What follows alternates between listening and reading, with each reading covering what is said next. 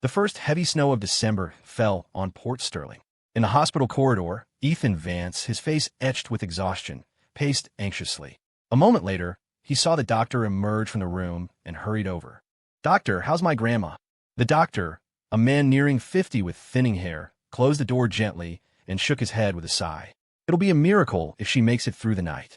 I'll prescribe some strong painkillers, an injection every 3 hours. Try to make her passing as peaceful as possible." A wave of dizziness washed over Ethan. He stumbled, his body going limp as he leaned against the wall. After a long moment, he took off his glasses, wiped the corner of his eye, and finally mustered the courage to enter the room. His grandmother, having just received a painkiller, lay quietly on the bed, an oxygen tube in her nose.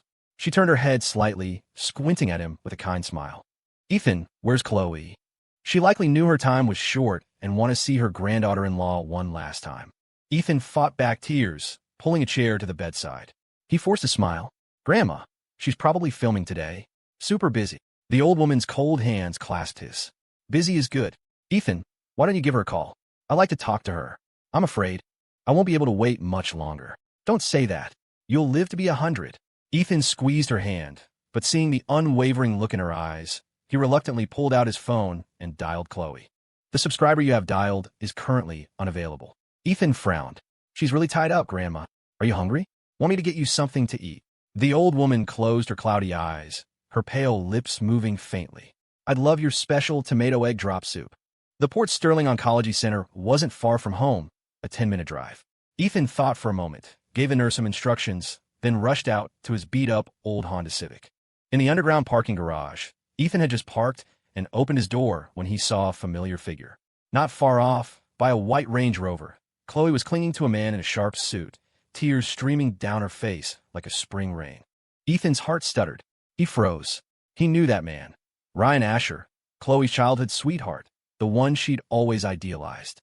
3 years ago, for reasons unknown, Ryan had callously left Khloe and gone abroad. Khloe had been a wreck during that time.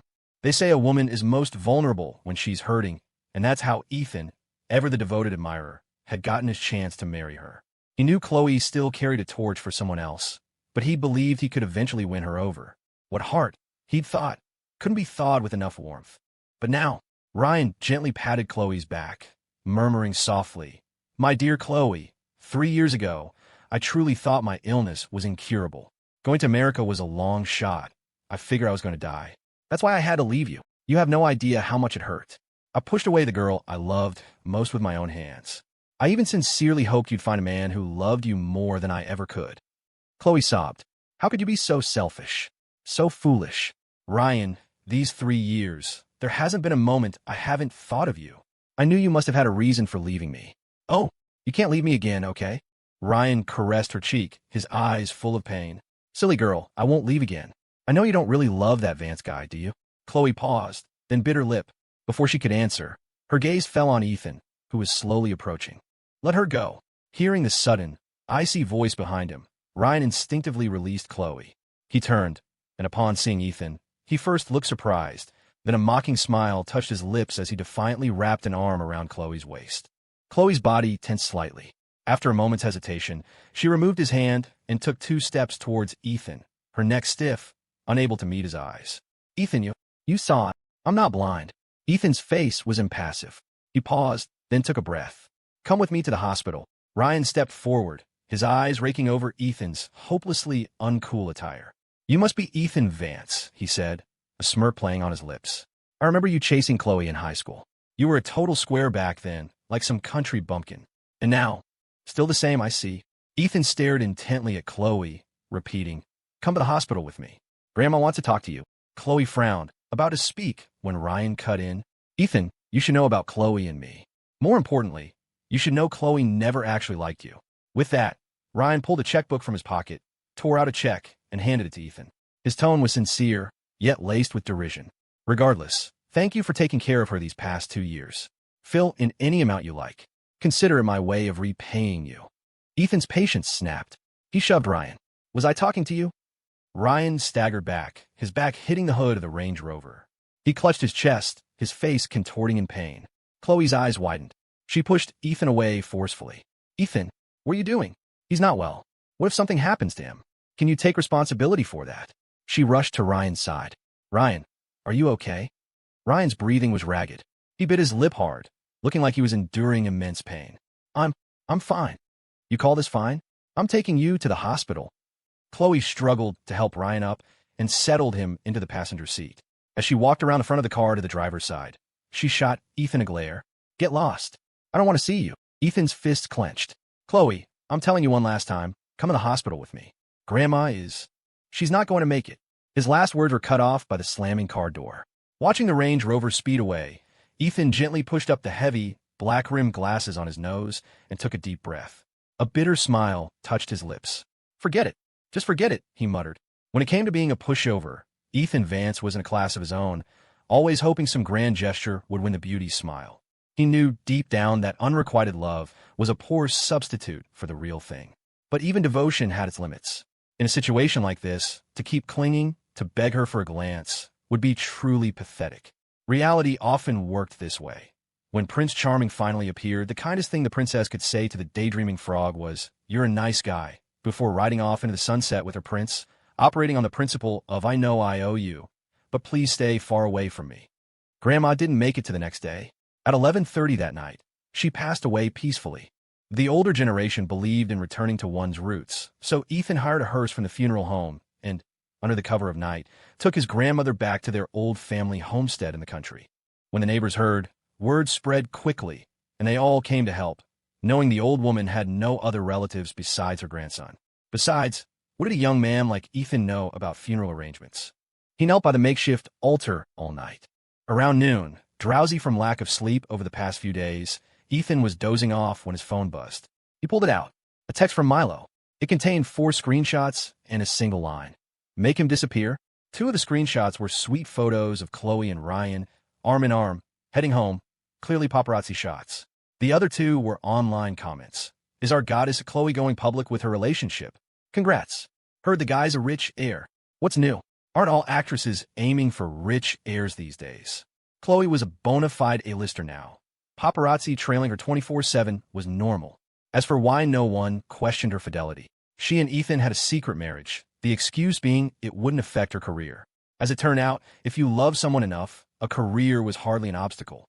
Ethan pinched the bridge of his nose and texted Milo back, "Don't touch them." Then he put his phone away. At the same time, someone outside the morning tent called out, "The bereaved son acknowledges your respects." Ethan quickly bowed his head. When he straightened up, he saw that the person offering condolences was a large, burly man in a suit, with a round, beefy face. The man had to be over 250 pounds. The buttons on his suit wouldn't close. When he knelt to bow, his belly pressed against his thighs, looking rather comical. After burning some paper money, the large man shuffled on his knees closer to Ethan. His honest face was expressionless as he furtively pulled a phone from his pocket and handed it to Ethan, speaking in a low voice like a spy making a drop. "Someone wants to talk to you." Ethan eyed the large man curiously.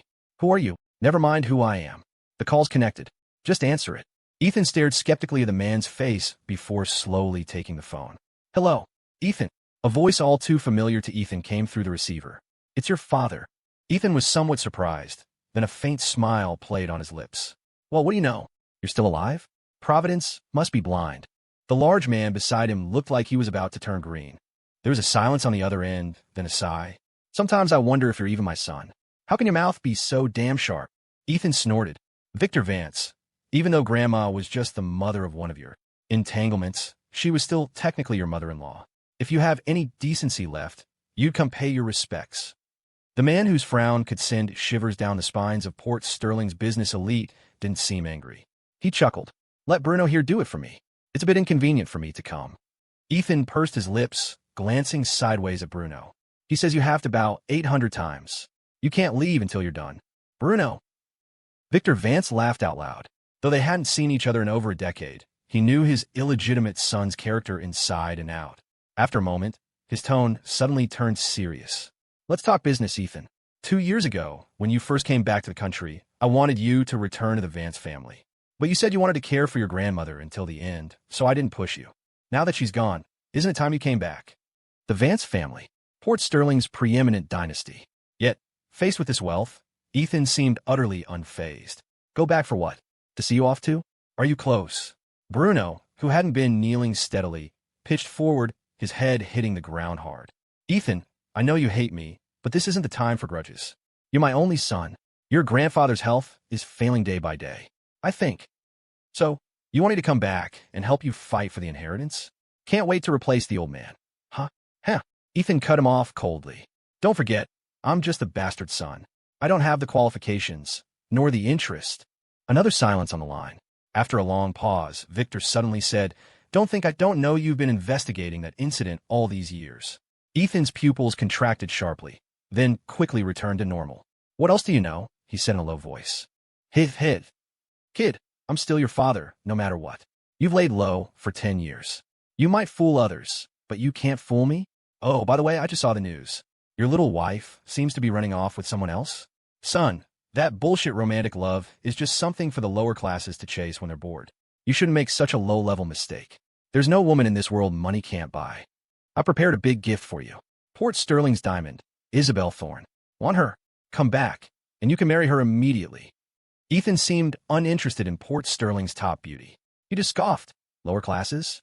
Heh. Victor Vance, in some ways, you're not even human. Enough with the insults. At least leave me some dignity, you little brat. This is a one-time offer. I'll give you a week to think about it. Oh, and a reminder, the Vance family is vast, with extensive connections. It might be helpful for that investigation of yours. I'm not trying to discourage you, but with your current capabilities, you might never find out the truth in this lifetime."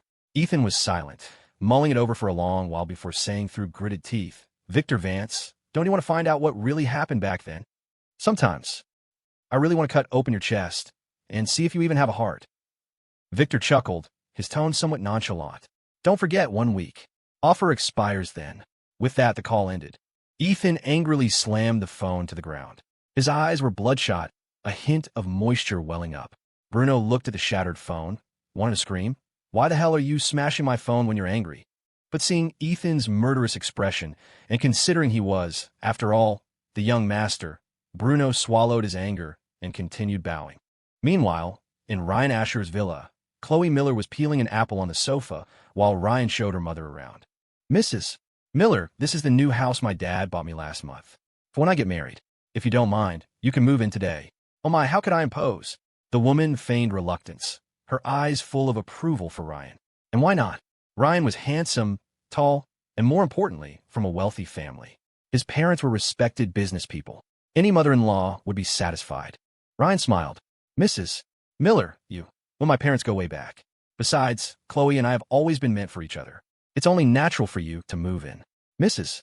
Miller laughed heartily, then bustled over to Khloe. "Khloe, hurry up and call that loser. Get him over here. You two are getting divorced today. I never agreed to you being with him in the first place, but I don't know what kind of spell he cast on you. You were so bewitched. Kept saying he was caring, gentle, and considerate." Realizing her slip, she quickly shut her mouth. After an awkward pause, she looked at Ryan. "Ryan, dear, don't worry. Nothing ever happened between Khloe and that deadbeat. I stake my reputation on it." "Mom." Khloe frowned, annoyed. "What are you talking about?" Perhaps she herself didn't know why she had ended up with Ethan. Women often face two choices: pursue the one they love, or settle for the one who loves them. Khloe, with her strong will, naturally chose the first. But that choice had led to heartbreak and resentment. So, she had compromised with the second. And now, her first choice had returned. The misunderstanding from 3 years ago cleared up. The man who had loved her unconditionally was destined to lose. "Here, have an apple." Khloe stood up and handed the peeled apple to Ryan, her eyes soft. Honestly, Khloe's looks, figure, and aura were all top-notch. In ancient times, she could have been a kingdom-toppling beauty. A few years ago, some bored Port Sterling socialites had created the Sterling List, ranking beauties each season. Khloe had consistently been in the top 3. Now, at the advanced age of 28, her ranking was expected to drop. After all, beauty, like all best things, is fleeting. Speaking of the Sterling List, one had to mention Port Sterling's undisputed #1 beauty, who had topped the list since her freshman year of college, 7 years straight. Her position unshakable. Many wealthy men, blinded by desire, had tried every trick to possess her, but this great beauty was cold by nature and came from a very wealthy family herself.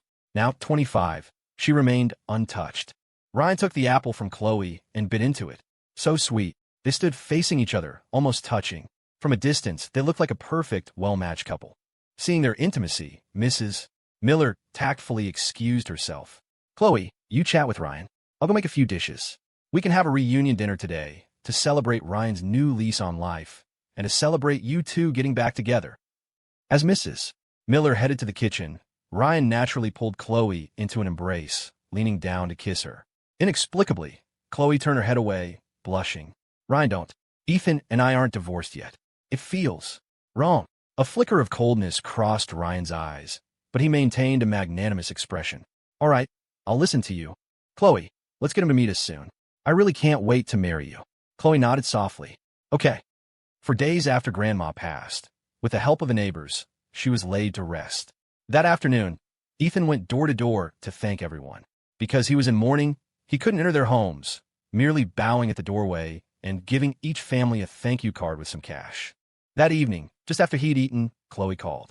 He was already on edge. What patience did he have for her now?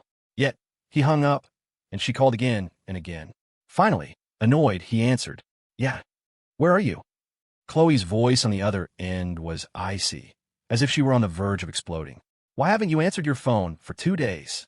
For the past 2 years, Ethan had always been accommodating, never daring to ignore her calls. In the country, at Grandma's old place, Ethan's tone was even colder than hers.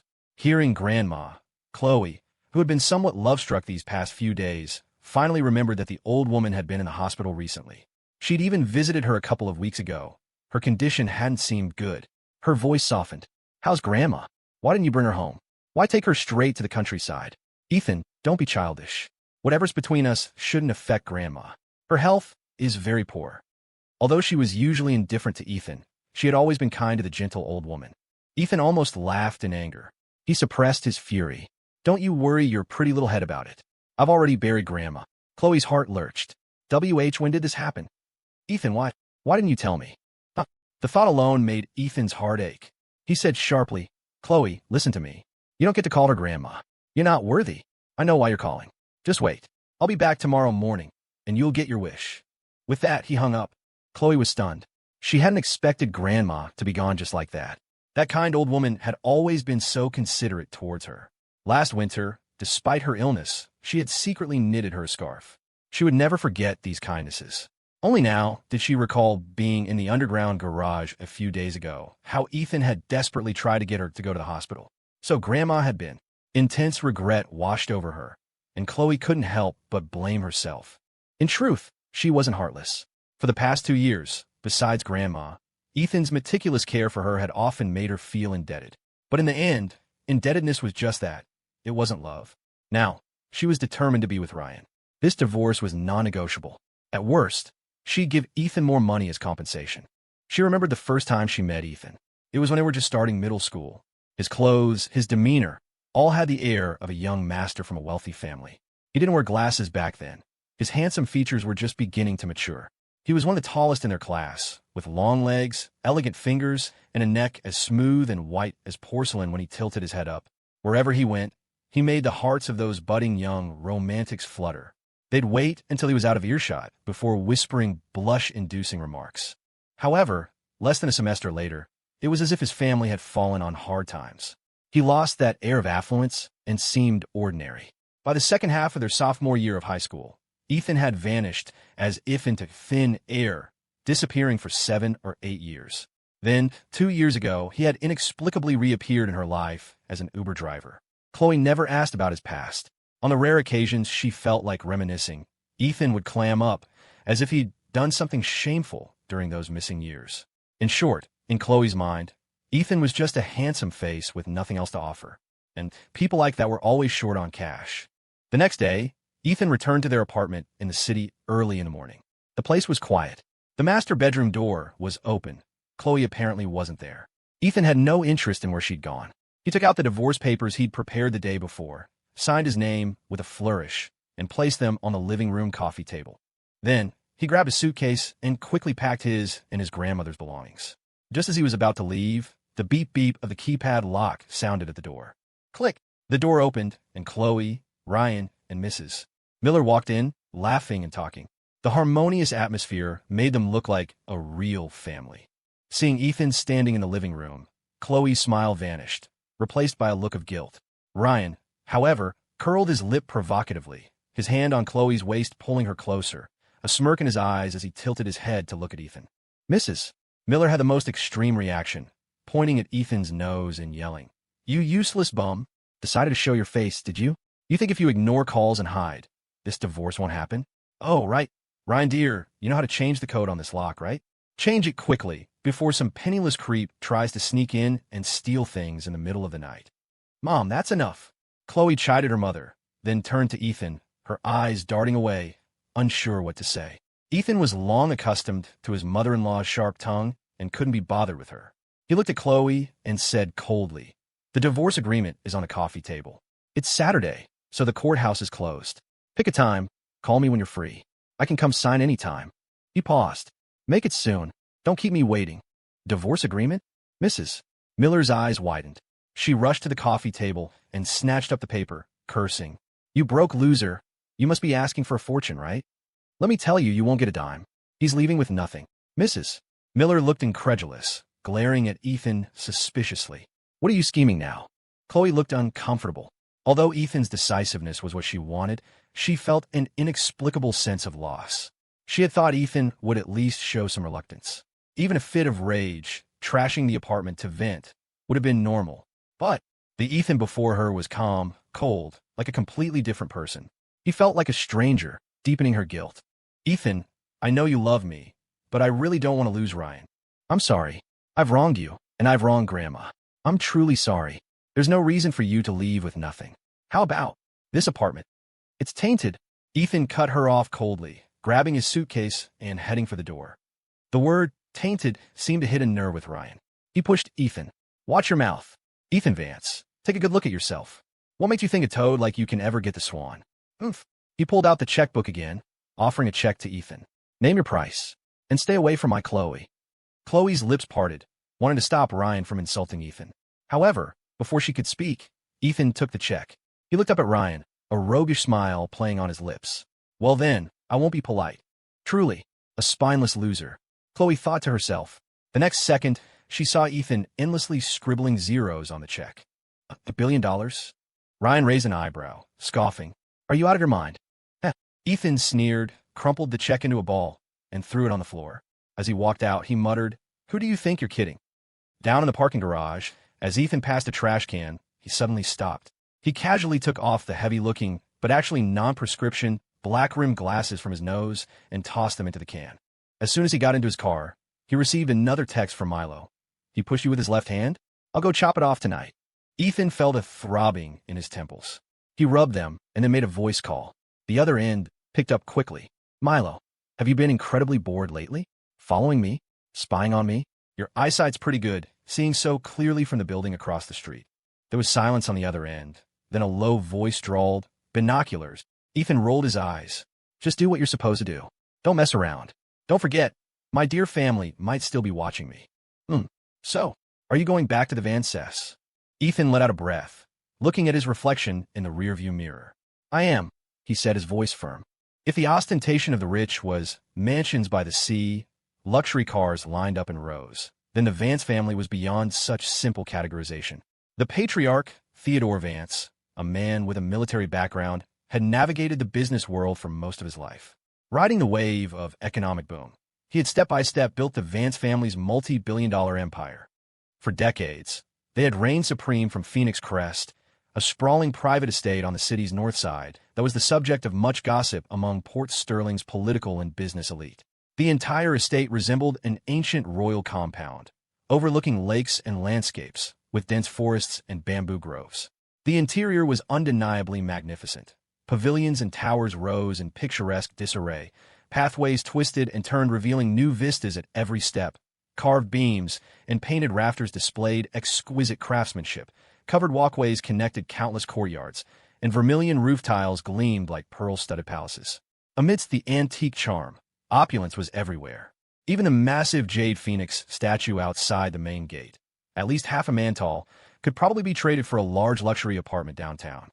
Today was New Year's Day, blessed with rare good weather. The main gates of the estate were wide open, security guards standing at crisp military attention on either side. Though it wasn't yet noon, a stream of luxury cars began to arrive. Guards saluted diligently, watching each car enter and drive up the mountain road before turning back to greet the next. The bustle was not just for New Year's. It was also the wedding day of one of the Vance family's young masters. Before long, an old Honda Civic, sputtering black smoke from burning oil, chugged into view.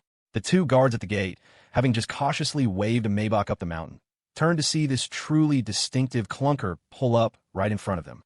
It was like a battered fishing boat docking at a stately naval port. The guard on the left made no attempt to hide his astonishment. He strode forward, waved the car to a halt, and said sternly, "Excuse me, what's your business here?" Inside the car, Ethan Vance looked like he hadn't quite woken up. His hair was a mess, and he wore a rakish black trench coat. He was lazily talking on the phone while slowly rolling down the window. "Khloe, just how busy are you?" Ethan yawned, his tone indifferent. "It's been days." Khloe's voice on the other end was cold. "After New Year's, Ryan and I were ambushed by paparazzi. I've been dealing with the company to manage the fallout these past couple of days." Ethan chuckled. "Isn't that perfect? We get our divorce sorted out cleanly. You two get married on the spot, post it online, and problem solved, right?" Announcing a marriage was career suicide for an actress, a fact Khloe knew better than anyone. Besides, her company wouldn't let their cash cow act so recklessly. They'd already issued several denials, stating Khloe and Ryan were just childhood friends. "Don't worry, we'll divorce after New Year's." Khloe heard the impatience in Ethan's voice, the cold detachment. It inexplicably made her feel like she was the one clinging. She sighed softly. "I know I've wronged you, Ethan. You should still accept my compensation. That apartment." Before she could finish, Ethan hung up. Firstly, he had no patience for her nonsense, and secondly, the guard was losing his, already speaking into his walkie-talkie. "Easy there, buddy. I'm here for a wedding," Ethan said with a strange smile. After making his decision that day, he had called Victor Vance. Victor was naturally delighted to hear his son was returning, but he had one condition. Ethan had to marry Port Sterling's top beauty, Isabelle Thorne. Ethan understood this was likely another messy business alliance. Since he had ulterior motives for returning to the Vance fold, marriage was inconsequential. He'd agreed readily. He just hadn't expected this farcical marriage to happen so quickly. He'd been woken from a deep sleep that morning by a call from Victor, telling him to come home for a casual meal and, by the way, get married. It had caught him completely off guard. The problem was, while they were rushing to get him married here, his other marriage hadn't even been dissolved yet. Victor had told him not to worry about that. Today's wedding was at home, with no outsiders invited. Besides, his marriage to Khloe was a secret. No one knew.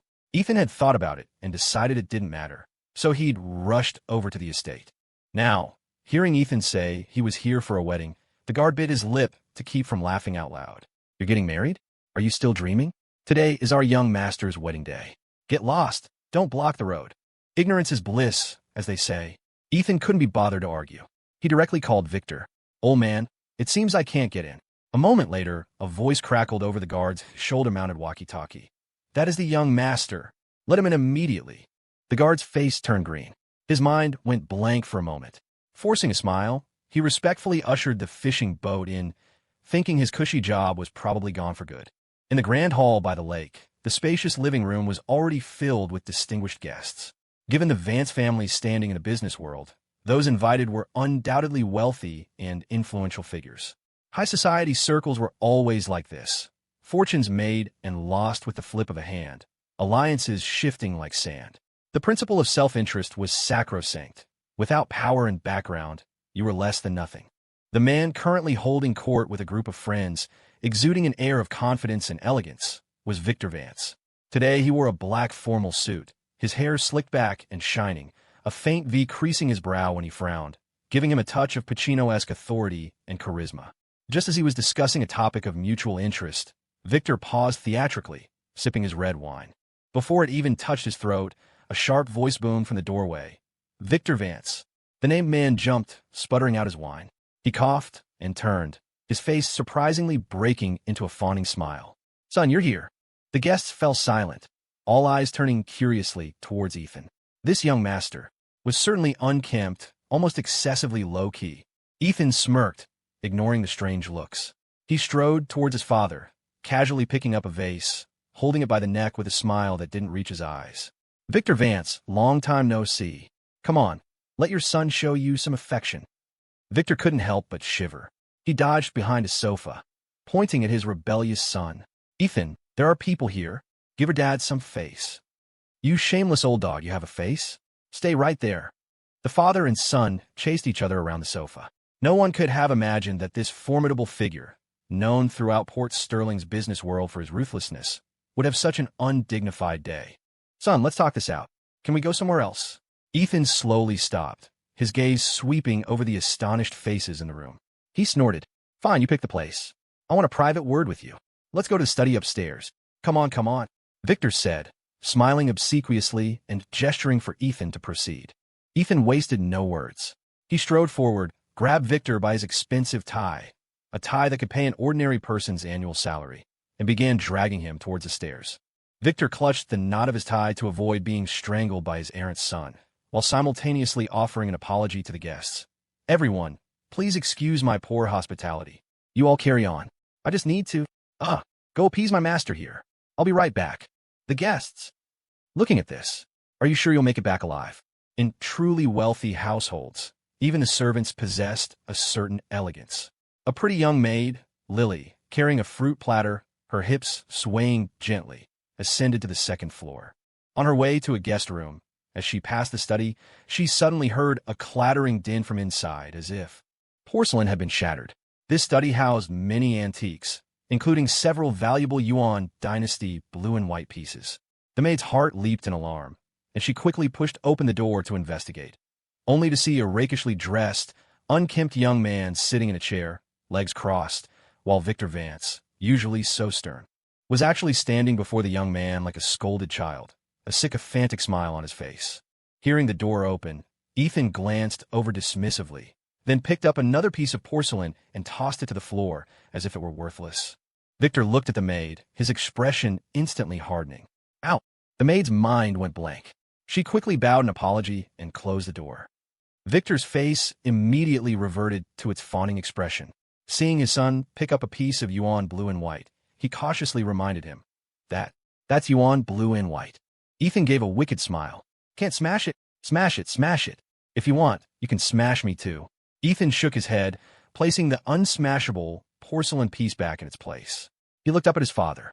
All right, tell me, why are you so insistent I marry this Port Sterling's diamond, and in such a hurry?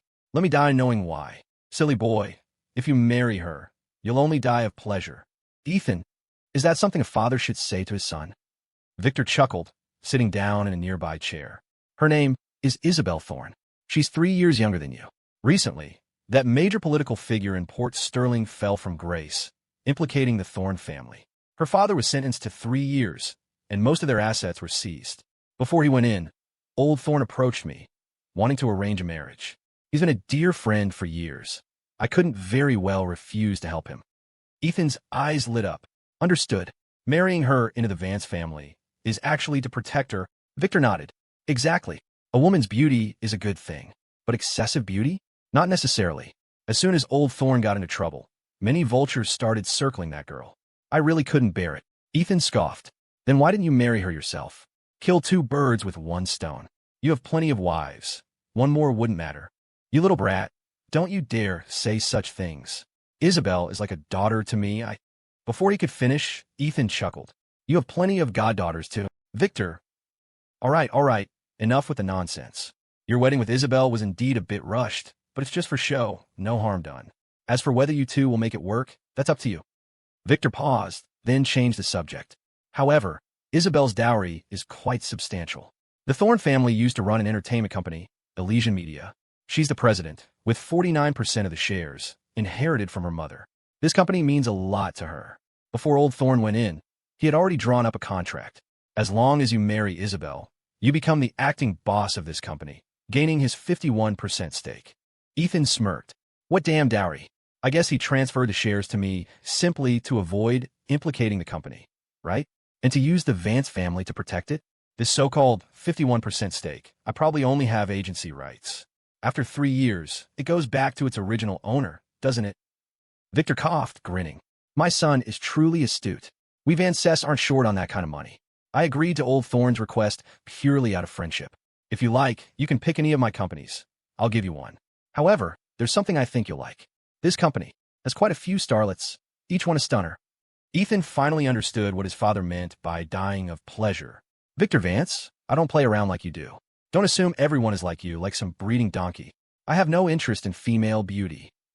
Victor, his friendly gesture rebuff, sighed. Son, since ancient times, heroes have found it hard to resist beauties. Why don't you try to conquer a few?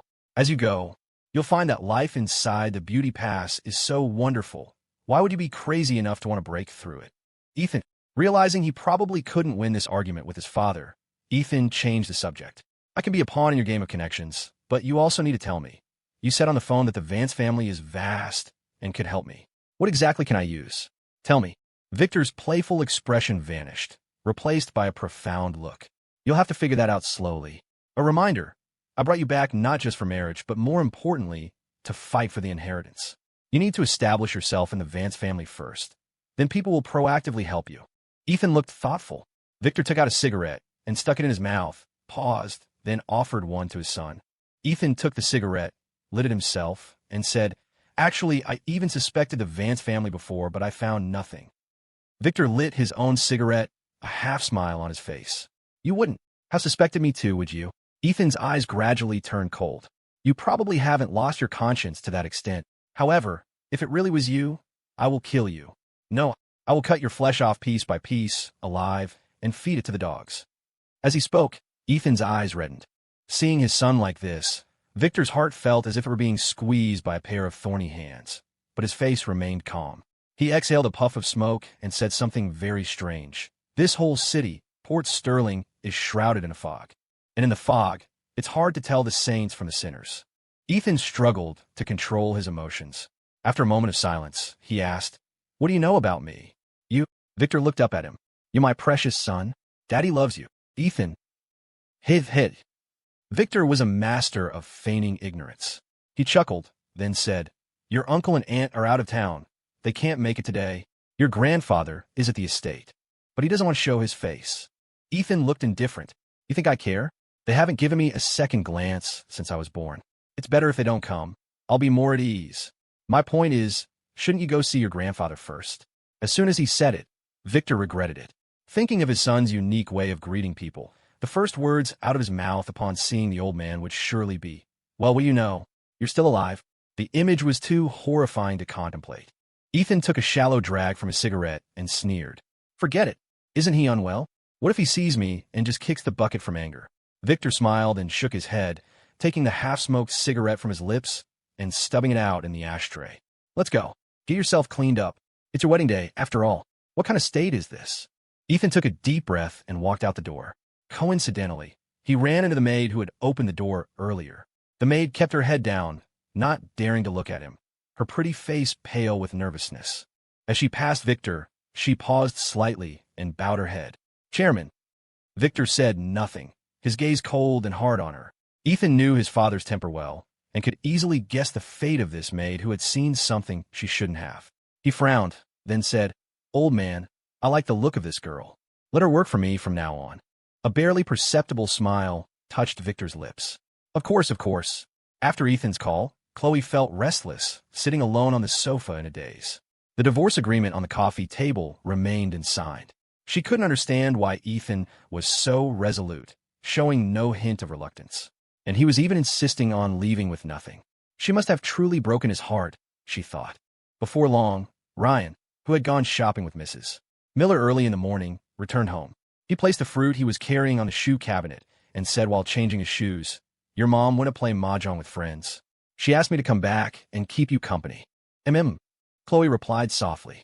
Ryan sat on the sofa, glanced at the divorce papers on the table, and noticing Khloe's low spirits, asked gently, Khloe, what's wrong? You're not thinking about him, are you? Khloe felt a pang of guilt, forced a smile, and said, No, I was thinking about work. You probably heard, right? Thorne Industries is in trouble. Our company is under them. Although we haven't been affected much, I heard the company's boss might be changing. I don't know who it is, or if they'll be easy to work with. I'm caught up in a lot of bad press lately. I'm just afraid they'll give me trouble. Don't worry about these things, Ryan said, taking Khloe's hand and smiling. Worst case, we break the contract. I'll get someone to sue them. Ryan, you know me. Acting is my dream. Unless it's absolutely necessary, I won't leave the business. Ryan's lips moved. I just worry about you. Of course, I know your dreams. You used to tell me everything. During those 3 years I was abroad, you used my old messaging account like a diary and a place to vent. I saw it all, actually. But back then, I wanted you to forget me, so I never replied. Oh, you don't know. Every time you were upset and poured your heart out to my account, how much I wished I was there with you. Ryan's sentimentality was perfectly pitched, not cloying, but conveying a strange depth of feeling. Khloe's face flushed, recalling how, over the past 3 years, she had indeed treated that top contact as a memo pad, and sometimes a dumping ground for her frustrations. She felt a little embarrassed. Suddenly, as if remembering something, she grabbed Ryan's arm. Ryan, a year ago, I was just an obscure B-list actress. I finally got a chance, but then someone else replaced me. I remember I drank a lot that night and sent a long message to your account. Not long after, the famous director Wallace contacted me and asked me to be his leading lady. It was because of that movie I won Best Actress and became famous overnight. I never understood why Director Wallace approached me. He wouldn't say when I asked. Now that I think about it, were you helping me behind the scenes? Ryan came from a wealthy family. It wouldn't be surprising if he knew the famous director. And since he thought he was going to die abroad, he wouldn't have wanted Khloe to know he was helping her. It all made sense. Hearing Khloe's words, Ryan paused for a moment, then smiled. Khloe, I really didn't want you to know about these things. Khloe's eyes welled up. She gently patted his arm, pouting playfully. Why are you always so silly? Don't do this again. Noon. The wedding at Phoenix Crest Manor proceeded on schedule. As the saying goes, clothes make the man. Ethan was already handsome, tall at 6 foot, with a well-proportioned figure and notably long legs. Now, meticulously groomed and dressed in designer clothes, he undeniably made the guests do a double take. The Western-style wedding had few complicated rituals. Friends and family gathered on the lawn by the lake. The band members, in uniform attire, sat in a row by the water's edge, cellos and violins placed beside them. In the biting wind, they had to keep rubbing their hands, afraid their fingers would stiffen and they'd play a wrong note. Once everything was ready, the bride finally appeared. The title of Port Sterling's diamond was no empty claim. Her skin, whiter than her wedding dress, was smooth as jade. Her wine-red hair, slightly curled, cascaded down, giving her an air of carelessness and rebellion. Her expression was icy, her 2 finely arched brows more like narrow blades than willow leaves. Her brown eyes, veiled by long lashes, glinted with a light that kept everyone at a distance, yet concealed a subtle sorrow, deeply masked by her coldness. Her high, narrow nose was elegant yet aloof. Her rose-colored lips were tightly pressed, her snow-white face appearing somewhat pale. Her waist was incredibly slender, her legs long and graceful. Below her porcelain-like swan neck was a pair of impressively curvaceous peaks. All the guests, men and women alike, wore expressions of captivated fascination. Even Ethan, who had just moments before boasted to his father of his disinterest in female beauty, couldn't take his eyes off her, especially staring at those headlights, and couldn't help muttering, damn. She stacked. Definitely good genes. Isabelle walked onto the platform, glanced at Ethan's leering gaze, and a flicker of disdain crossed her eyes. It was pathetic, she thought. A prestigious young lady like herself, reduced to marrying an illegitimate son? It wasn't so much the status she despised. It was a loveless marriage, a 3-year charade, so marrying anyone was largely the same. But she had secretly investigated Ethan and found that for over 7 years, there was no record of this person. This made her wonder, had he done something terrible and gone to jail? This illegitimate son's mother was Victor Vance's mistress, so he had been unwelcome since childhood, enduring countless condescending looks from the Vance family. After middle school, his mother was cruelly abandoned by Victor and raised him alone. In such circumstances, it would be perfectly normal for his psyche to be twisted. If he really was a shameless scoundrel, hadn't she just fallen into an abyss? The more Isabelle thought, the more agitated she became. But things had come to this. No matter how unwilling she was, it was futile. The white-haired minister recited a short opening speech, followed by the standard procedure, asking if both parties were willing, then exchanging rings, and it would all be successfully concluded. But he asked 2 or 3 times, Mr. Ethan Vance, do you take this woman to be your wife? To love her, to be faithful to her, whether she is poor, sick, or disabled, until death do you part? Ethan just smiled, refusing to speak. Seeing the atmosphere grow tense, Isabelle finally looked up at Ethan, giving him a questioning glance. Ethan's lips curved slightly. He turned to the minister beside him and said playfully, Old man, I just don't get it. Why don't you foreigners consider the occasion when you speak? It's a wedding, a joyous day. Why talk about life, old age, sickness, and death? Let me ask you, if your wife died, would you still marry her? In our country, that's called a posthumous marriage, you know? The entire venue fell silent. Isabelle's mouth twitched. She wished she could find a hole to crawl into. The minister was dumbfounded. My meaning is, until death, not that you die right now. See, you're talking about death again. People in your line of work, do you spend all day hoping someone dies? How many lives do you process a month? How's the commission calculated? Is it high? The minister tremblingly made the sign of the cross. Lord, please forgive this young man. A stir went through the guests below. No one would have thought that the son of the esteemed Vance family could be so ill-mannered. To embarrass himself so publicly, where on earth was Victor Vance supposed to hide his face? Victor, at this moment, wore a stern expression, but inwardly he was laughing. That little rascal, he's already started his act, huh? After a good while of fuss, perhaps feeling he'd overdone it, Ethan finally exchanged rings with Isabelle. The minister was so moved he was crying, his eyes red. And so, the wedding concluded awkwardly. Afterward, to the sound of beautiful music, the guests all returned to the grand hall. Some dancing, some eating and drinking. As the stars of the day, and after much coaxing from Victor, Ethan, and Isabelle, holding champagne flutes, symbolically toasted the guests one by one. Isabelle maintained her cold expression throughout. If not for Victor's sake, she wouldn't have bothered with the toasts. However, she was a little puzzled. Victor's attitude towards Ethan earlier, it seemed almost fearful. She was fairly familiar with her father's close friend. In all these years, she had never seen Victor act so deferentially. Ethan's toasting style was truly unique. With people he didn't know, he'd say, "Enjoy yourselves," and then ignore them, completely disregarding the etiquette expected of a wealthy family. If he encountered someone he knew from before, he was even more unrestrained, opening with, "Well, look who it is. You're still alive." Even Mr.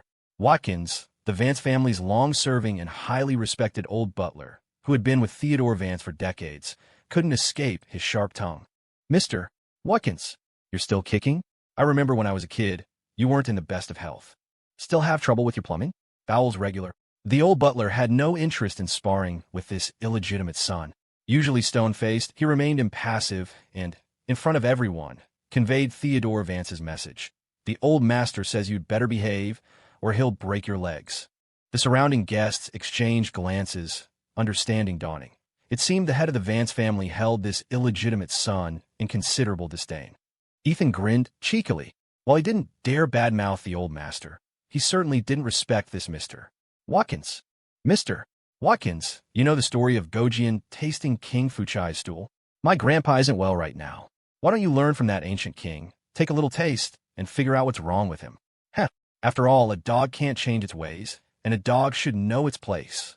Beside him, Isabelle's temples throbbed. What in the world did I marry? She thought, disrespectful to his elders, and his mouth full of vulgarities. An utter scoundrel. The old butler remained unfazed.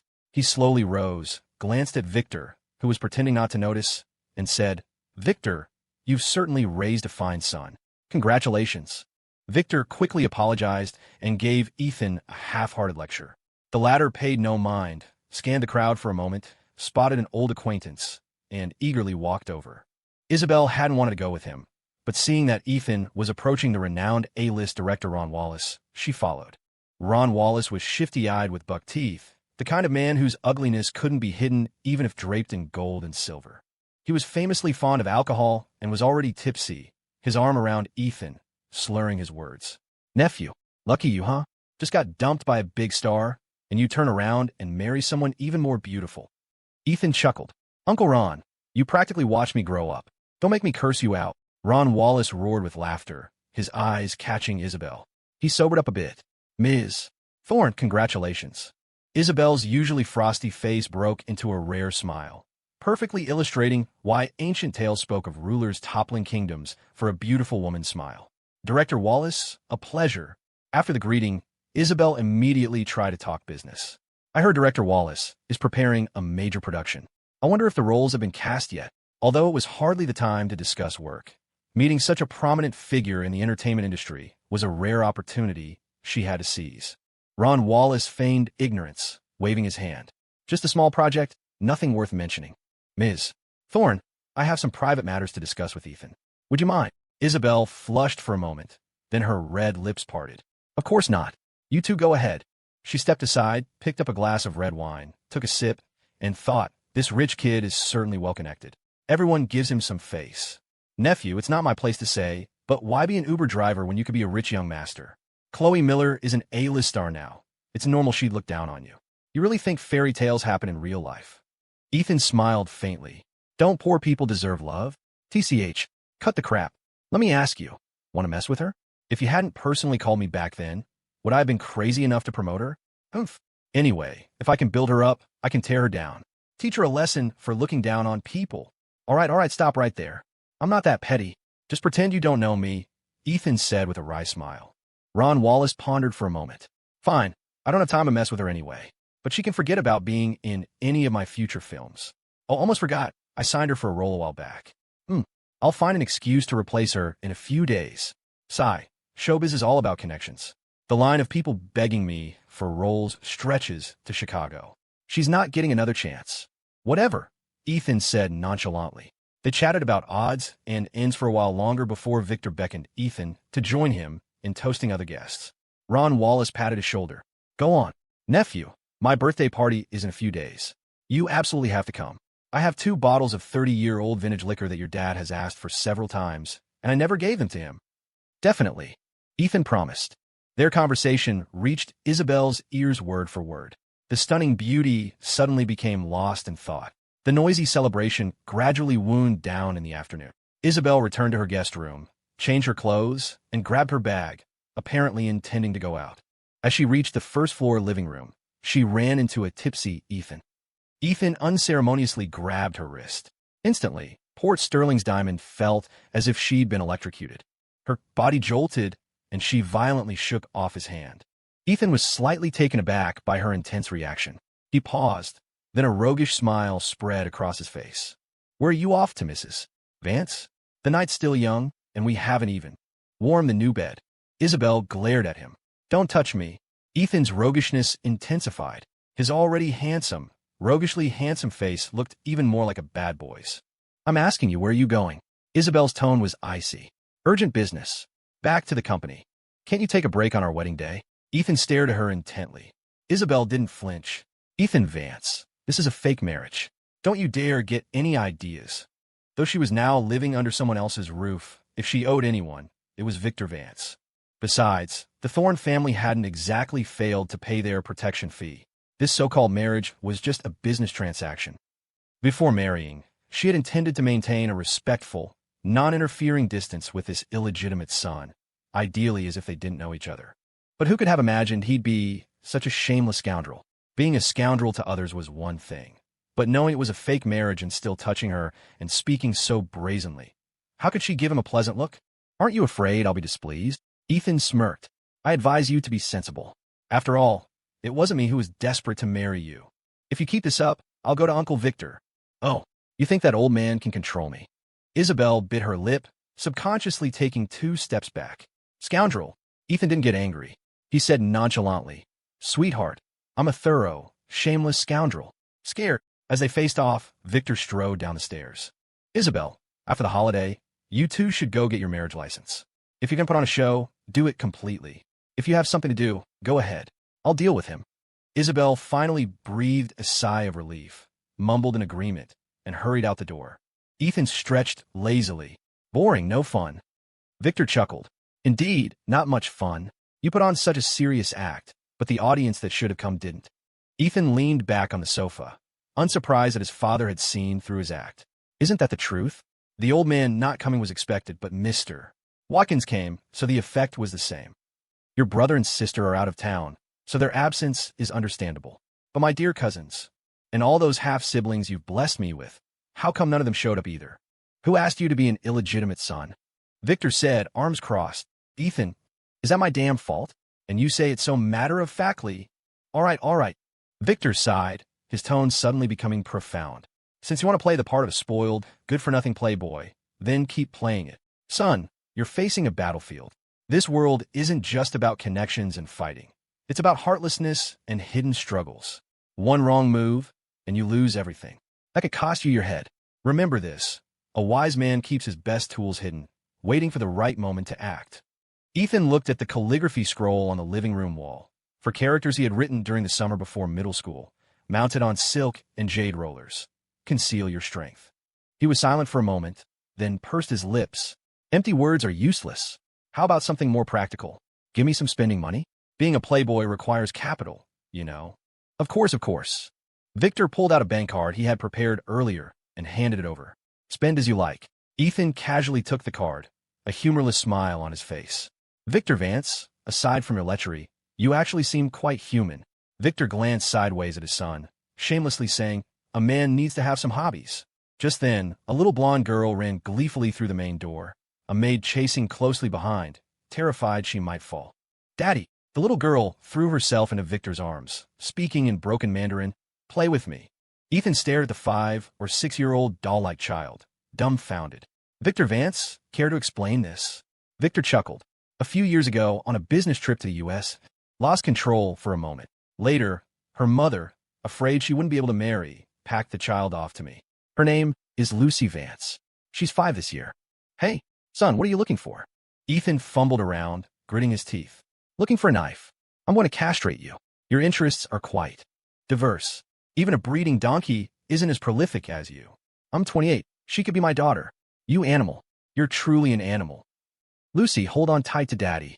We're about to play Desperate Escape. Do you like it? The little girl's laughter was crisp. Daddy, run. That weird uncle is chasing us. A weird uncle, your grandpa. The New Year holiday quickly ended. At 7 in the morning, Ethan Vance was already washed up, had made a cup of tea, and was comfortably settled in the study, engrossed in a leather-bound copy of The Prince. At 7:30, Isabelle Thorne called. Ethan raised an eyebrow, letting the phone ring for a while before answering. Yes, we're getting a marriage license this morning. Her voice on the other end was frigid. Ethan sounded lazy and teasing. Can't wait. No response. You left me to an empty bed for 3 nights. Why should I listen to you now? A faint sound of Isabelle taking a breath came through the phone. 10 o'clock. Don't be late. After hanging up, the smile on Ethan's face gradually faded, his brow furrowing slightly. Isabelle's moods, hot or cold, probably couldn't affect him much. They barely knew each other. What bothered him was Khloe. They weren't divorced yet. After a moment's thought, he called Khloe. The A-list star usually slept in whenever she was free. He had to call 4 or 5 times before she finally picked up. Khloe, you said we'd divorce after the holiday. Time to keep your promise, right? There was a long silence on the other end. Perhaps her brain was still booting up, still a bit foggy. See you at the courthouse this afternoon. Ethan didn't hesitate. No, head to the courthouse now. I don't have time to waste with you. Hearing Ethan's impatient tone, Khloe's temper flared. Ethan Vance, you're pretending to be magnanimous, pretending not to care, just to make me feel bad, aren't you? Do you think this is amusing? I already said I'd compensate you. Ethan was torn between laughter and tears. Khloe, seriously, I did love you. But don't overestimate your importance. I'm the kind of person who can let go of things easily. You're not that precious, not enough to make me fall apart. Through the receiver, Khloe's breathing grew heavy. Ethan could already picture her furious expression. Fine, I'm getting up now. I'll head to the courthouse as soon as I'm ready. Don't keep me waiting. 40 minutes later, Ethan pulled up to the Port Sterling Municipal Building in his old Honda.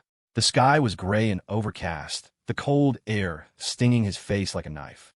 Ethan smoked a cigarette, then got back into the car. Women needed a certain ritual before going out. A face was like an unfurnished house, requiring at least an hour of renovations. It was almost 9:30 when Ryan Asher's white Range Rover finally arrived. Ethan got out of his car, his eyes playfully scanning the two of them. He jerked his chin towards the courthouse entrance. Let's go. I'm in a hurry. Being a public figure, Khloe wore a mask and a baseball cap, its brim pulled low. When she saw the transformed Ethan, she couldn't help but stare, her surprise hidden by the mask, but the disbelief in her eyes was unmistakable. During their 2 years of marriage, Ethan had always worn a pair of nerdy, black-rimmed glasses. Just looking at the thickness of the lenses, you'd think he was half-blind. Now, he'd learned to wear contacts. Those long, deep-set eyes were actually so handsome. His clothes before, though clean and tidy, were always cheap, off-the-rack stuff, as unfashionable as could be. Now he was in a suit, looking dapper and expensive from head to toe. In his personality, he used to be quiet, almost timid. How had he become so roguish? His every word and gesture exuded a devil-may-care attitude. Little did she know, this man she considered useless had actually been deliberately hiding his true self. Of course, not for her. After a long pause, Chloe's eyes once again became distant. Ryan took her hand and sauntered over to Ethan, glancing at the embarrassingly shabby Honda. "Ethan Vance, do you know how big the gap is between you and me?" he sneered. He pointed proudly at his Range Rover. "That car of mine isn't just any Range Rover. It cost over 400 grand. The sales tax alone could buy several of your little clunkers. I still think you should accept our compensation. It would make my Chloe feel better." Ethan was unfazed, smiling. "I really don't know what brand of hot air you're peddling, Ryan, but you're certainly full of it. I told you I'd take compensation, but you can't afford it." Ryan's lip twitched. Just as he was about to speak, Chloe said coldly, "Let's go, Ethan. From today on, we're strangers." "Couldn't ask for more," Ethan said nonchalantly. Operating on the principle of no calm, no consideration, no regrets, the two quickly went through the process. Divorce papers in hand, a barely perceptible bitterness touched Ethan's lips. Though his attitude was resolute and he appeared outwardly composed, this was, after all, the girl he had loved for years. A pang of sorrow was inevitable. How many years had it been? Since middle school, he had noticed Chloe, the belle of the class next door. Her every smile and frown had been etched in his heart. Later in high school, fate brought them into the same class. The down-and-out young master, experiencing his first crush, had shamelessly pursued her, disregarding any rules about puppy love until the first semester of his sophomore year, when he was forced to drop out. These memories had often brought a sense of warmth even during the bleak years of his disappearance. 2 years ago, he had finally married her, so happy he'd grinned foolishly all night. But now, they had finally gone their separate ways. The courthouse clerk looked at the handsome couple who had just divorced, feeling a silent pang of regret. But her regret quickly turned to shock. Ryan pulled out a marriage license application from his pocket and looked tenderly at Chloe.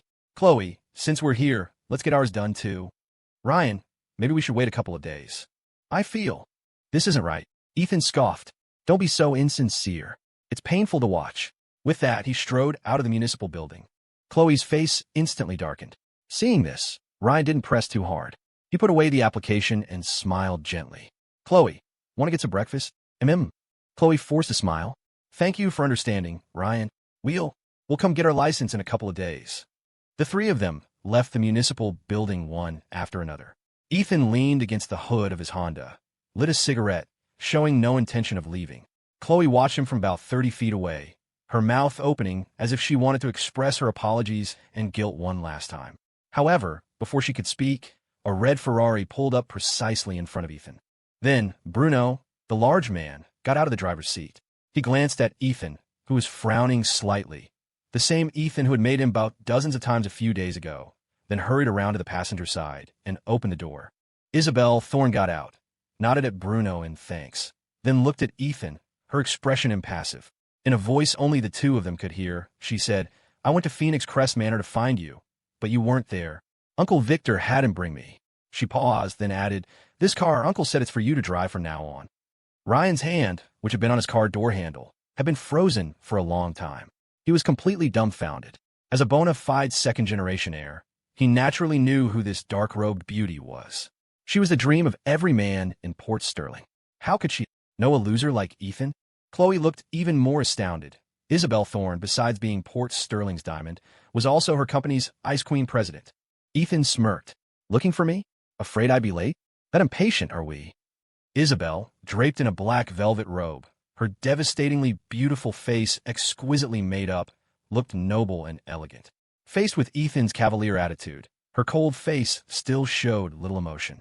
She glanced at the heavily disguised Chloe nearby, showing no intention of greeting her, and said to her nominal husband, "Looks like the divorce is final. Let's go get our license. I have things to do later." In truth, the moment Ethan saw Bruno, he knew this was Victor's deliberate doing. And Isabelle, knowing he had to get divorced first today, Victor must have told her. It seemed his old man was indeed keeping a close eye on his every move. Tossing his cigarette, but to the ground, Ethan headed towards the municipal building, Isabelle close by his side.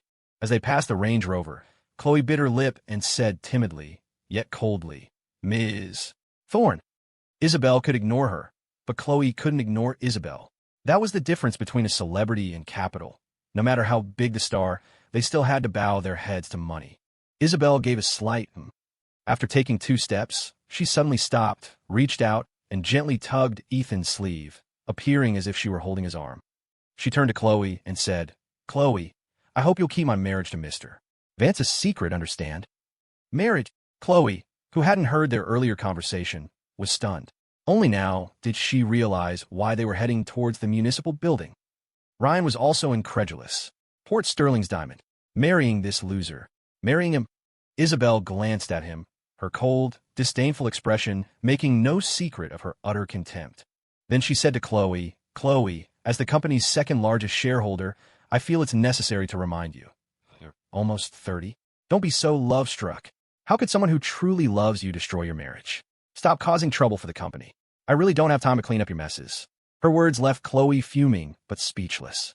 Ryan was utterly humiliated. But the Asher family still had some standing in Port Sterling. They weren't afraid of the now-declining Thorne family. Suppressing his anger, he said, "Ms. Thorne, Khloe and I are truly in love. Unlike you, so lonely and desperate you'll take anyone. Found yourself a useless pretty boy? Heh, what a joke." As soon as he finished speaking, Bruno lunged forward, cracking his knuckles. "Kid, I suggest you watch your mouth, or I'll beat the crap out of you through it." Bruno was tall and imposing, with a fierce, bulldog-like face. Now, gritting his teeth, his eyes held a ruthless glint that was genuinely terrifying. Khloe hesitated slightly, glancing secretly at Ethan, looking embarrassed. Pragmatic hero. Khloe didn't want to offend Isabelle. She quickly stepped in front of Ryan, her apology sincere. "Ms. Thorne, I'm sorry. Rest assured my lips are sealed. I absolutely won't say anything about your marriage." Isabelle wasn't one to dwell on things. She grunted in acknowledgement and walked into the municipal building side by side with Ethan. Ethan smirked, glancing sideways at Isabelle. "Ms. Thorne, this pretty boy of yours. Are you satisfied?" She remained expressionless, her lips pressed tightly together, saying nothing. When they came out after getting the license, the white Range Rover was gone. Ryan swallowed hard, proving himself a truly savvy operator. "I'll take care of your other car." Ethan showed no intention of taking the keys, instead nudging his chin towards Isabelle. "Let her drive. Bring my car back to me. For old time's sake. You got it." Isabelle pursed her lips and took the Ferrari keys. After they got in, she started the car and said, "I need to go back to the company. You could drive yourself home later." Ethan glanced at her, smiling. "Nothing you want to say to me?"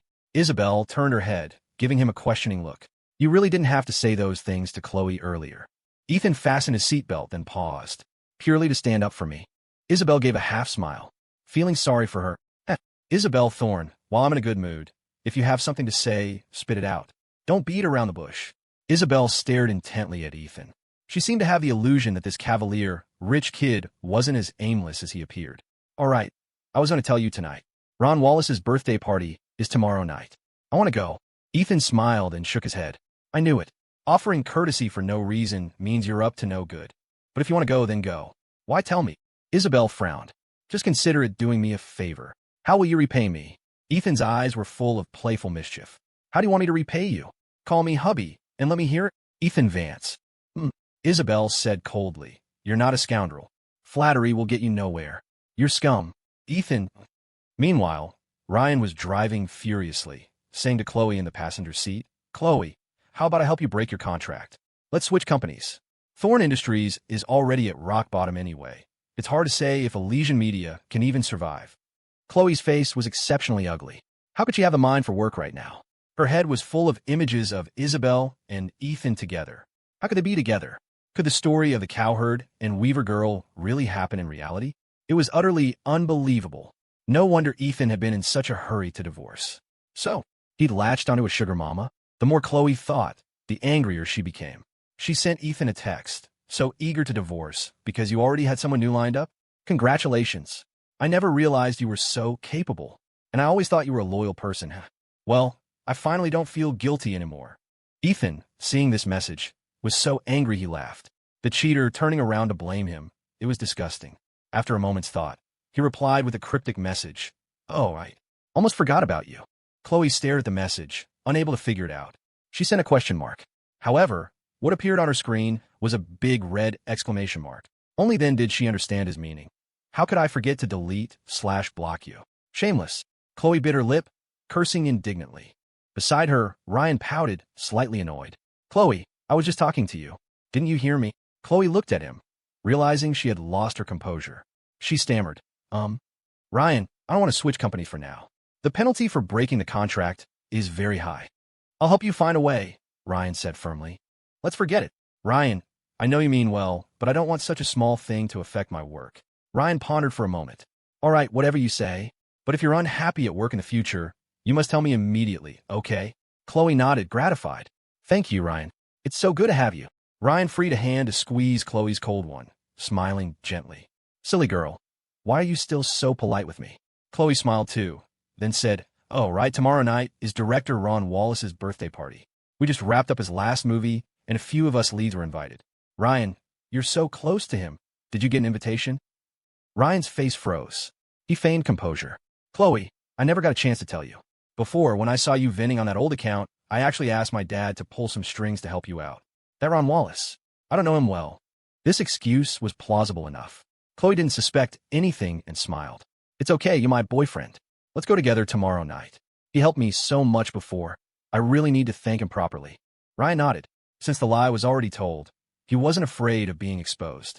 As for why Ron Wallace had cast Khloe, he figured it was simply because she was a good actress. If someone had been helping her behind the scenes, they would have shown themselves long ago. Just like those investors who promote starlets. Isn't it all for a bit of fling? These days, who would be a selfless benefactor hiding their good deeds? Khloe, after we eat, I'll take you to pick out a gift for him, Ryan said, thinking. Artistic types like him probably appreciate antiques and calligraphy. I happen to know a friend who deals in antiques. He has a lot of good stuff. We can go take a look later. Pick whatever you like. It's on me. Khloe took Ryan's hand and planted a kiss on the back of it, smiling. Then I won't be polite. The sleek Ferrari pulled up in front of the company building. Ethan got out, looked up at the 4 large characters spelling Elysian Media, and said thoughtfully, I'm guessing my mother-in-law's name had Elysian or something similar in it. Isabelle, frosty as ever, held out the car keys to Ethan, too miserly to speak. What? Trying to get rid of me? Ethan grinned mischievously. You asked me for a favor, and I haven't agreed yet. I'm not counting on it. Isabelle's hand, holding the keys, remained suspended in midair. I was about to soften up, but it seems there's no need now. Ethan stretched, showing no intention of taking the keys. Keep it and drive it yourself. I prefer to keep a low profile. This is your Vance family's car. I don't want it, Isabelle insisted. Ethan raised an eyebrow, his roguish eyes fixed on Isabelle, his tone strangely alluring. You're my wife, you know. That makes you part of the Vance family, too. Isabelle's lip curled. Ethan Vance, don't make me look down on you. You're truly shameless. Hit. Thanks. Many people praise me that way. Isabelle. Ethan grinned, then extended a hand towards Isabelle, his expression slightly more serious. Ms. Thorne, let's reintroduce ourselves. I'm Elysian Media's majority shareholder and current acting boss, Ethan Vance. Isabelle. Her father had told her that, for the company's safety, he would temporarily transfer his shares to Victor Vance. With Victor's name attached, the company would naturally be secure. But how? Had they been transferred to this shameless scoundrel? Seeing Isabelle's stunned expression, Ethan also just realized this was most likely Victor's doing again. What on earth was that old man scheming? Ethan suddenly remembered something his father had said before. As for whether you two will make it work, that's up to you.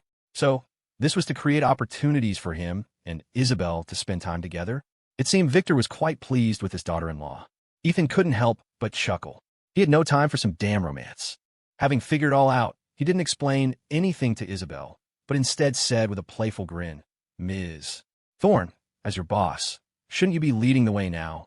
Take me on a tour of the company, Isabelle clenched her fists, her nails digging into her palms. She stared at Ethan for a moment, muttered, shameless, and then walked into the company building herself.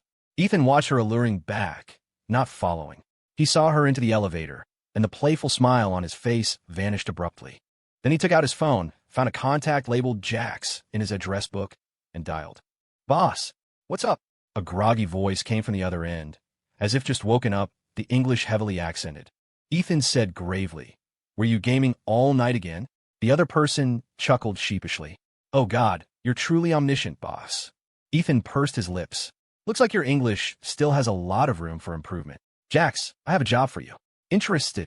Of course. I'm bored out of my skull here. Ethan was speechless. Bored out of my skull? That's not quite how you use it. I'll forget it. Wait for my call. That's all for now. Hanging up, Ethan took a deep breath, looked up at the gray sky, his eyes filled with a chilling darkness. The next day, it gradually started snowing around noon. As evening approached, Ethan closed the copy of the prince he had finished reading, changed his clothes, and went downstairs. In the living room, Lily, the young maid who had accidentally witnessed Victor's embarrassing moment, was mopping the floor. Hearing someone come downstairs, she quickly stood up straight, glancing timidly. "Young master," Ethan grunted in acknowledgement, his gaze sweeping over the maid's face. As he walked past, he suddenly stopped and inexplicably asked, "How old are you?" The maid kept her head down, her voice as soft as a mosquito's buzz. To answer young master, 23. Ethan muttered, 23? Just graduated from college. A blush crept onto the maid's cheeks. My family is poor. I couldn't afford college. I came here to work as a maid after graduating high school. Ethan sized up the petite maid.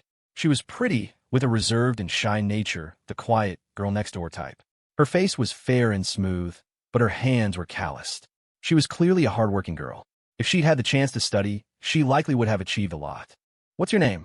Ethan walked to the entryway and sat down to change his shoes. The maid hurried over with small steps. "Lily." As she spoke, she bent down to help Ethan with his shoes. No, I could do it myself."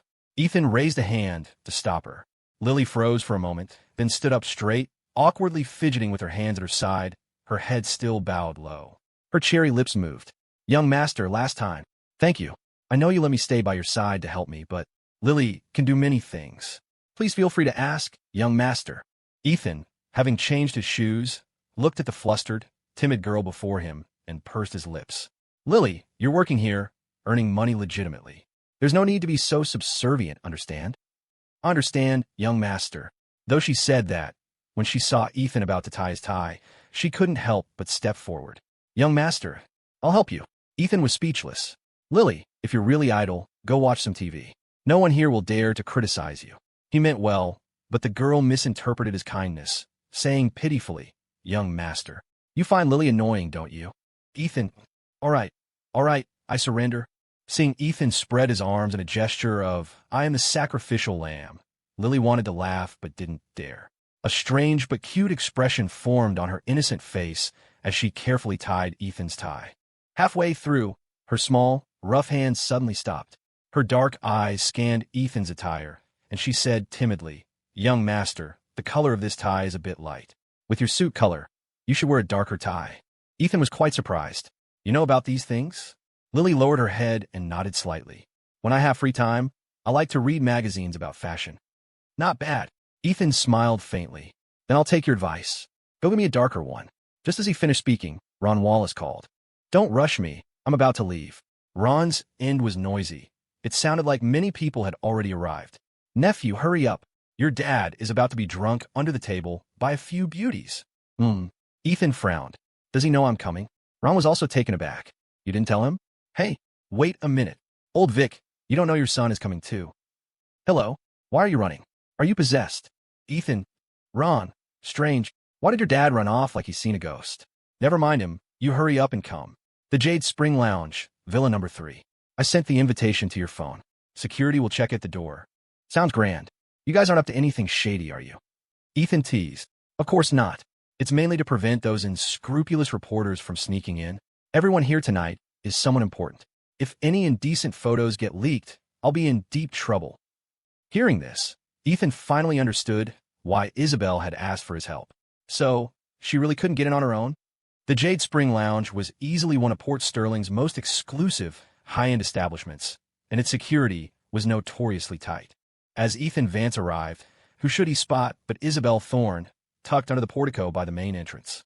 The so-called number 1 beauty of Port Sterling, clad in a beige trench coat, had her neck scrunched down, hands cupped over her mouth, breathing into them repeatedly. She looked like she was freezing her tail off. Ethan smirked and shook his head, feigning ignorance as he strode towards the main door. Isabelle, clearly lying in wait, saw him and quickly snatched up the gift bag at her feet, hurrying to catch up. Just as she reached him, a security guard was inspecting Ethan's invitation. The notorious playboy glanced sideways at her, a roguish glint in his eyes. Well, if it isn't wifey. Been waiting long." Isabelle knew the jerk would say something infuriating, but this was exactly the effect she wanted. If she could just waltz in with Ethan as his wife, surely security wouldn't stop her. Sure enough, The guard merely glanced at her before saluting. "Welcome, Mr. and Mrs. Vance." The moment they were through the doors, Ethan couldn't resist a jab. "So, this is you not counting on me, huh?" Isabelle's face was a cool mask. "I got it on my own merits." "Oh, really?" Ethan stopped, a devilish smirk playing on his lips. He turned back. "Security, this young lady." Isabelle lunged, grabbing his tie and yanking him close, her eyes flashing a warning.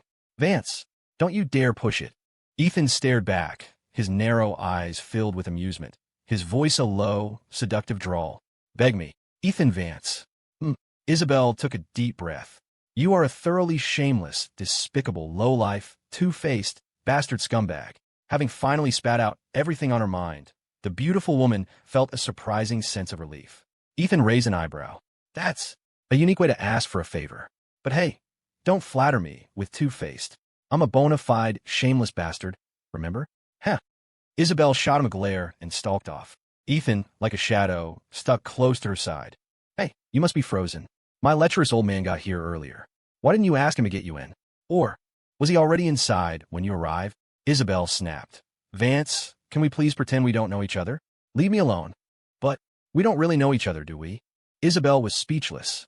Inside Villa 3, a private annex of a lounge, attractive young men and women were packed into the hot springs like sardines in a can, their daring swimwear a stark, almost artistic contrast to the falling snow. The older crowd stayed indoors, drinking, chatting, enjoying a private dance performance, and listening to music, the picture of cultured leisure. Ron Wallace, the film director, was enjoying tea and conversation with a close friend under the eaves when he happened to look up. He spotted Isabelle Thorne, her beautiful face set in an annoyed pout, and trailing behind her, the ever-cynical Ethan Vance, a smirk plastered on his face. "Well now, they actually make a cute couple," Ron mumbled to himself, then got up to greet them. "Ethan, my boy." He bypassed Isabelle, throwing an arm around Ethan's neck. After a hearty greeting, he finally turned to Isabelle. "Ms. Thorne, oh, listen to me. I should be calling you my nephew's wife now, shouldn't I?" Ethan just smiled, saying nothing. Isabelle, however, managed a polite smile and presented her gift with both hands. "Mr. Wallace, happy birthday." Ron waved it off. "We're practically family. No need for such formalities." He then turned his gaze to Ethan, looking him up and down. "So, kiddo, you really came empty-handed?" "Not entirely," Ethan said, pulling a crumpled plastic grocery bag from his suit pocket with a roguish grin. "Didn't you say you had a couple of good bottles of wine? You can fill this up for me later." Isabelle stared. "Well, I'll be—" Ron was dumbfounded. "Are you a pirate or something?" After some good-natured ribbing, the three went inside and found an empty table by the window. Ron personally brewed tea and launched into a remember-when session with Ethan. Isabelle sat awkwardly beside them, nodding occasionally and dutifully refilling their teacups. When had this heiress ever been subjected to such treatment? But fate was a cruel mistress. If her father hadn't run into trouble, she wouldn't be caught dead navigating these social minefields. She had gone to great lengths to find Ron Wallace today, hoping to use this opportunity to ask him for a favor. But the uncle-nephew duo chattered on endlessly, and she couldn't get a word in edgewise. She'd just have to wait for a break in the conversation. After a while, Isabelle started to feel like something was off. Ethan, usually so quick with a cutting remark, so fearless in his verbal sparring, was completely different.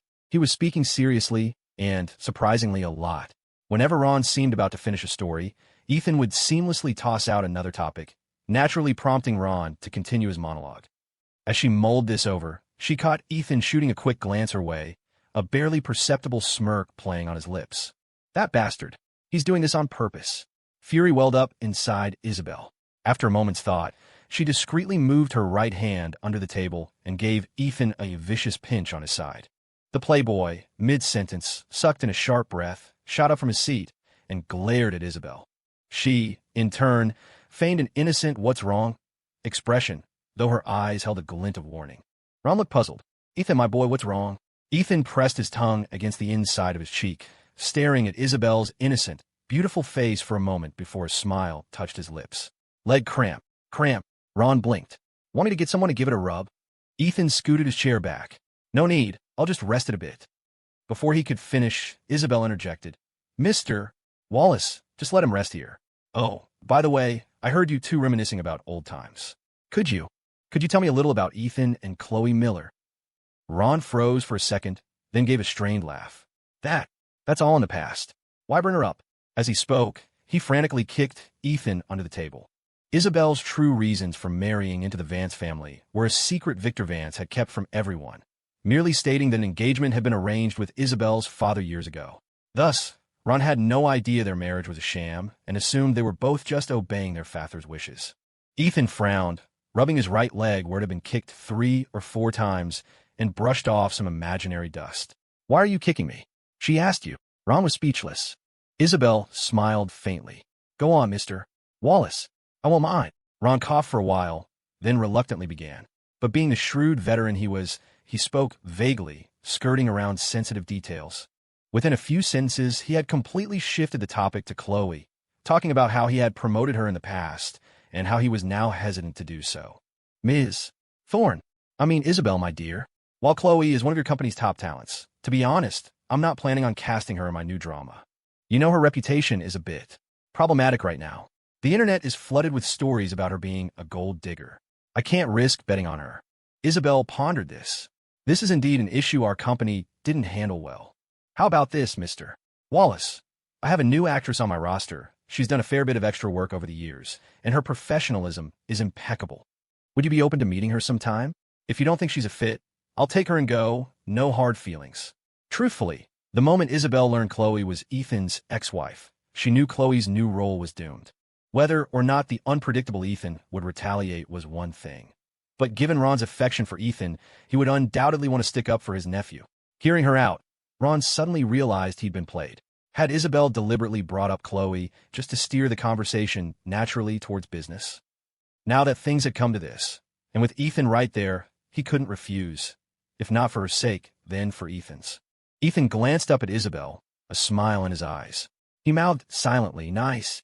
Just then, a commotion erupted outside. Ethan turned his head, looking through the bright, floor-to-ceiling windows into the courtyard. It turned out that several lead actors from Ron's previous film had arrived, causing the younger crowd in the hot springs to squeal with excitement. Khloe Miller and Ryan Asher were among them. As dusk settled, the courtyard lights cast a kaleidoscope of colors onto the falling snow. Khloe Miller might have been an A-list celebrity, but no one present tonight was a nobody. She didn't dare put on any superstar airs, instead opting for an approachable demeanor. Her gaze unintentionally swept towards the main hall's large windows. Under the bright lights, that familiar yet unfamiliar man was looking at her, a strange, unreadable smile on his face.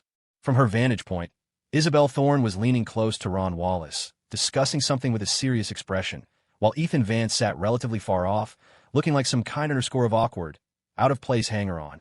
She still couldn't fathom what Isabelle Thorne, Port Sterling's reigning beauty, saw in Ethan. His looks? Please.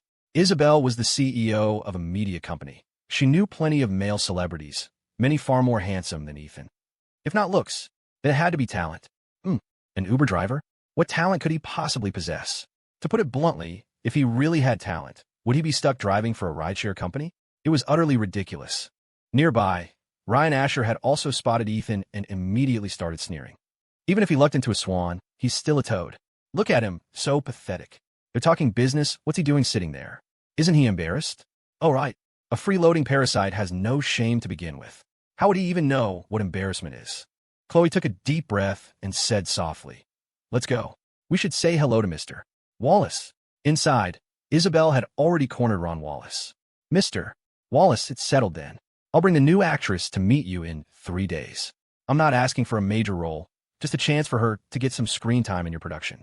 She's truly a very good, very dedicated actress." Ron nodded in agreement. "If she's as dedicated as you say, I'll definitely give her a significant part. However, Khloe was originally slated for the female lead. Now that I plan to replace her, you should understand that I likely already have someone else in mind. So, please don't bring up her situation with me again. The recent negative press surrounding Khloe was indeed our mishandling. I apologize on her behalf. If you're set on replacing her, I have no objections. It's a deal. Bring the new actress for an audition in 3 days." Once they reached an agreement, Isabelle quickly poured Ron more tea. Just as he picked up his cup, Khloe's voice came from the doorway. "Mr. Wallace, happy birthday." Ron glanced towards the entrance, his hand holding the teacup frozen midair. He instinctively looked towards Ethan on his other side, his expression turning awkward. He muttered, "I sent out a mass invitation. Forgot to remove her from the list. Ethan sipped his tea, unperturbed. Doesn't matter. You do your thing, don't mind me. Isabelle looked at him, a flicker of amusement in her cool eyes, as if enjoying the unfolding drama. Even though it wasn't an intentional invitation, it was his birthday party, and Ron Wallace wouldn't make a scene and become a laughingstock for his guests. He rose with a smile. Khloe, you're here. As he spoke, he deliberately, yet subtly, glanced at Ryan Asher beside her, but didn't greet him. Khloe quickly presented an antique-looking gift box. Mr. Wallace, my boyfriend, and I specially picked this out for you. We hope you like it. Ron didn't even glance at the gift box, waving his hands dismissively. Khloe, there's no need for such formalities with me. Take the gift back. If others see it, I'm afraid it might cause talk. Besides, I don't know your boyfriend. It wouldn't be appropriate for me to accept a gift from you both. Please take it back. Khloe's expression faltered for a moment. Ron had always been very kind to her, almost doting on set. Why now? Was he so distant that she couldn't even give him a simple gift? As she stood there, flustered, Ryan Asher stepped forward. After a mocking glance at Ethan, he addressed Ron. Mr. Wallace, hello. I'm Khloe's boyfriend, Ryan Asher. I apologize for showing up uninvited today. However, Khloe often speaks of your kindness towards her, and I felt I should personally come and thank you.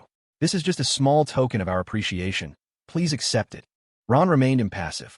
I appreciate the sentiment, but the gift, take it back. It's really not necessary. Ryan smiled. Mr. Wallace, actually, my father is Preston Asher, chairman of the board for Asher Consolidated. Our company's chain of movie theaters is quite well known nationwide. Now that I'm back in the country, my father is also considering having me take over the theater business. So, I came today hoping to connect with you. After all, you're a leading figure in the industry. I'm sure we'll have many opportunities to collaborate in the future, don't you think? Upon hearing Asher Consolidated, Ron's expression towards Ryan shifted slightly. While far from deferential, the previous aloofness lessened. Khloe, standing beside him, let out a small sigh of relief, looking at Ryan with unconcealed pride in her eyes. Oh, so you're Preston's son?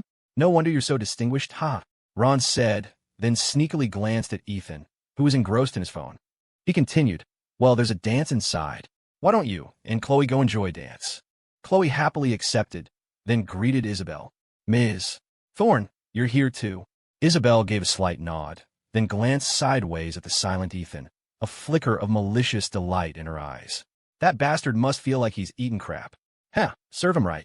Normally, this minor interruption could have ended smoothly. However, Ryan Asher, emboldened, decided to push his luck. He extended a hand to Isabelle, smiling. Ms. Thorne, we meet again so soon. A pleasure. Out of politeness, Isabelle shook his hand. A pleasure. Ryan, without invitation, pulled up a chair and sat down next to Isabelle, completely oblivious to Ron Wallace's darkening expression behind him.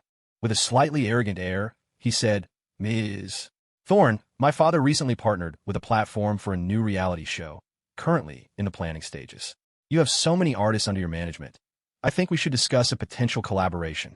When it came to work, Isabelle was always diligent. Oh, which platform is it? Would you mind sharing? Ryan raised a hand, about to speak, then deliberately looked at Ethan, a mocking tone in his voice. Ms. Thorne, as you know, some topics are rather confidential.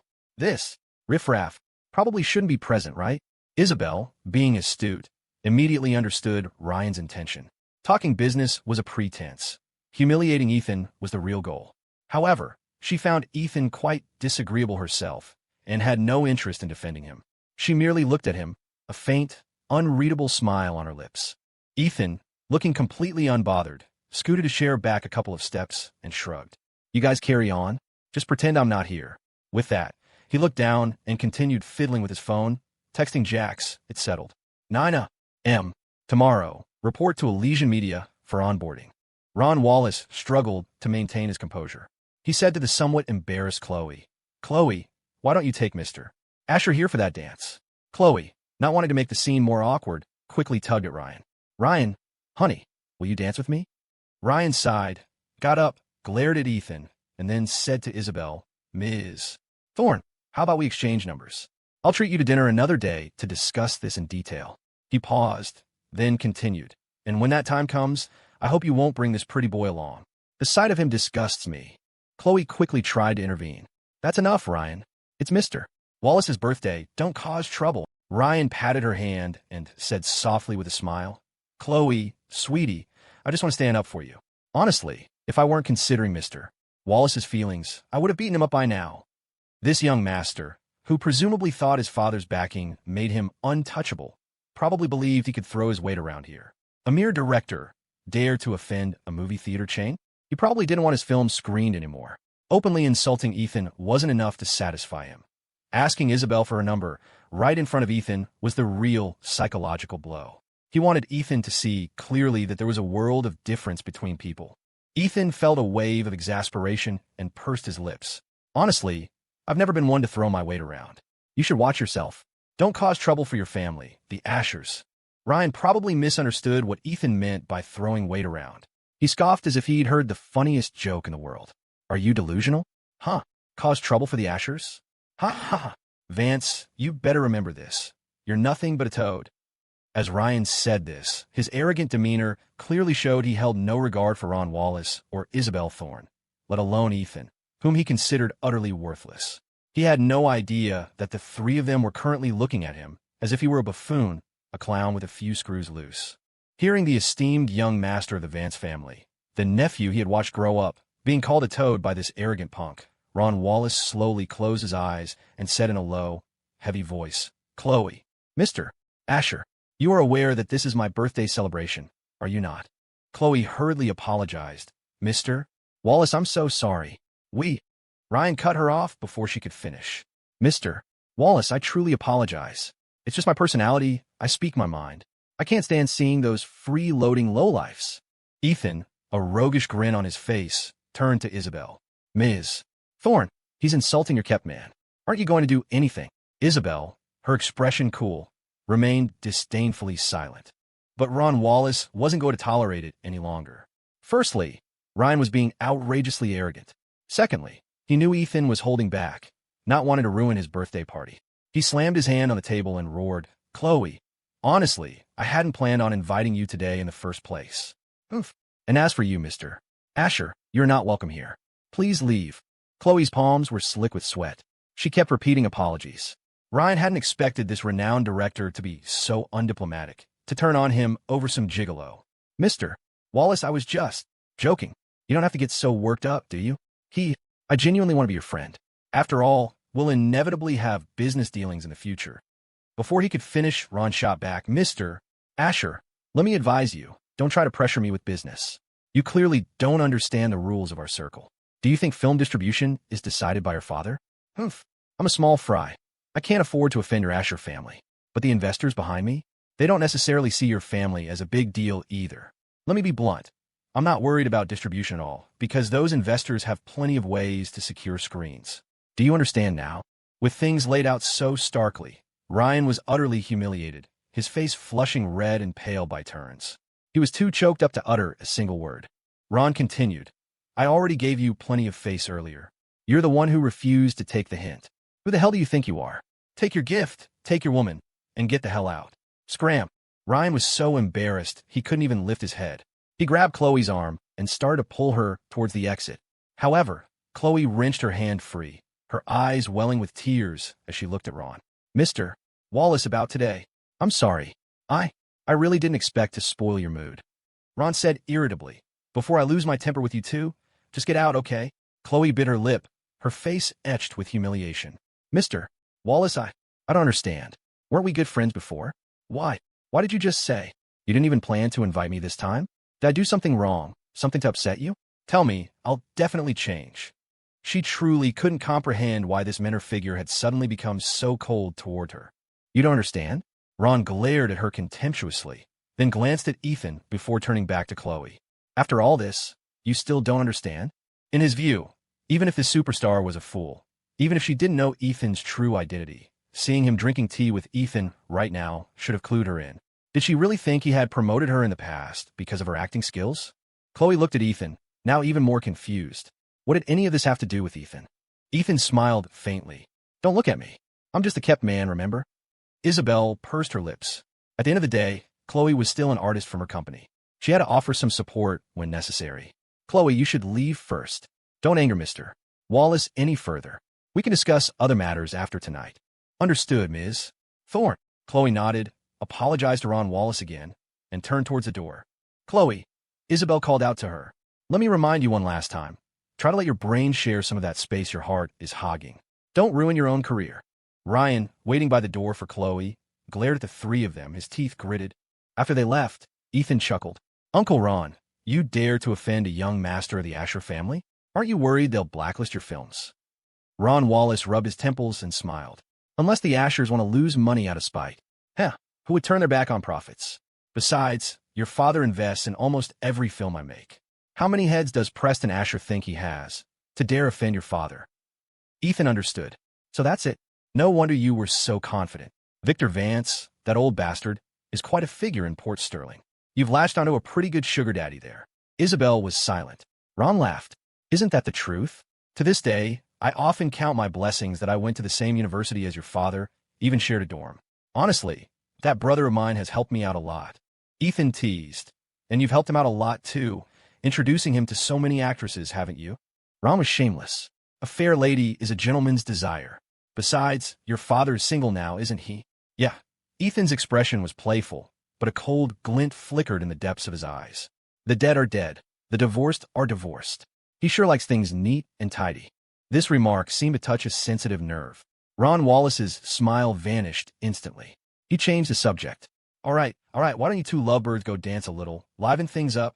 As soon as the words were out, Isabelle and Ethan spoke in unison. "No way." Ron was taken aback, exclaiming, "Well, I'll be damned." Ethan raised an eyebrow. "Wifey, already in sync with me?" Isabelle rolled her eyes. "Ethan Vance. Get a grip." Ron was speechless. Meanwhile, Ryan Asher, having been kicked out of the lounge, was furious. He violently kicked his car door several times, cursing, "That Ron Wallace is so ungrateful, offending my Asher family. Let's see how he survives in this industry." Khloe, her face ashen, silently opened the car door and got in. Ryan followed, started the car, and turned on the heat. He looked at Khloe with a hint of remorse. "Khloe, sweetie, that Vance guy is too shameless.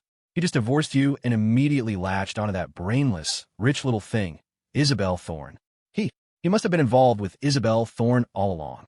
That's why I wanted to stand up for you. I didn't expect." He continued, trying to justify his actions and shift blame. "It must be because of Isabelle Thorne that Ron Wallace disregarded my father's standing. That bitch, who knows if she's sleeping with Ron Wallace too." Khloe suddenly snapped. "Don't talk about Mr. Wallace like that. I owe my career to his support. If he were that kind of person, why would he have helped me without asking for anything in return?" Ryan took Khloe's cold hand and said patiently, "You can't judge a book by its cover. I think Ron Wallace didn't dare make a move on you before because my father had a word with him. People like him are typical opportunists. They turn on you in an instant. Now that he's cozy with Isabelle Thorne, who knows what powerful connections he's made? He even dares to disrespect my father, huh? I'll make him regret it. Khloe, sweetie, I'll make him kowtow and apologize to you." "No, Mr. Wallace isn't that kind of person." Khloe shook her head, her thoughts in turmoil. "He's really not that kind of person." Ryan pondered for a moment, then said, "Khloe, sweetie, think about it. Ron Wallace was nice to you before. Why did his attitude change after you divorced Ethan Vance?" Khloe recalled Ron Wallace looking at Ethan when he said, "You still don't understand?" She asked doubtfully, "Is all of this related to Ethan Vance? But how could he have so much influence? It's impossible." Ryan sneered. "He doesn't have the power, but his woman does. You divorced him, so he definitely wants revenge. He must have whispered things in Isabelle Thorne's ear, and those whispers reached Ron Wallace." Ryan slapped his thigh. "Yes, that must be it. It's all that bastard Vance is doing behind the scenes." Khloe was skeptical. "If he was already involved with Isabelle Thorne, it means he never loved me. In that case, he wouldn't need to torment me, would he?" Ryan snorted. "Some petty people just can't stand to see others happy. Ethan Vance is a classic example. Khloe, sweetie, don't worry about this. I'll make him pay." Khloe took a deep breath and closed her eyes. She couldn't believe Ethan could be so malicious. For 2 years of marriage, he had always seemed honest, kind, gentle, and considerate, always attentive and obedient to her. But how could she explain his marriage to Isabelle Thorne? There was simply no explanation. The facts were right in front of her, and she had no choice but to believe Ryan. Ethan Vance was not the man she thought she knew. He was a scheming, insidious, despicable villain. The next morning, Isabelle Thorne was up early.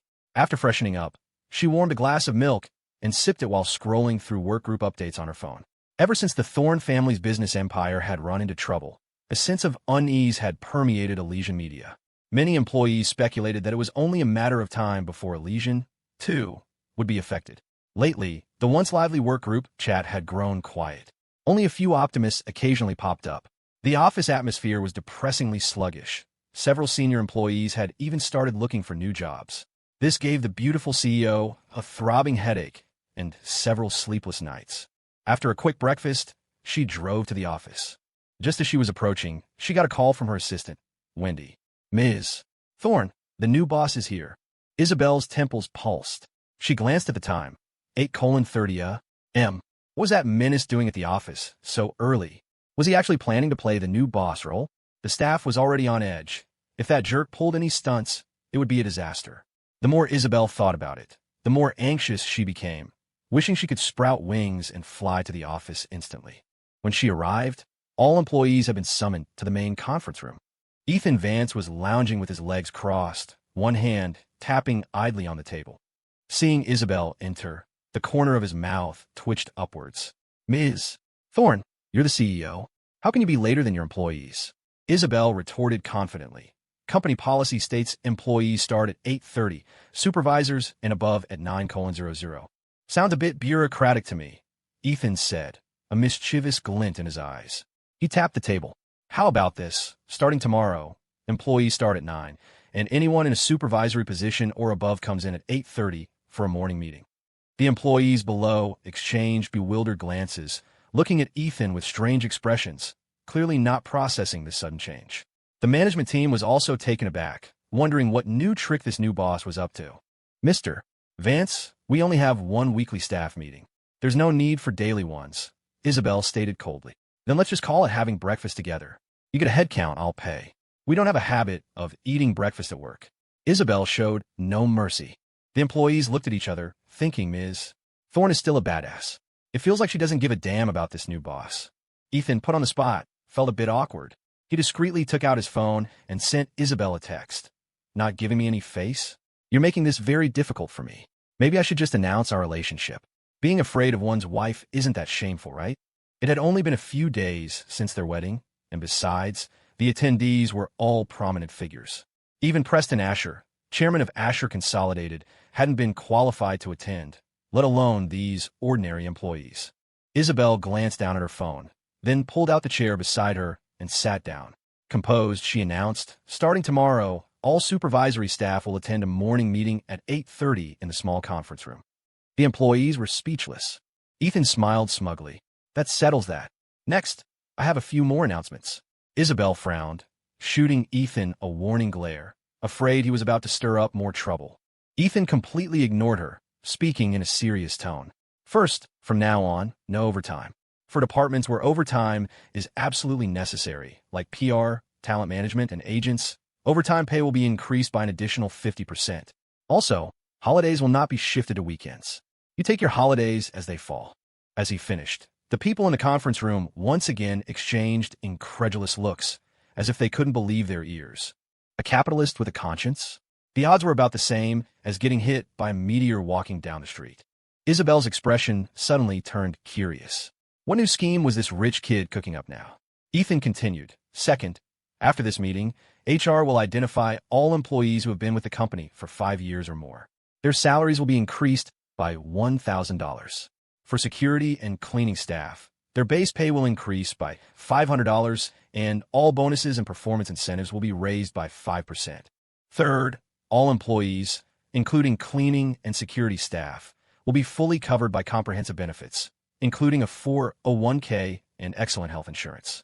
If an immediate family member suffers a major illness or accident, the company will reimburse 60% of the medical expenses.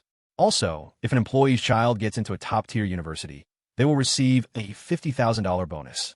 And most importantly, if any of your children get a full ride to a top-tier engineering program like MIT or Caltech, the company will gift them a 3-bedroom condo downtown. Long live the boss. Holy crap, that's amazing. The conference room instantly erupted. Watching the employees, who had been so anxious recently due to the Thorne family's troubles, now so energized and excited, Isabelle felt a wave of relief. Her gaze towards Ethan softened considerably. She hadn't expected this spoiled brat to have such a sensible side. The terms he promised were manageable for the company. The salary increases were within acceptable limits. The university bonuses were, frankly, targeted at older, lower-income employees like security and cleaning staff, whose families were mostly single-child and whose children rarely made it to such elite universities. It would amount to rewarding only a few people. As for the most enticing offer, the condo, if someone genuinely got into a place like MIT, why not? The company would even earn some goodwill for supporting education and, by extension, national talent. The barrier to entry for such universities was incredibly high anyway. As for reimbursing medical expenses, it was definitely not a typical capitalist move. But in terms of corporate social responsibility, it would be a commendable story if it got out. Conscience aside, if an employee's parent or child did fall seriously ill, it could be considered money spent on building a positive reputation, potentially yielding more benefits than losses. So, in the end, it was mostly just salary adjustments, but this playboy had managed to create such a fervent atmosphere, undoubtedly giving everyone a much-needed morale boost. Not only did it stabilize the workforce, but also earned him considerable goodwill. A simple meeting had established his authority within the company. Ethan raised his hand, signaling for quiet. All right, I've significantly improved your benefits. But now, I have a few requirements. When I came into the office this morning, I noticed something. This isn't a high school clique. Enough with the cutesy nicknames. From now on, we use professional names. Your actual names. This whole Skippy and Bunny thing some of you have going on, it ends. Real confidence comes from who you are, not some generic alias you picked out of a hat. My company doesn't need a bunch of phonies. If I hear Honey Bear one more time in a professional setting, well, you don't want to find out. Isabelle was speechless. She just can't be serious for more than a few minutes. She had no idea that Ethan's actions today were not just about ensuring the well-being of lower-level employees. He had a deeper motive. Hearing the "you don't want to find out" threat, the employees exchanged various expressions, though most looked rather puzzled. Just moments ago, they thought this new boss was a very reliable young leader. How did he suddenly reveal a hint of his roguish nature? Just then, the conference room door was pushed open by a man with spiky blonde hair and bright blue eyes. Seeing Ethan on the stage, he waved excitedly. "Hey, Stephen." Everyone turned to look at him, then swiveled their gazes back to Ethan on the stage. "Stephen?" Ethan was at a loss for words. After a moment of awkward silence, he said dryly, "I lived abroad for nearly 8 years. Having an English alias isn't that outrageous, is it?" The crowd was silent. "Right, you're the boss. Whatever you say." Ethan cleared his throat, glaring at the foreigner still waving at him from the doorway. "That's all for now. Meeting adjourned." Once everyone had left the conference room, he beckoned to the blonde man. "Jax, sabotaging my big speech. Was that fun?" Jax, oblivious to what he had sabotaged, blinked innocently. "What do you mean?" Ethan sighed. "Nothing. Jax, I just made a rule that we don't use aliases in the company anymore. Don't call me Stephen from now on." Jax scratched his head. "You said when outsiders are around, I shouldn't call you boss either. Just call me Mr. Vance or Ethan in private." Ethan paused. "And from now on, you're just Jax. Got it? No more Stephen in the office." Jax beamed. "Jax? Like Action Jax? Awesome. Oh, my God. That's so cool. I love it. Is it possible? You mean you like it?" "Yes. I like. Ethan deadpanned. "Good that you like it. Good that you like it." After a brief, hushed exchange, Ethan lowered his voice. "Jax, from now on, you stay by my side. I'll give you a private office. You don't have to do anything but continue investigating that person. Understand?" Jax pouted. "Boss, I've really tried my best. It's been 2 years, and I still can't find him." "You don't think he's dead, do you?" Ethan looked out the window, taking a deep breath. "Alive or dead, I need proof. Only by finding him do I get a seat at the table." "Understood. I'll keep trying." "Good." Ethan patted his shoulder. "Now, it's time for you to show them what you can do. Otherwise, making you head of IT won't sit well with others." Jax smiled faintly and pulled a tiny USB drive, the size of a pinky fingernail, from his pocket. "Don't worry. My skills are what was it? Questionable. Unquestionable. Right? That whatever-able thing." With that, Jax headed straight for the conference room computer. Ethan left quietly. As he stepped out of the conference room, he saw Isabelle Thorne leaning against the hallway wall, arms crossed. "Something you need?" Isabelle took a breath and took a couple of steps towards Ethan, her voice cool. "Today, thanks." Ethan smiled faintly. "Thank me? I just can't stand seeing capitalists exploit working people." Isabelle ignored his feigned ignorance. "You know, even though we've temporarily stabilized morale, it's just temporary. What the company needs to do is help employees regain their confidence in us. Aren't you already doing that? Ethan said with a roguish grin, shoving that new actress in an old man Ron Wallace's production. Who's going to say the company lacks clout after that? Isabelle didn't deny it, staring at Ethan intently, her lips pressed tightly together. Ethan frowned. What? Got your sights set on me again? Heh. Afraid Ron will ultimately reject your actress? Isabelle, we're not close. I have no reason to help you. Why don't you? Try begging me. Isabelle rolled her eyes. Ethan Vance, just a moment ago, I was actually thinking you weren't entirely detestable. Don't strain yourself. Go on, keep detesting me, Ethan said, completely unfazed. He paused and smiled. That old fox Ron Wallace actually has a good eye for talent. If the actress you recommended genuinely has some skills, he won't refuse her. Anyway, it's not like she's playing the lead. Hearing this, Isabelle secretly breathed a sigh of relief. Ethan knew Ron Wallace so well, he would naturally understand Ron's personality. If that was the case, the new actress had a good chance of being chosen. After a moment's thought, she pursed her lips, her gaze towards Ethan suddenly serious. Ethan Vance, you seem not as much of a scoundrel as you appear. At least, not like some rich idiot. Oh, you suddenly stopped cursing me. I almost don't feel used to it. Isabelle paused, wanting to say more, but then a commotion erupted from the main office area. What's going on? Did the internet go down? Something's wrong. I think it's a virus. Why are the files on my computer transferring automatically? Who are they being sent to? My mouse isn't responding. Who's controlling it? Listening to the employees' rising chorus of alarmed cries, Isabelle's expression turned serious. She strode towards the open-plan office. Ethan stood at the conference room door, a smirk playing on his lips. After a moment, Jax poked his head out. Boss, is it my time to shine now? Ethan grabbed him by the collar and yanked him out. Let's go. Time to show them what real talent looks like. Foreigners, or at least Jax, seemed to possess an innate social audacity. The office staff were in a complete panic. Ethan clapped his hands, signaling for quiet. Before he could introduce him, Jax waved to the crowd and began his self-introduction in somewhat broken, accented English, though perfectly understandable. Everyone, Jax here. Yeah, that Jax. The one who just pawned your entire network. He grinned. Don't worry, I'm on your side. Now, am I good or what? The tech department staffer gritted his teeth. Damn it. No wonder he calls himself a menace. He really is one. Give me 1 minute, and I'll have everything back to normal, Jax said, walking over to a computer and typing furiously on the keyboard. Your network security has major vulnerabilities. A novice hacker could cripple your system and easily steal your confidential data. But as long as I'm here, none of that will happen. Isabelle turned her head, looking directly into Ethan's eyes. You plan to bring him into the company? Ethan smiled. Facts prove he has the ability to stay. Isabelle glanced at Jax. I at least need to know who he is. Ethan pulled a pack of cigarettes from his pocket and stuck one in the corner of his mouth. A friend I met in the States. A cybersecurity engineer. Tony, but he goes by Jax now. Or Mr. Quinn if you want to be formal. Isabelle plucked the cigarette from Ethan's lips, crushed it, and tossed it into the trash can. Don't randomly bring people into the company without discussion in the future. And smoking is prohibited in the office. Ethan pressed his tongue against his cheek, his hand in his pocket, holding a lighter, stiffening for a moment. Then he smiled. Ms. Thorne, notify all our artists.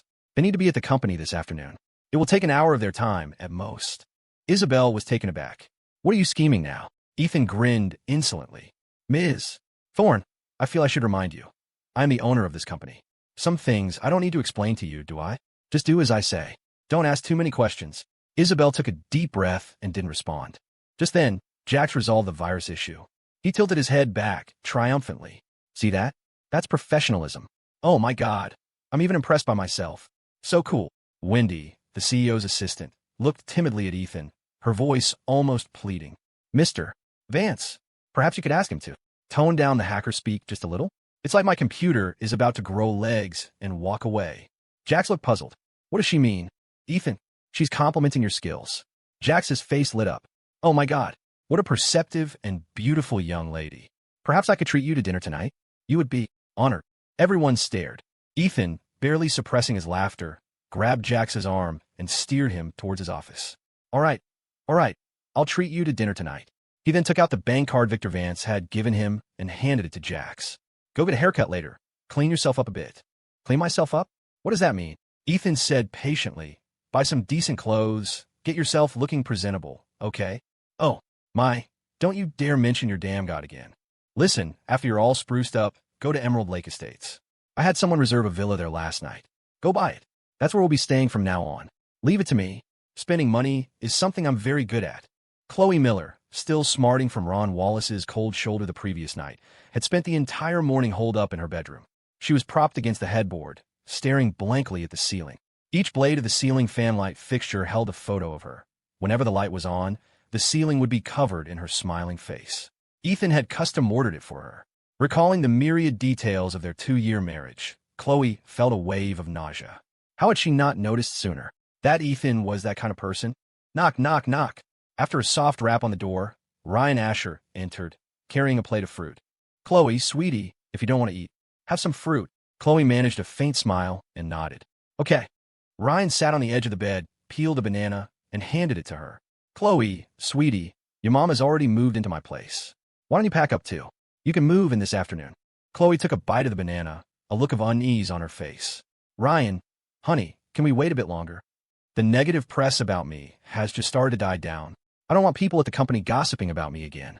Ryan had intended to bring up marriage, but seeing Khloe's low spirits, he held back. Just then, Khloe's agent, Maria, sent her a text. Be at the company by 4 p.m. The new boss is here and wants to meet all the artists. Khloe frowned and quickly typed back. Is something wrong? Who's the new boss? Her agent, also her high school best friend, replied shortly. I'm back home eating a blind date. Just got the notification too. Don't be late. Khloe, got it. Hope you end up with a pig head. After replying, Khloe felt a surge of anxiety. They say a new broom sweeps clean. Among all the company's artists, I'm the only one with recent negative news. I wonder if this new broom will sweep me out. Ryan stared at Khloe's text conversation for a moment, then pulled out his phone and called his father. Dad, I heard Alicia Media has a new owner. Do you know who it is? Preston Asher was clearly also in the dark. Is that so? After old man Thorne's troubles, I haven't had much contact with anyone from his side.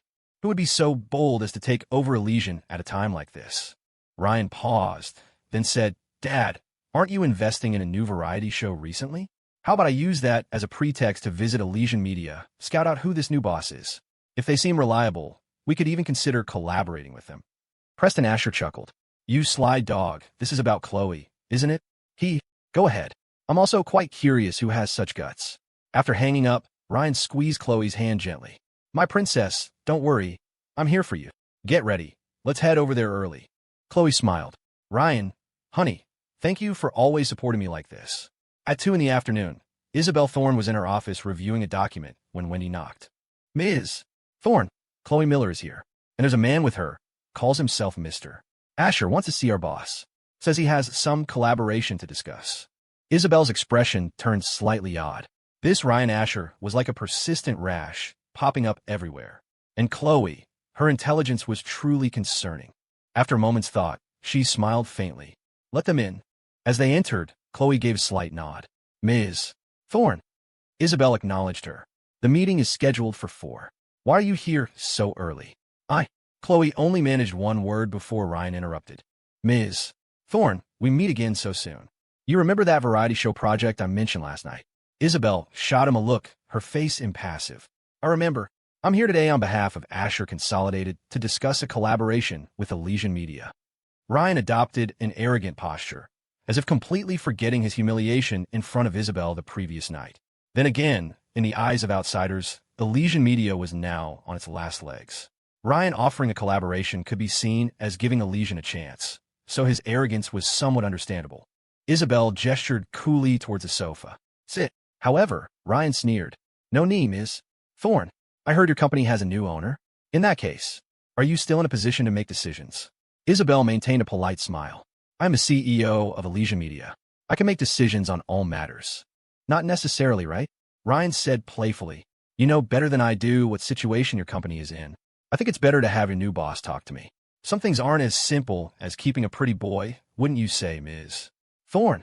Khloe, standing beside him, tugged at Ryan's sleeve and whispered, Ryan, honey, don't talk to Ms. Thorne like that. Ryan patted her hand, giving her a reassuring look, as if he already had Isabelle exactly where he wanted her. Isabelle didn't get angry, a faint, almost imperceptible smile on her cool face. Are you sure you absolutely must see our new boss? Positive, Ryan said. And certain. Isabelle took a breath. Okay, our boss is busy at the moment. I'll call him now to let him know. You can wait outside. With that, she called for Wendy. Take Mr. Asher to the guest lounge. She really couldn't understand it. Khloe being foolish was one thing. But how could this young master of Asher Consolidated also be so stupid? Or was he just overly confident, truly believing his father was the king of Port Sterling? Comparing him to that scoundrel Ethan Vance, Ryan seemed more like the rich idiot. Ethan, currently being led on a tour of the company by a group of department heads, suddenly sneezed. Who's cursing me? He muttered. Just as he said it, Isabelle called. The Crown Prince of Asher Consolidated is here at the company. Says he wants to discuss a collaboration. Ethan was puzzled. Ryan Asher? Can't you just talk to him? I'm not interested in Elysian Media's business dealings. Isabelle's tone was flat. He said he wants to see the new boss. She paused, then added, his fiancée is also here. As she said the latter part, a sarcastic smile touched the corners of the beautiful CEO's lips. Ethan naturally knew she was being deliberately provocative. He chuckled dryly. Let them wait. I'm busy right now. After hanging up, the head of the marketing department quickly approached. Mr. Vance, let's continue. This floor you're seeing now was designated by Chairman Thorne a couple of months ago as an influencer hub. Later, Chairman Thorne, ahem. And then it was put on hold. Influencer hub. Ethan muttered, then asked, is it all renovated? It's been renovated for a while. Now, as soon as you give the green light, we can launch it tomorrow. Ethan nodded. Sounds promising. Bring the files to my office later. I'll approve this project. In the guest lounge, Khloe still felt apprehensive. Ryan, honey, she said to him, maybe I should go to the talent management department first, to avoid any gossip. Ryan said calmly, Khloe, sweetie, don't you understand yet? I'm here today to give Elysian Media a chance. Their new boss will be falling over himself to suck up to me. If he's really competent, Asher Consolidated can finalize a partnership with them. Then, he'll have to treat you like royalty. And why? Because you're my woman. Khloe didn't actually like relying on connections to advance her status, but this was Ryan, the man she deeply loved and who, she believed, deeply loved her. So, she accepted it with a relatively clear conscience. However, they waited for nearly an hour, and Elysian Media's new boss still hadn't appeared. Ryan felt deeply offended and vented his anger at Wendy, who came to refill their tea. Where's your boss? Making us wait this long. Is this Elysian Media's idea of hospitality? Wendy was a timid girl. Seeing Ryan's arrogance, she assumed he must be someone important. She stammered, the boss. Should be here soon. Please be patient a little longer. Ryan snapped. Tell him to hurry up. Doesn't he understand the situation here? Am I the one begging him? What a joke. Understood. Wendy quickly retreated from the guest lounge and ran to Isabelle's office, like a child tattling after being wronged. Ms. Thorne, that Mr. Asher is angry, he said. Isabelle cut her off, looking perfectly calm. Go about your business. Don't worry about them. Another half hour passed. Ryan's patience completely wore out. He stormed into Isabelle's office. Ms. Thorne, you people are really something else, playing games with me. Huh? Looking down on the Asher family, are you? Fine. Very good. Isabelle remained unruffled. Mr. Asher, I told you beforehand, our boss is very busy. You were the one insisting. I think it's you who's looking down on us, isn't it? Isabelle Thorne, don't think you're all that just because you're pretty. I'm telling you right now, offend the Asher family, and let's see how long you can last. In Ryan's eyes, a fallen phoenix was worse than a chicken, an easy target to be bullied. Isabelle's face was impassive. Whatever. This beautiful CEO never easily offended people, but she certainly wasn't easily intimidated either. Before, it was because her father backed her. Now, one could only say her backing was even stronger.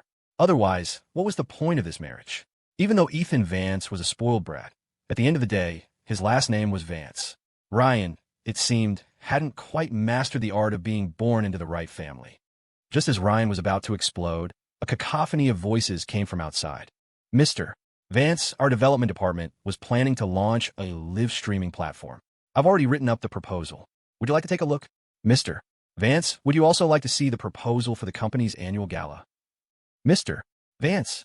A group of company executives, chattering amongst themselves, surrounded Ethan Vance as they walked down the hallway. Khloe, standing at the door of Isabelle's office, was instantly dumbstruck. Mr. Vance. Simultaneously, Those two words clearly registered in Ryan Asher's ears, undoubtedly sending the clueless fool into a daze. After collecting himself, he thought resentfully, how could it be him? However, he soon heard Ethan's voice. All right, one at a time. I'm not dying tomorrow. Take all these proposals to Ms. Thorne. As long as she nods, have finance draw up the reports, and I'll approve the funds. Long live Mr. Vance. Isabelle looked at the stunned, rigid Ryan, a smile playing at the corners of her lips. She stood up.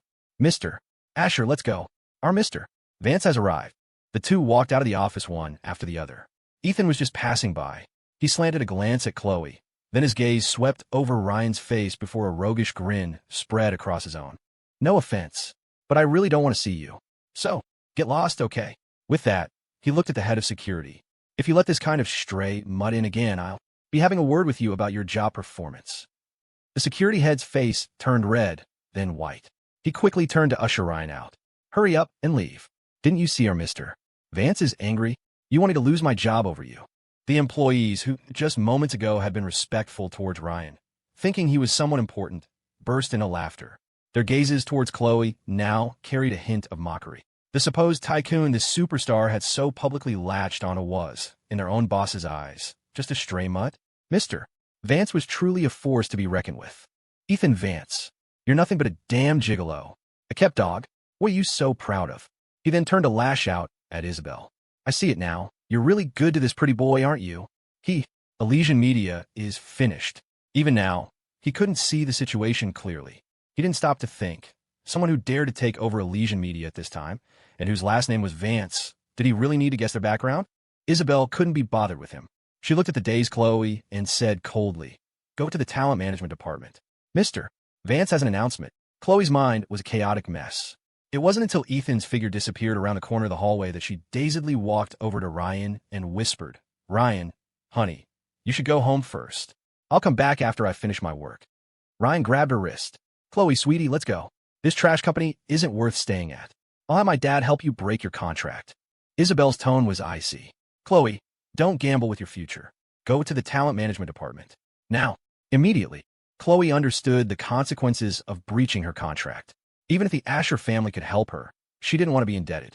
On the other hand, she also didn't want to jeopardize the success she had worked so hard for over the years. Looking at the entire entertainment industry, how many artists who jumped ship at the peak of their careers ended up well? Ryan, honey, please go home first. Listen to me. I'll be back as soon as I'm done. As she spoke, she squeezed Ryan's hand tightly, forcing a strained smile. Then, she followed Isabelle towards the talent management department. Isabelle wasn't the type to let personal emotions interfere with work. She patiently advised Khloe again, Let me tell you one more time, don't make the same mistake twice. I can't control your private life with your boyfriend, but when you're out, please be careful. Don't get caught in any more compromising photos. Understood, Ms. Thorne. Khloe responded timidly, her mind filled with the image of Ethan's superior demeanor from earlier. Just a short while ago, he was a worthless Uber driver, and in the blink of an eye, he had become an elite figure. What means had he used to become the boss of Elysian? It was too incredible to believe. Meanwhile, Ryan Asher, fuming, had just gotten back to his car when he impatiently called his father. But Preston Asher rejected his calls 3 times in a row. Frustrated, he called his mother. Son, are you coming home for dinner tonight? Mom, I'm in a terrible mood today. What's wrong? Son, did someone bully you? The woman on the other end of the line sounded deeply concerned. Ryan, utterly humiliated by Ethan Vance repeatedly, felt incredibly wronged. He recounted his recent experiences to his mother, embellishing the details. I called Dad, but he won't even answer. Am I even his son? The woman sighed. Your father has a big business deal to discuss today.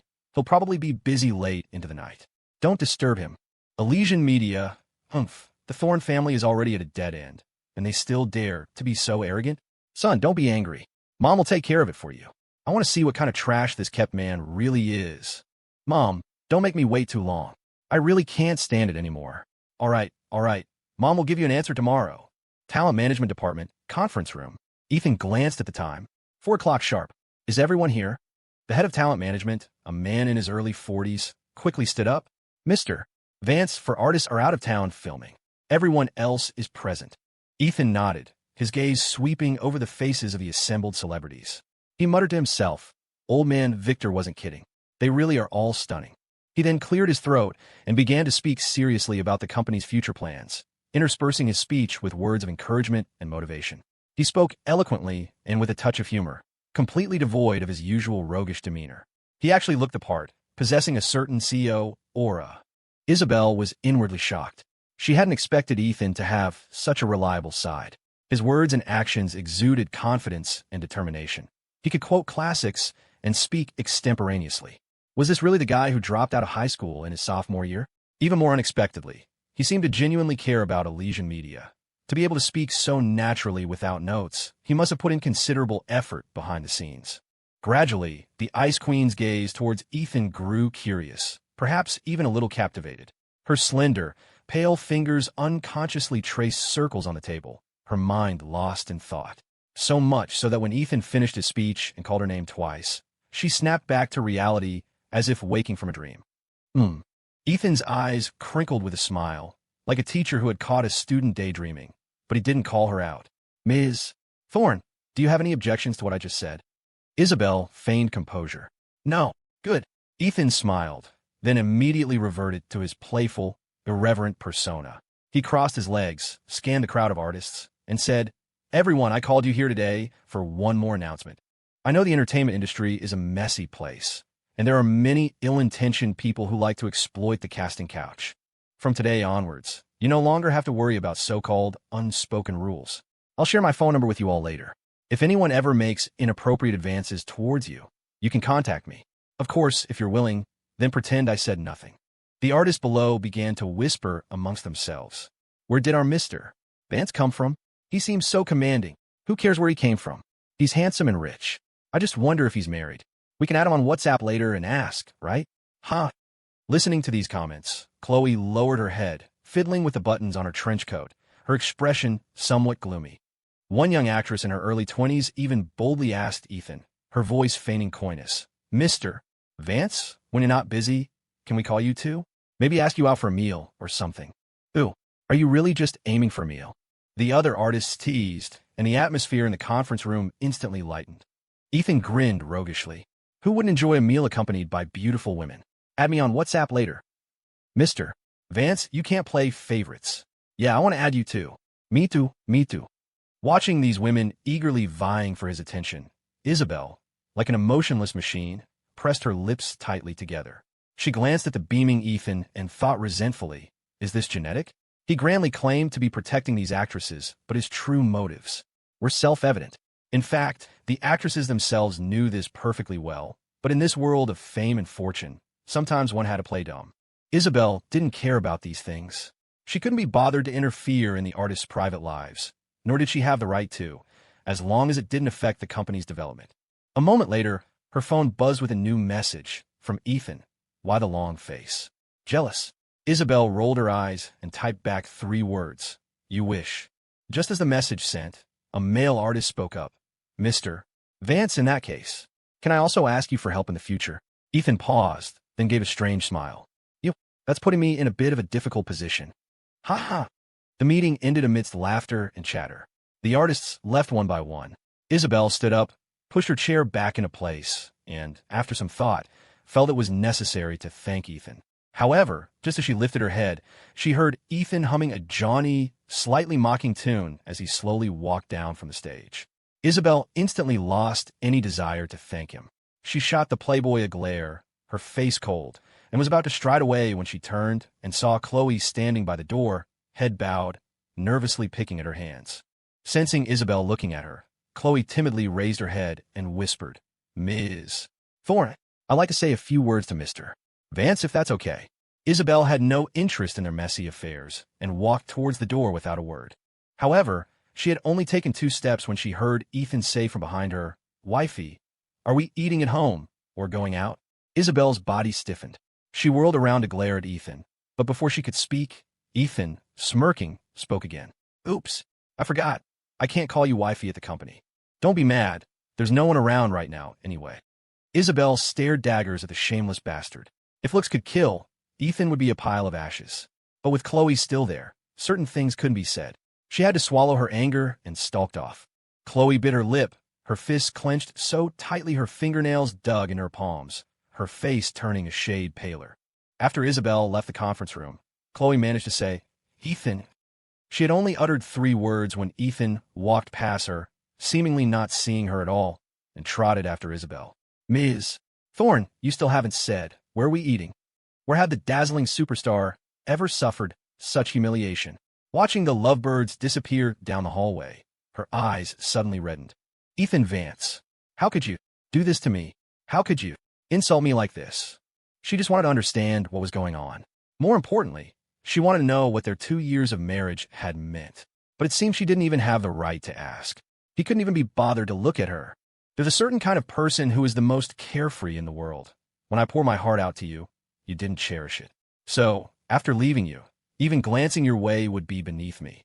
Ethan chased Isabelle all the way to the CEO's office. As soon as they were inside, Isabelle snapped. "Was that amusing?" Ethan feigned ignorance. Isabelle suppressed her anger. "Whatever is between you and Khloe, leave me out of it." Ethan smirked. "Jealous?" "Isabelle, Ethan Vance, we are not close.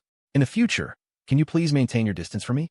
I admit, you've handled company matters well, but regarding our respective private lives and personal relationship issues, I hope we can refrain from interfering with each other." "Okay." Ethan pulled out his cigarette pack and stuck one in the corner of his mouth. "Sure, whatever you say." Isabelle angrily snatched the cigarette from his lips, her eyes filled with warning. "If you want to smoke, smoke outside." Ethan said insolently, "Isn't this you interfering in my private life?" Isabelle was speechless. Shameless. The next afternoon, Khloe received a call from her agent, Maria. "Sleeping Beauty, are you up yet?" Khloe, who had been restless and barely slept all night, mumbled a response, her voice slightly hoarse. "Just got up. Maria, get ready. I'll pick you up in a bit." Khloe was confused. "Is something going on?" Maria chuckled. "Our old high school class president is celebrating his 28th birthday today. He called me bright and early to invite me and specifically asked me to let you know. Our big celebrity, since he couldn't reach you, said you absolutely have to come if you have time." Khloe pouted. "Is that all? Forget it. We haven't been in touch for years. I don't want to go. Besides, what if I get photographed in some unflattering way again? It'll just be more trouble." Maria clicked her tongue. "Silly girl, let me finish. The class president said we're going to Cloud Lake Lodge this afternoon, and then for dinner tonight at Kevin Chin's roadside grill. You remember Kevin, right? The guy who was so poor back, then he couldn't afford a winter coat and wore the same pair of patched-up sneakers for 3 years? He opened that grill a few years ago. The class president's idea is to go support his business." So, Khloe was still a bit lost. None of what Maria said seemed to have anything to do with her. There was no reason to go. Such a good opportunity. How can you not see it? Think about it. Tonight, our class reunion. You, the big celebrity, graciously coming to a roadside grill to support your struggling classmate.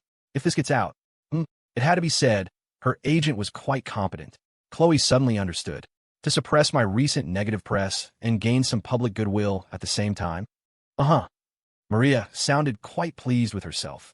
"Aren't you going to get ready?" "I'm almost there." Khloe instantly perked up. After hanging up, she started putting on her makeup. Knock, knock, knock.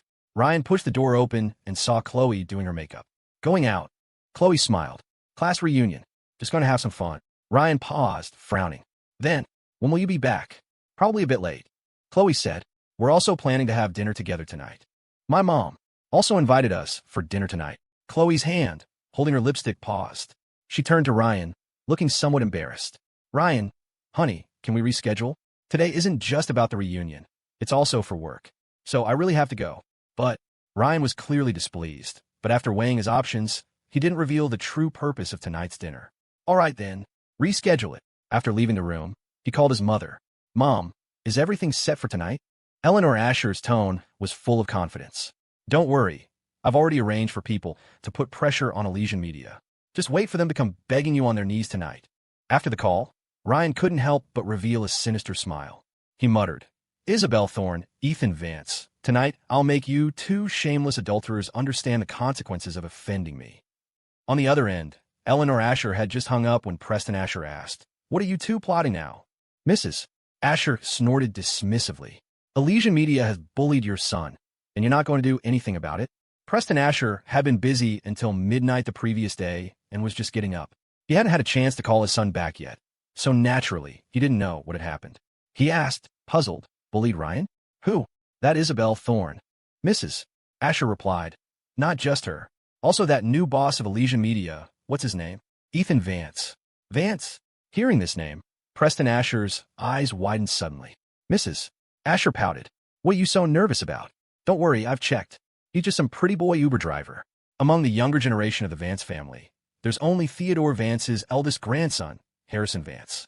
I've never heard of any Ethan Vance. In Port Sterling, the Vance family was like a giant tree.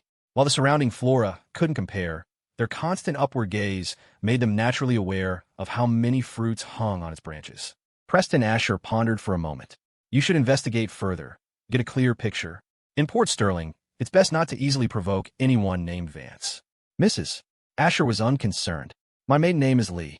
Does that make Kashing my father? Is some ancient, corrupt official your ancestor too? Honestly, the older you get, the more cowardly you become. Preston Asher wanted to argue further, but after taking a call, he hurriedly left home again, pushing the matter to the back of his mind. Meanwhile, an hour ago, Elysian Media was already in chaos. Ms. Thorne, the 3 advertising deals we finalized a few days ago, the clients all called just now, saying they need to temporarily halt the cooperation and reconsider.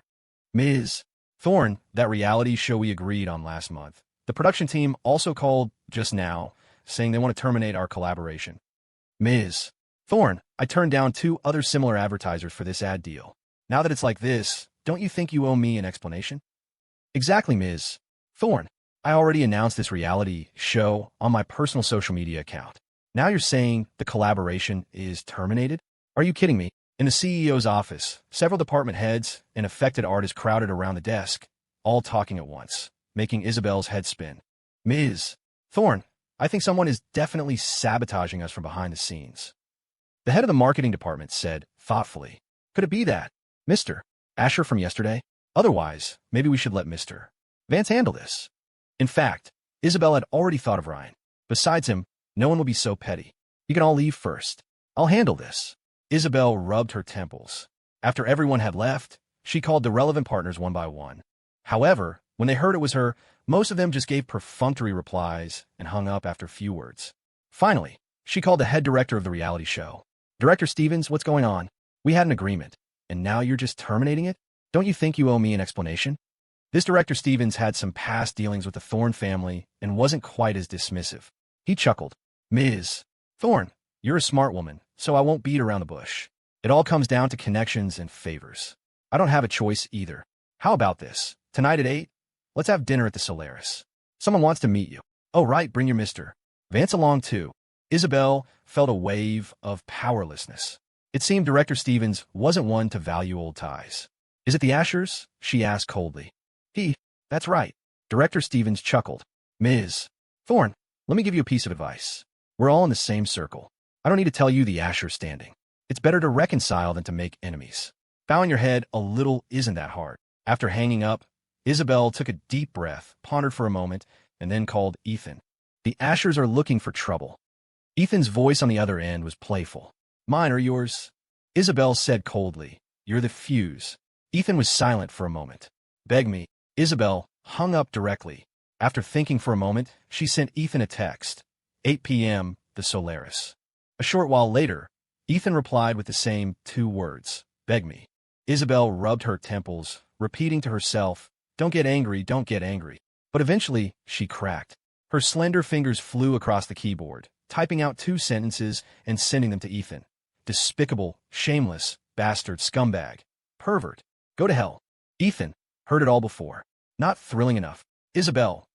In her entire life, she had never met such a brazenly shameless person. This damn man was unreliable. The Ice Queen angrily exited the messaging app and scrolled through her contacts for Victor Vance's number. But after hesitating for a long time, she still didn't make the call. The Thorne family had already caused Victor Vance enough trouble. Not to mention protecting Elysian Media on the wedding day. It was bad enough that Theodore Vance didn't show up. But he also had the butler deliver such a warning to Ethan, clearly looking down on her. The pressure Victor Vance was under was imaginable. Now, facing these difficulties, if she directly asked Victor Vance for help again, she really couldn't bring herself to do it. Ultimately, the beautiful CEO decided to face the challenge alone. If it was just about bowing her head and admitting fault, then so be it. But if the Ashers had any more outrageous demands, It wouldn't be too late to seek Victor Vance's help then. Phoenix Crest Manor. Ethan didn't receive any more messages from Isabelle. Bored, he closed a messaging app, opened his phone's map, and typed in the Solaris. He saw it was on North 3rd Street. He used to frequent that area. A high school classmate had opened a roadside grill nearby a few years ago. During his 2 years as an Uber driver, he had eaten there quite often. This classmate was Kevin Shun. Of course, having dropped out in his sophomore year, he didn't have much of a connection with Kevin. The reason he went there often was due to an old incident closely related to Kevin's cousin. Every time he went, he would casually try to find out the cousin's whereabouts. Kevin's cousin was precisely the person Ethan had Jax investigating for 2 years, yet still without a trace. Marcus Chun. After staring at the map for a while, Ethan smiled faintly and muttered, "It's been a while since I've eaten at a roadside grill." By evening, the sky had turned a gloomy gray. It wasn't even 6 o'clock, but it was already completely dark. Ethan put down the well-worn copy of The Art of War he was halfway through, put on his jacket, and went downstairs to change his shoes. Lily was kneeling by the fish tank, carefully cleaning it. Seeing the young master come downstairs, she quickly stood up and bowed her head. "Young Master Ethan." Ethan smiled faintly, nodding in acknowledgement. As he turned his head, he saw the little blonde, blue-eyed girl run in from the main door, followed by Bruno. "Wow, weird uncle." Ethan was speechless. "Lucy, slow down. Daddy can't keep up with you." Victor Vance followed closely behind, entering the house with his hands on his hips, panting heavily. He greeted Ethan. "Son, going out?" Ethan couldn't be bothered with him. He strode towards his little sister, picked up the small child, and pointed to the footprints on the floor. "Clean it up yourself, or else I'll spank your butt."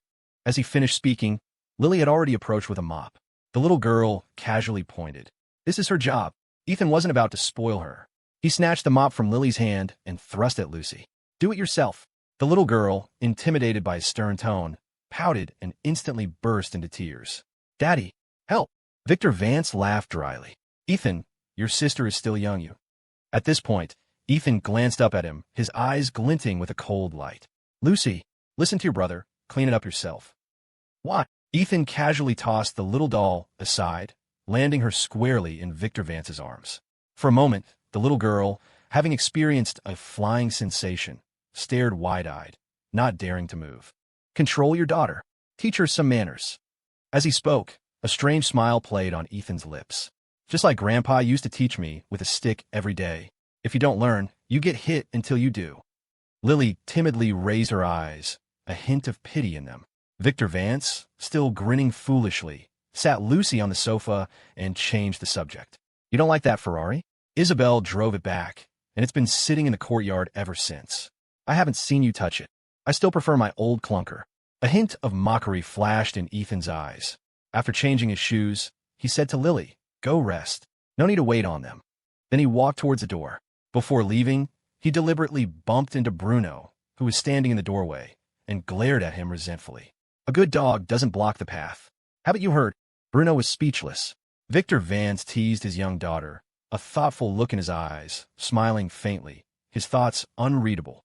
A short while later, his phone vibrated gently. It was a text from an unknown number. "The Ashers are causing trouble for Elysian. 8 p.m., the Solaris." Victor Vance smiled and shook his head, muttering, "I've already squared things with the major players, but these minor pests are getting annoying." After leaving Phoenix Crest Manor, Ethan headed straight for Emerald Lake Estates.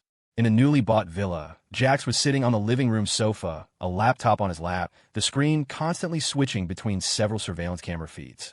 Seeing Ethan enter, Jax waved. "Boss, the surrounding surveillance is all set up. Tomorrow, I'll install a few more at the nearby intersections." Ethan didn't need to worry about these things. After looking around upstairs and downstairs, he asked, "Need anything else?" "Just use that car to buy it." Jax shrugged. "Infrared sensors, and a few drones. Already ordered. They'll be delivered in a couple of days." "Good." Ethan patted his shoulder. "Let's go. I'll treat you to dinner." "Oh, so cool." Jax closed his laptop and trotted after Ethan. "Still going to that roadside grill?" Ethan was silent. Jax pouted. "Boss, Kevin Shin probably really hasn't contacted his cousin. I've been monitoring his call records, haven't found anything. Otherwise, let's just grab him, beat him up, and force him to talk. He's a stubborn guy, responds to soft tactics, not hard ones. He's not afraid of dying. Besides, he's an honest and decent person. I can't bring myself to do that." "Oh my God, then there's no other way. This Marcus Chun, it's really like he's evaporated from the face of the earth." But I can guarantee he hasn't shown up at the roadside grill, nor has he contacted Kevin Chun. As they were talking, the two arrived at the old Honda Civic. Jax winked. Oh my God.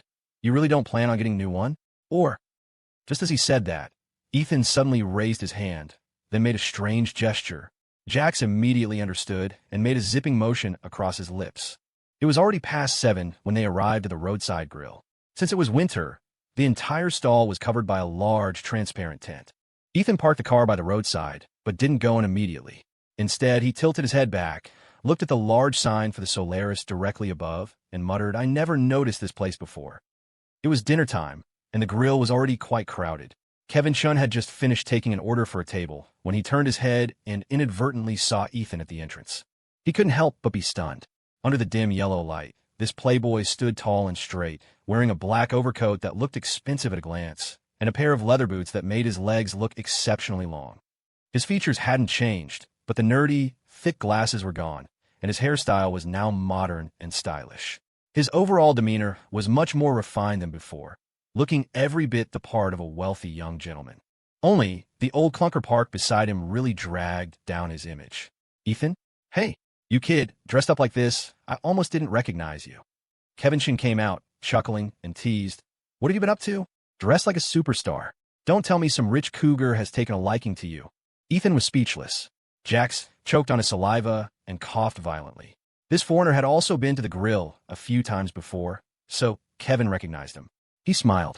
Tony, where's your spiky hair? Why isn't it a braid now? Peer pressure. Jax blurted out. Ethan slung an arm around Kevin's shoulder. What he probably means is he was forced to. Kev, it's been a while. Let's start with your specialty lamb ribs. Kevin nodded with a grin. Done with your driving for the day? If so, I'll give you a bottle of liquor on the house. Warm you up. You can just leave the car by the road tonight. No one will bother it. Ethan thought for a moment. All right, but you have to join us. Tony doesn't drink hard liquor. Jax, what does that mean? Kevin wiped down a 4-person table near the entrance. Okay, sit down first. I'll take care of the customers inside, then come out and have a couple of drinks with you. It wasn't long before a steaming platter of specialty lamb ribs arrived. Kevin Chin's wife, Sarah, brought it over. She came from a tough background too, pretty in a quiet way, but reserved, barely saying a word. Even to Ethan, a regular, she just offered a fleeting smile. Jax had been hustling all day, and his stomach was rumbling. He picked up a piece of meat, popped it in his mouth, and mumbled, Boss, Benny loves this stuff. You should have called him too. Ethan smirked. You think he's free to swing by right now? Just then, a noisy group approached the covered entrance of the roadside grill. Ethan recognized the man in the lead, his old high school class president. He looked like he'd had a few, face flushed, as he pulled back the plastic flap of the awning. Kevin, the gang's here to support you. Someone else in the group shouted. Hey, everyone, look. Khloe Miller came to show her support, too. Ethan kept his head down, eating, his expression unreadable. Jax glanced up, spotted Khloe in the crowd, and after a moment's surprise, looked at Ethan with a faint, knowing smile playing on his lips. He didn't dare say anything. Kevin Chun heard the commotion and hurried out to greet them. Seeing 7 or 8 old classmates, especially the dazzling movie star among them, he was almost trembling. Whoa, what brings you all here?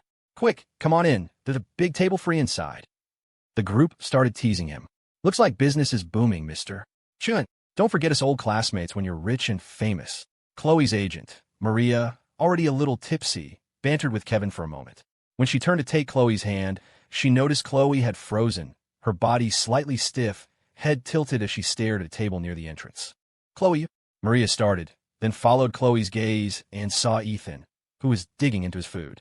As Khloe's best friend, she knew about the secret marriage to Ethan, and more importantly, that they were now divorced. Damn, talk about bad luck, Maria muttered. She'd been back in her hometown for over a week visiting family and going on a string of disastrous blind dates, so she was out of the loop on recent developments. Without missing a beat, she sniped, What's a bottom feeder like him doing here? The old class president, oblivious, asked, What's wrong? Nothing. Let's go eat, come on. Maria pushed the class president forward, grabbing Khloe with her other hand. Khloe kept looking back, hesitating, as if wanting to say something. Suddenly, a classmate with sharp eyes recognized Ethan. Hey, isn't that? What's his name? Ah, Ethan Vance, right? The old class president looked over at Ethan, startled. Ethan Vance? What a coincidence. Man, it's been ages. Come on, join us. Ethan offered a polite smile and waved his hand. It's all right, you guys have your reunion. I'm with a friend. The class president slapped his thigh. It's just one more seat. Come on, we're all old classmates. Let's catch up. Before Ethan could refuse again, Khloe's agent, Maria, chimed in with a sneer. Forget it. We were only classmates for a little over a year. It's not like we're close. She pointed a thumb towards the beat-up old Honda Civic parked by the curb, her eyes full of disdain. Besides, he's busy making big bucks as an Uber driver. We're planning on drinking tonight. Wouldn't want to hold him up from striking it rich. An Uber driver? Maybe we should give him some business tonight. Huh? Huh? Hey, Khloe, didn't Ethan Vance have a huge crush on you back in high school? Khloe's expression darkened, and she looked down, silent. Maria scoffed. You're telling me? Some guys are just clueless. They'll never get it through their thick skulls they're punching way above their weight, dreaming of a princess when they're still a frog. Jax, gnawing on a bone, mumbled, What's that supposed to mean? It took him a second to realize she was insulting Ethan. His face instantly turned cold, a dangerous glint in his blue eyes. He spat the bone onto the table, tightened his grip on his chopsticks, and started to rise. Ethan shot him a warning look. Once Jax settled, Ethan picked up another rib and started eating, completely ignoring the stream of insults. Khloe discreetly tugged Maria's sleeve, wanting to tell her that Ethan was Elysian Media's new owner, but she couldn't find the words. Instead, she just said, All right, that's enough. Let's go eat. Kevin Chen also tried to smooth things over. Yeah, we're all old friends. Let's just drop it.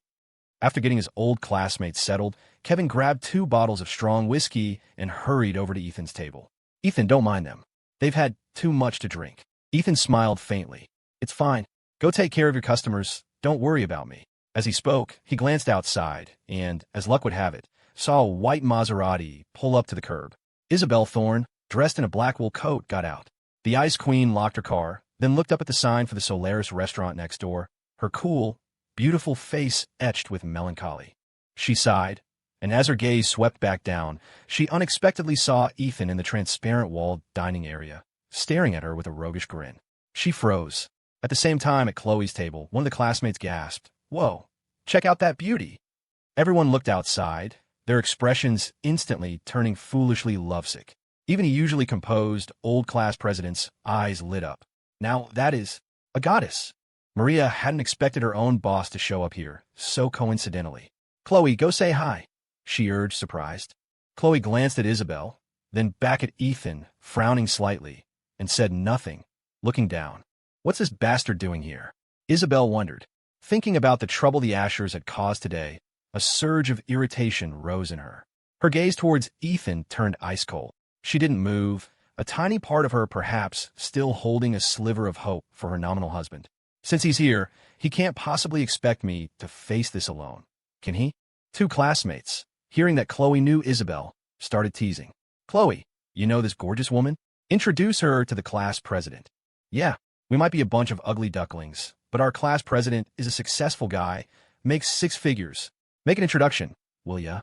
Khloe looked mortified, burying her head even lower. Careful, he might be more than you can handle. Maria joked, then patted Khloe. What's wrong with you? You're acting weird. Come on, let's go say hi to Ms. Thorne. Khloe wanted to say something, but then thought, I can't just pretend I didn't see her, right? She reluctantly let Maria pull her towards the exit. Ooh, a rich lady too? One classmate elbowed the class president. What are you waiting for? Seize the opportunity. You guys, have you never seen a woman before? The class president said, trying to sound nonchalant, but he unconsciously straightened his collar and called out to Khloe. Khloe, if it's convenient, invite her to join us. Woo, the other classmates hooted. Ethan remained perfectly composed, his charming eyes fixed on Isabelle outside, a roguish smirk playing on his lips. He had no intention of going out. Isabelle mentally cursed Ethan out for a good 10 seconds, shot him a glare, and was just about to head towards the Solaris when Khloe and Maria emerged from the grill. Ms. Thorne, Ms. Thorne, what a coincidence. Isabelle paused, glanced at them, then looked back at Ethan. A flicker of derision crossed her eyes. Jerk, she thought. Ethan understood her look. The smirk widened, his expression a little reckless as he popped a piece of meat into his mouth. Probably due to the alcohol, Maria was completely oblivious, failing to notice the charged glances between Isabelle and Ethan. She launched into explaining why she'd brought Khloe here. Isabelle listened, then nodded. Fine, she said quietly, but the photos need to look candid, nothing too posed. Have the PR department coordinate with you later, release them from a passerby perspective. Pleased with the praise, Maria beamed. Okay, Ms. Thorne, are you eating here too? Why don't you join us? Just as she finished speaking, there was a deafening crash. The three women flinched. Everyone in the grill jumped. Jax instinctively reached for his waist. Ethan, after a slight pause, turned to look outside, frowned, then a roguish grin spread across his face. A white Range Rover had slammed into the old Honda Civic parked by the road. Half a minute earlier, Ryan Asher had just pulled up to the Solaris. As soon as he parked, he spotted Isabelle, Khloe, and Maria nearby, and then the car that was a particular eyesore to him, the old Honda Civic. The arrogant, rich kid barely hesitated. The moment his mother, Eleanor, stepped out of the back seat, he slammed on the gas and aimed straight for the Honda. Inside the grill, several of Ethan's old classmates looked at him. His car just got hit, and the guy was still calmly eating meat. The old class president thought for a moment, then got up and walked over to Ethan. Ethan, you should go check it out. Don't worry, we've got your back. Ethan nodded coolly, pulled out a few napkins to wipe his hands, and smiled. All right, let's go see. Jax's face was grim as he followed Ethan, still clutching his chopsticks. Outside, Khloe was the first to react, rushing over. Ryan, are you okay? Ryan Asher leisurely opened his car door, casually draping an arm around Khloe's waist. I'm fine. Road's a little slick. Khloe knew Ryan had done on purpose. She whispered, Thorne is here. Don't cause a scene. Ryan glanced at Isabelle, a smirk on his face. It's fine. Tonight, she's going to be begging me for favors. Maria knew about Ryan and Khloe's relationship, and of course, she understood why Ryan had hit Ethan's car. But, maintaining her professional composure, she hurried forward, pulled Khloe behind her, and said in a low voice to Ryan, Mr. Asher, Khloe is a public figure. You two should keep some distance for now. It won't look good if the paparazzi catch this. The paparazzi were experts at sensationalizing things. If they captured this scene, within half an hour, headlines like celebrity's boyfriend throws weight around would be all over the internet. Ryan, however, was unfazed. He pulled a half-resisting Khloe back into his arms and raised his voice. Khloe and I are getting married. You know the status of Asher Consolidated. The wedding is going to be a huge affair. So, there's no need to be secretive. Then, he deliberately asked Isabelle, wouldn't you agree, Ms. Thorne? Isabelle, surprisingly, felt a sense of relief. She crossed her arms, a half-smile on her face, as she glanced at Ethan emerging from the grill. That idiot is truly pathetic, she thought. He's about to get crushed and still has no idea what kind of man he's provoked. When the old class president saw Ryan with his arm around Khloe, he was stunned. They were getting married? Even more shocking, this arrogant rich kid was the Ryan Asher from the Asher family. His intention to stand up for Ethan vanished instantly. He subtly distanced himself from his old classmate. The elegantly dressed Eleanor Asher walked over. She ignored Khloe's greeting, circled her son, checking him over. Ryan, dear, how could you be so careless? Ryan smiled. Mom, I'm fine. Don't worry about it. I'll handle this. He took his leather briefcase from the car, strode towards Ethan, and contemptuously pulled out 2 wads of cash, tossing them at Ethan. Sorry about that. Road was slippery, wasn't paying attention. This money should be enough, right? Jax's fist clenched, knuckles cracking. Ethan grabbed his wrist, his narrow eyes glinting with amusement. Ryan Asher, you really are clueless. Ryan found this utterly ridiculous. Mr. Vance, I think you're the one who's clueless, haha. He turned to the matriarch behind him. Mom, this is the new owner of Elysian Media, Ethan Vance. Mr. Vance. For a moment, Maria was dumbstruck. And Mr. Vance? Recalling her earlier insults, she felt a wave of dizziness. The other classmates were equally astonished. Wasn't he just some lowlife Uber driver struggling to make ends meet? How did he suddenly become a boss? But wait, what kind of boss drives a car like that? Was this a joke? The old class president, well-versed in social nuances, looked grave, as if weighing something. Oh, so you're the pretty boy. Eleanor Asher sneered. I was wondering what kind of character you were. Ethan smirked. And you, old woman, are the most clueless of all. Are you looking to die? You son of a bitch? Vance, you better watch your mouth, or you'll regret it later. Ryan seethed. If anyone was feeling the most uncomfortable right then, it was Khloe. Caught between Ethan and Isabelle on one side, and the Ashers on the other, all she could do was try to become invisible. Just then, a BMW X5 pulled up. The portly Director Stevens scrambled out and hurried over to Eleanor Asher, his face wreathed in a fawning smile. Mrs. Asher, you just arrived as well. Yes. Director Stevens, thank you for arranging this. We're practically family. Don't mention it. It's my pleasure. Director Stevens flattered her for a few moments, greeted Ryan, then turned towards Isabelle. His obsequious expression instantly morphed into a sneer. Ms. Thorne, you're early. In the current situation, Isabelle was more or less an outsider. She had no patience for the tactless director and simply grunted in acknowledgement, taking a few steps back, adopting the air of spectator. Putting on airs? Doesn't she see the situation she's in? Director Stevens grumbled internally about Isabelle, then turned to Eleanor Asher. Mrs. Asher, everyone's here. Shall we head up and talk? All right, Eleanor Asher agreed, then shot a sideways glance at Ethan. Mr. Vance, let's go. There are some things you need to give me an explanation for tonight. Hearing the title, Mr. Vance, Director Stevens' gaze flickered over Ethan. The nearby classmates, amidst their shock, also felt a twinge of malicious glee. Envy, an innate human flaw. Ethan smacked his lips. What's the rush? Let's talk about my car first. Ryan Asher glanced disdainfully at the old Honda. Your piece of junk? 20,000 isn't enough to fix it? Oh, I forgot. A pretty boy like you, kept by some rich old hag, wouldn't even look twice at 20 grand, right? Heh. So he's being kept? No wonder. Wonder if his sugar mama's hit 60 yet? Huh. Doesn't seem like he's a favorite. Otherwise, his old darling would have bought him a luxury car, wouldn't she? A few classmates whispered. Ethan smiled faintly. It's not quite enough. He took out his car keys and walked towards his old clunker. Seeing him start the car and reverse a short distance, everyone wondered, what's he doing? The next moment, with a roar of the engine, the Honda, at full throttle, slammed violently into the white Range Rover. Crunch! The impact sent the Range Rover skidding back several feet. Its front end caved in, the left headlight shattered. Ryan Asher's brow furrowed. Are you fucking crazy? He roared. Ethan rolled down his window, flipped him the bird, then shifted into reverse, backed up about 30 feet, and floored it again, ramming the Range Rover once more. He hit it 3 times in succession. Everyone present was utterly dumbfounded. Eleanor Asher was seething. She glared at Isabelle Thorne, her voice sharp. Ms. Thorne, your Elysian media really doesn't know its place. This dinner, I don't think there's any need for it.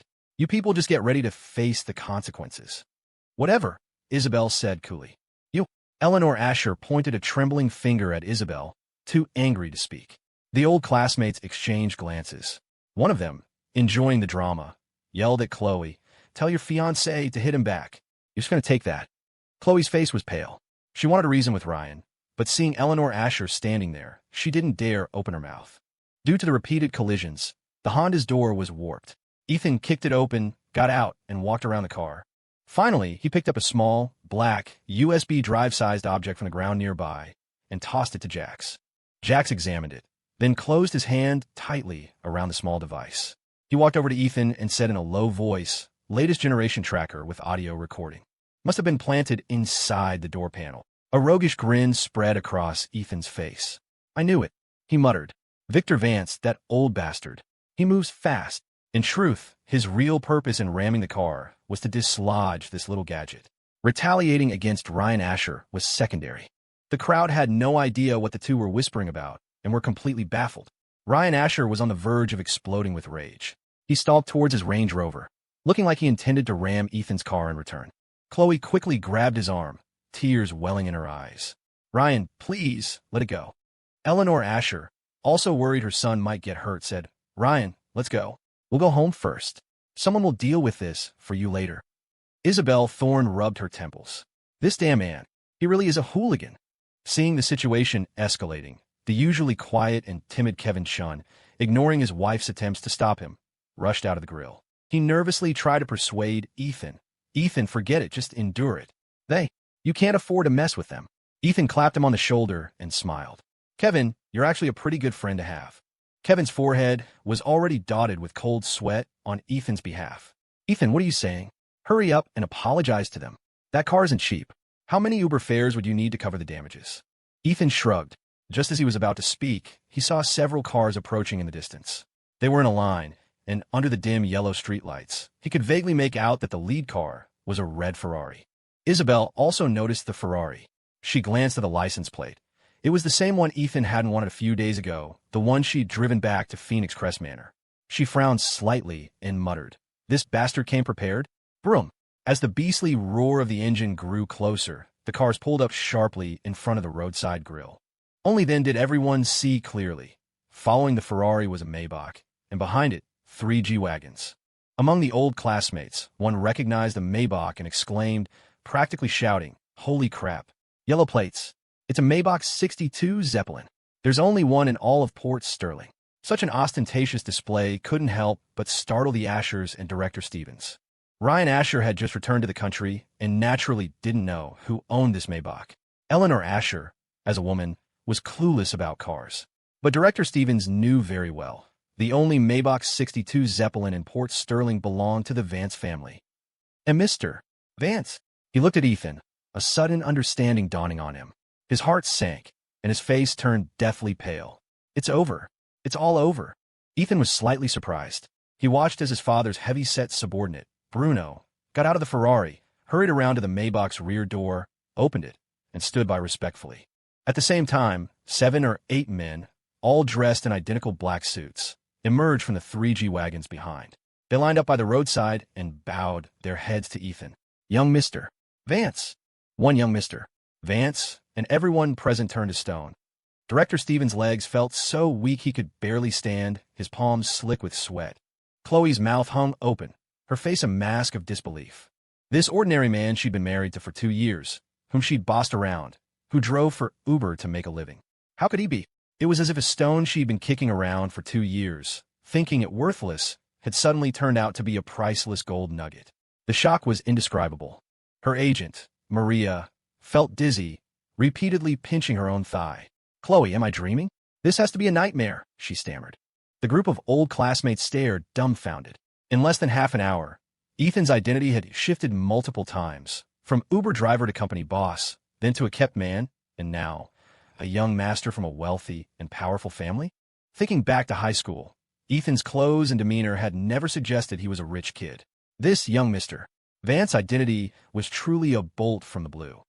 The old class president's face went through a kaleidoscope of colors. Just a while ago, he was thinking of sticking up for Ethan. Then, after learning the other party was the Asher family, he'd so earnestly taken a step back. The thought made him want to disappear from shame, and, at the same time, he was filled with immense regret. Eleanor and Ryan Asher exchanged a look, wondering whose young master this could be, when Victor Vance slowly stepped out of the car. Well, quite a lively scene. Victor Vance surveyed the area. When his gaze landed on Ethan, his stern face softened into a broad smile, even a hint of ingratiation. "Son, you weren't bullied, were you?" "Dad's not. Too late, am I?" Ethan rolled his eyes and didn't respond, instead looking at the Ferrari, a thoughtful expression on his face. Eleanor and Ryan Asher. Isabelle Thorne hadn't expected Victor Vance to come in person. Her expression was a little unnatural. She quickly stepped forward and greeted him. "Uncle Victor. Sorry to trouble you again." "You silly girl." Victor Vance feigned annoyance. "Still calling me uncle?" Isabelle bit her lip and very awkwardly managed Dad. Eleanor and Ryan Asher. "That's more like it." Victor Vance chuckled. "You've been married for days now. How come you still haven't gotten used to it? Next time you call me wrong, I'll really get angry." "Understood." Isabelle lowered her head, not daring to say more. Kevin Chin looked at this tycoon who had the air of a high roller from a gambling movie, then at Ethan, who was staring intently at the Ferrari, lost in thought. Kevin felt a wave of confusion and nervously took a few steps back. He'd never have guessed, not in a million years, that Ethan's status was so exalted. Then why had he been driving for Uber all this time? Was this some cheesy TV drama plot? Rich young master defies family control, fails at self-reliance, and is forced to return home to inherit the fortune? "Isabelle, dear, you mustn't be so formal with me in the future. You're the Vance family's daughter-in-law. If anyone bullies you, you should tell me immediately," Victor Vance said, then looked up and glared at Eleanor and Ryan Asher. He sneered, "I, Victor Vance, may not be some extraordinary figure, but in Port Sterling, I still have some clout, wouldn't you say, Mrs. Asher?" The last 3 words were spoken with heavy emphasis. Eleanor and Ryan Asher simultaneously shivered. They thought they were kicking a piece of rotten wood, only to find it was a steel plate. Eleanor and Ryan Asher's faces were identically sheet white, their minds buzzing. Shock and terror completely filled them, leaving them unable to react for a long moment. This was the Vance family, an entity that could destroy Asher Consolidated without breaking a sweat. "Where's Preston Asher?" Victor Vance strode towards them, his expression deceptively calm, but his tone held an icy chill. Eleanor Asher forced a smile, stammering, Mr. Vance, my husband, Preston. He's busy with business. Victor Vance nodded, muttering, right, Asher Consolidated is a big company, plenty to keep him busy. He then looked at Ryan. This is your son? Yes, Ryan, quick, greet him. This is your Uncle Victor. Ryan Asher swallowed nervously. Before he could speak, Victor Vance waved his hand dismissively and chuckled. I have no particular friendship with your Asher family. No need for formalities. Your son is quite a handsome young man. Aside from being an idiot, blind as a bat, all show and no substance, and utterly useless, he's quite all right in other aspects. Isabelle Thorne. So that's where that bastard Ethan gets his venomous tongue from. Ryan Asher didn't dare show anger, much less speak. He stood there awkwardly, wishing the ground would swallow him whole. Eleanor Asher forced a smile. Mr. Vance, it's all a misunderstanding. We didn't know. That Mr. Vance was your son. If we had known, even if you gave us 8 times the courage, we wouldn't have dared to cause trouble. You're a magnanimous man. Please, just consider it giving my husband, Preston, some face. What damn face does he have? Victor Vance roared. Huh? You tell me, what face does he have? Eleanor Asher was cowed into silence, trembling uncontrollably. Victor Vance glared at her, then looked towards Director Stevens, who was hiding nearby. Oh, aren't you? What's his name? That guy. Onlookers. Which guy exactly? Director Stevens practically tripped over himself, bowing and scraping as he scurried over to Victor Vance. Yes, it's me, Mr. Vance. A few years ago, I played cards with you, along with Mr. Zhao. Oh, Victor Vance thought for a moment. Right, I remember now. I told old Zhao back then, you're shameless sycophant. Not even a good lapdog if you were one. Well, guess I was right, wasn't I? Director Stevens stammered, trying to defend himself. No, Mr. Vance, you misunderstand. I came to be a peacemaker. I'm definitely on Ms. Thorne's side. You're wasted as a director. You make a fine actor. Hee hee. Victor Vance said with a humorless smile. You're not young anymore. This film industry, you should get out of it. Find another line of work. Director Stevens wanted to plead his case, but one glare from Victor Vance deflated him. Understood. Just as he finished speaking, Isabelle Thorne strode to Victor Vance's side, glanced at Director Stevens, and said, Dad, Director Stevens and I go way back. Please, let him off the hook this once. I believe he genuinely came to help me today. Director Stevens looked incredulous. Isabelle Thorne was actually defending him. Victor Vance, however, wasn't surprised. In fact, his eyes showed a hint of approval for Isabelle. Reserved, calm, thinks things through thoroughly. Quite a match for my son, whose mind is deeper than the Mariana Trench. All right, I'll listen to my daughter, Victor Vance smiled, then turned back to Eleanor and Ryan Asher. As for your Asher family, he paused for a moment, then looked at Ethan. Son, what do you think we should do about this? Ryan Asher timidly peeked up. He had repeatedly offended Ethan Vance these past few days. How could this powerful young master, who had hidden his true identity so well, possibly let him off easy? Ethan glanced at the crowd of onlookers, noticing a few people sneakily filming with their phones. After a moment's thought, he pointed a finger at Ryan Asher, a disdainful smirk in his eyes, and beckoned him over with a clicking sound, as if calling a dog. Come here. Ryan Asher swallowed hard and, heart-pounding, shakily walked over. Without a word, the young scion raised his hand and slapped him hard across the face. Fun. Ryan stumbled from the blow, trembling. And no, not fun. Slap. Like to push your luck when given an inch. And no, I don't. Slap. Like to rely on your daddy. Slap. Ethan's slaps rained down on Ryan's face as if they cost nothing, until the brainless clown was beaten to the ground. Only then did he stop. Khloe and Eleanor Asher instinctively wanted to step forward.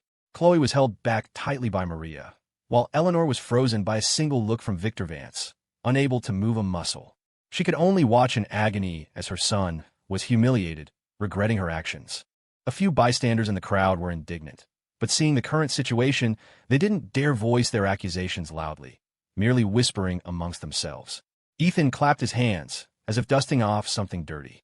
His arrogant, bullying demeanor was infuriating to witness. He looked down at Ryan Asher, whose dignity and self-respect were shattered on the ground, and sneered, Go kneel in front of my car and apologize properly to it, and we'll call this even. Honestly, hitting you just dirties my hands. With that, without waiting to see if Ryan would obey, he turned and glared at Victor Vance, who was watching the show with an air of relaxed amusement. clearly unfazed by the escalating chaos. What about our business? Victor Vance was taken aback, his expression suddenly wary. What business? I haven't provoked you lately. Heh. Ethan took the tracker from Jax and tossed it to Victor. Explain this. Victor Vance examined it, playing dumb. What's this? Kevin. Ethan shouted. Give me a sledgehammer. The timid Kevin Chen didn't know what Ethan was planning, but in this situation, he had no say. He hurried back into the grill and returned with a sledgehammer. Ethan took the sledgehammer, looking at Victor Vance while walking towards the Ferrari. Without a word, he swung the hammer and began smashing it. Clang! Crash! This act of wanton destruction stunned the old classmates, their bodies flinching with each swing of the hammer. Kevin Shun, used to pinching pennies, felt his heart pound, instinctively calculating that each blow probably cost more than half a year of his hard work. After smashing the passenger side door, Ethan didn't find what he was looking for. He turned and started on the driver's side door. More and more onlookers gathered, many filming with their phones, muttering, "Wonder whose rich, spoiled brat is this? Damn it, an $8 million car, and he just smashes it like that." Feasts and wine rot behind rich gates, while frozen corpses lie on the roads. Damn capitalists. Soon, the car door was mangled by the sledgehammer, and a tracker, identical to the one Victor Vance held, fell to the ground. Ethan caught his breath, bent down to pick up the small device, and threw it at his father. Still pretending? He snapped. Go on, keep pretending. Victor Vance knew he couldn't hide it anymore and chuckled awkwardly. Son, let's go home first. I'll explain when we get back, okay? Ethan lifted the sledgehammer, his narrow eyes blazing with anger, and sauntered towards him. Old man, I knew you were up to no good from the first time you gave me this car. Victor Vance waved his hands repeatedly, looking genuinely terrified of his rebellious son. Ethan, there are so many people here. Let's talk when we get back. Ethan pressed his tongue against his back molars, glared at Victor Vance for a moment, then turned and walked towards Kevin Shun. He handed back the sledgehammer and smiled. I'll send you the money for the meal later via messenger. Kevin Shun stammered. No, Ethan, you barely ate anything. Ethan waved his hand. Keep the booze. I'll come back for it another time. With that, he looked at Isabelle Thorne, his tone all nonchalant bravado. Ms. Thorne, care to give me a ride? Isabelle pressed her lips together, said a brief goodbye to Victor Vance, and walked towards her Maserati. You take a cab back, Ethan said to Jax, then took a few steps forward before turning back to look meaningfully at Kevin Shun. Kevin, I told you, you're a friend worth having. If anything comes up in the future, remember to call me. I'm always free. Okay. Kevin Shun nodded dumbly, watching Ethan get into the car. His expression then shifted to one of alarm and confusion. He understood what Ethan meant, but he didn't understand why his old classmate was so interested in his cousin, Marcus Chun. He recalled that over the past 2 years, almost every time Ethan came by, he would intentionally or unintentionally bring up Marcus. Once, he even asked where Marcus's parents were buried. What was he really after? The Vance family cars all departed, leaving only 2 men to clean up the scene. The old classmates who had stayed to watch the spectacle buzzed with excited discussion about Ethan's identity.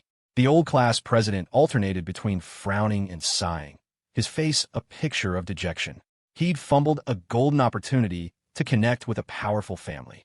Eleanor Asher looked completely broken. She tremblingly helped her son, who was still kneeling on the ground, too scared to get up. It's over, she whispered, dazed. The Vance family won't let us off. Son, we're finished. Your father will go insane. What do we do? What do we do?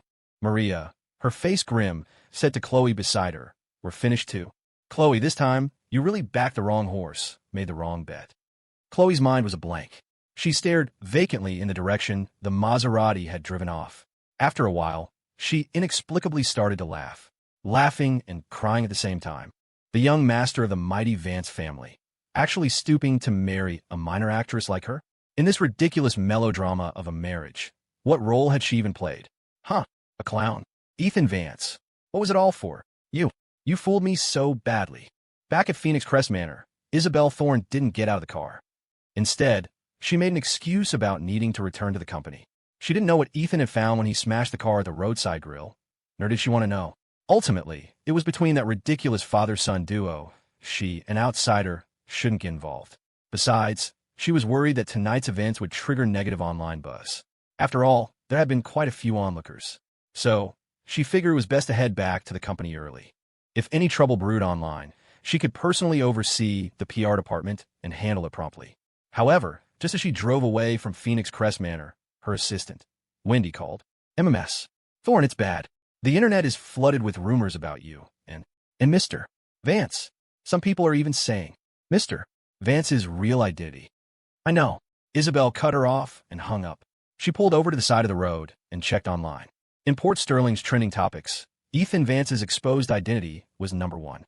Second was a video of Ethan beating up Ryan Asher. Third was Khloe Miller and Ryan Asher. Scrolling down, number 7 was an article speculating about her and Ethan's secret marriage. The Vance family's PR team couldn't possibly ignore this kind of public outcry, but they were actually doing nothing. They were even letting the news about Ethan top the trending list. Clearly, Victor Vance wanted his son in the limelight. But why not do some emergency PR to suppress the video of Ethan assaulting Ryan? Isabelle was puzzled. After a moment's thought, the cool-headed beauty decided she couldn't dwell on it. She made up her mind and called Wendy. Contact the PR department. Do everything possible to push the reports exposing Mr. Vance's true identity even higher. At the same time, buy some social media influencers and online trolls. Get them to write articles, make comments, preferably a mix of praise and criticism from Mr. Vance. Get the netizens arguing. As for Khloe Miller, have her agent negotiate with our PR department to distance her from the Asher family as much as possible. And the rumors about me and Mr. Vance, suppress them at all costs. Wendy hesitated. Ms. Thorne, are you trying to divert all the trouble onto Mr. Vance? Make him take the fall for everything? This. Wendy, I'll be at the company in half an hour. Hearing Isabelle's icy tone, Wendy quickly agreed. Understood, Ms. Thorne. I'll get right on it. After hanging up, Isabelle took a deep breath. She had married into the Vance family for protection. Logically, the more people who knew, the better. But on the wedding day, Victor Vance had already informed all the truly important figures. As for the remaining riffraff, she wasn't particularly afraid of them. There was no need for it to become a public spectacle. As for that bastard Ethan, he was shameless anyway. A few days of being flamed by netizens wouldn't hurt him. It's not like he'd lose a pound of flesh. Meanwhile, back at the manor, Lily was idly tending to the potted plants in the living room when she vaguely heard urgent footsteps outside. She turned to see Victor Vance running in, looking flustered, as if a dog were chasing him. Before she could react, Ethan followed closely behind, cursing, "Old man, if you don't explain yourself clearly today, next week will be your memorial service." "Son, I'm doing this for your own good." Victor Vance expertly dodged around the sofa, pleading earnestly. "It really is for your own good. You don't investigate what you should investigate, but you investigate me? You're watching me like a hawk. Is that fun for you? If you don't trust me, then why did you ask me to come back to the Vance family?" "Stand still." Bruno, the portly bodyguard, panted as he chased them in. Seeing his boss being pursued from the courtyard into the house, he hesitated, unsure if he should intervene. After a moment, he shuffled over to stand beside Lily. The two of them stood on the veranda, exchanging bewildered glances, neither daring to speak. "Son, listen to me. I only installed the tracker because I was afraid you were in danger." "Save it for the ghosts. How do you explain the recording function? What exactly do you want to know?" Victor Vance was getting on in years, and his debauched lifestyle had taken its toll. He was soon sweating profusely, one hand clutching his heart, the other signaling for his son to pause. I'll talk," he gasped. Ethan stopped, not even out of breath, and tilted his chin slightly. "Speak. Those years you were abroad. What did you go through?" Victor Vance got straight to the point, then added after a pause, "I sent many people to find out about you, but they all came back empty-handed. Son, I just wanted to know what happened to you." Ethan stared intently into his father's eyes, detecting no hint of deception. After a long silence, he smirked. "Some things about the world, it's better not to ask. Victor Vance, I can only tell you that in those 7+ years, I didn't suffer much. You don't need to feel guilty about anything," Ethan said, taking a breath. "But I'm warning you, if you dare investigate me again, I'm not done with you." All right. Your affairs, I won't meddle anymore, okay?" Victor Vance sighed in relief and sank onto the sofa. "I'm very curious. How did you find out I installed a tracker on you? Don't tell me it was an accidental car crash." Ethan smiled faintly. "You guess." Victor Vance pouted. It seemed he had underestimated his son's vigilance. After catching his breath, he asked, "I say, Ethan, you really don't trust me that much? I'm your father, after all. Why be so wary of me?" Ethan pulled out a pack of cigarettes, stuck one in the corner of his mouth, and said recklessly, "A father of an illegitimate son. How much is he worth?" Victor Vance sighed. "Son, I guarantee you, That incident had absolutely nothing to do with me. Also, I asked you to return to the Vance family truly for your future, not for me to fight for the inheritance, understand? I don't doubt you. Don't confess without being accused, Ethan said flatly. You don't doubt me? A strange smile touched Victor Vance's lips, a cunning glint in his eyes. He suddenly shouted, Benny. On the veranda, the portly bodyguard Benny, who was on high alert, instinctively responded, Yeah. Ethan. Realizing he'd exposed himself, Benny froze, his wide, intelligent eyes bulging. After a moment of mental chaos, he had a sudden inspiration and, following his began humming an old, cheesy pop song. Yeah, never gonna give you up, never gonna let you down. Lily, internally, what sad memory did he just recall? The Vance father and son were rendered speechless by Benny's bizarre performance. All right, what's with the caterwauling? Victor Vance shot him a glare, then turned back to Ethan, smiling. Son, why don't you explain a few things to me too? This brother of yours is good in every way, except he's not too bright. He was with me for less than half a month before I saw through him. A little digging, and it turns out he's Benny, one of your crew. To be honest, I'm quite gratified. The fact that you'd send such a big dummy to watch me means you still trust me quite a bit, right? Ethan pouted, glanced at the embarrassed Benny, and said irritably, So this is what you meant by guaranteed no trace. Benny hung his head, muttering, It's not my fault. The chairman is too smart. Smart my ass. Ethan said, Ditch your phone. I'll buy you a new one tomorrow. He could easily guess that Victor Vance must have had someone hack Benny's phone. Otherwise, how would he know he was Benny and his crew? Exactly, my son is the truly smart one. Victor Vance chuckled. Why don't you tell me about the others while you're at it? That foreigner with you today, what's his number? And are there your people around the other Van Cess too? Ethan stubbed out his cigarette in the ashtray. I told you some things about the world, it's better not to ask. In short, you fight for your inheritance. I'll investigate my truth. If we can help each other, we help each other. Use each other. Deal. Sure. Victor Vance said readily. But when all's said and done, I'm fighting for the inheritance, really for you. Ethan couldn't be bothered to argue. After saying, Don't touch the ashers, he beckoned to Benny and stood up to leave. Your cover's blown, and you still dare to stay here? Aren't you afraid he'll eat you alive? Come with me. I bought a villa. We won't be living here anymore. Benny hurried after him. As he passed the sofa, he grinned cheekily at Victor Vance. Chairman, I'll be going then. This month's salary and the year-end bonus. You can't short me, right?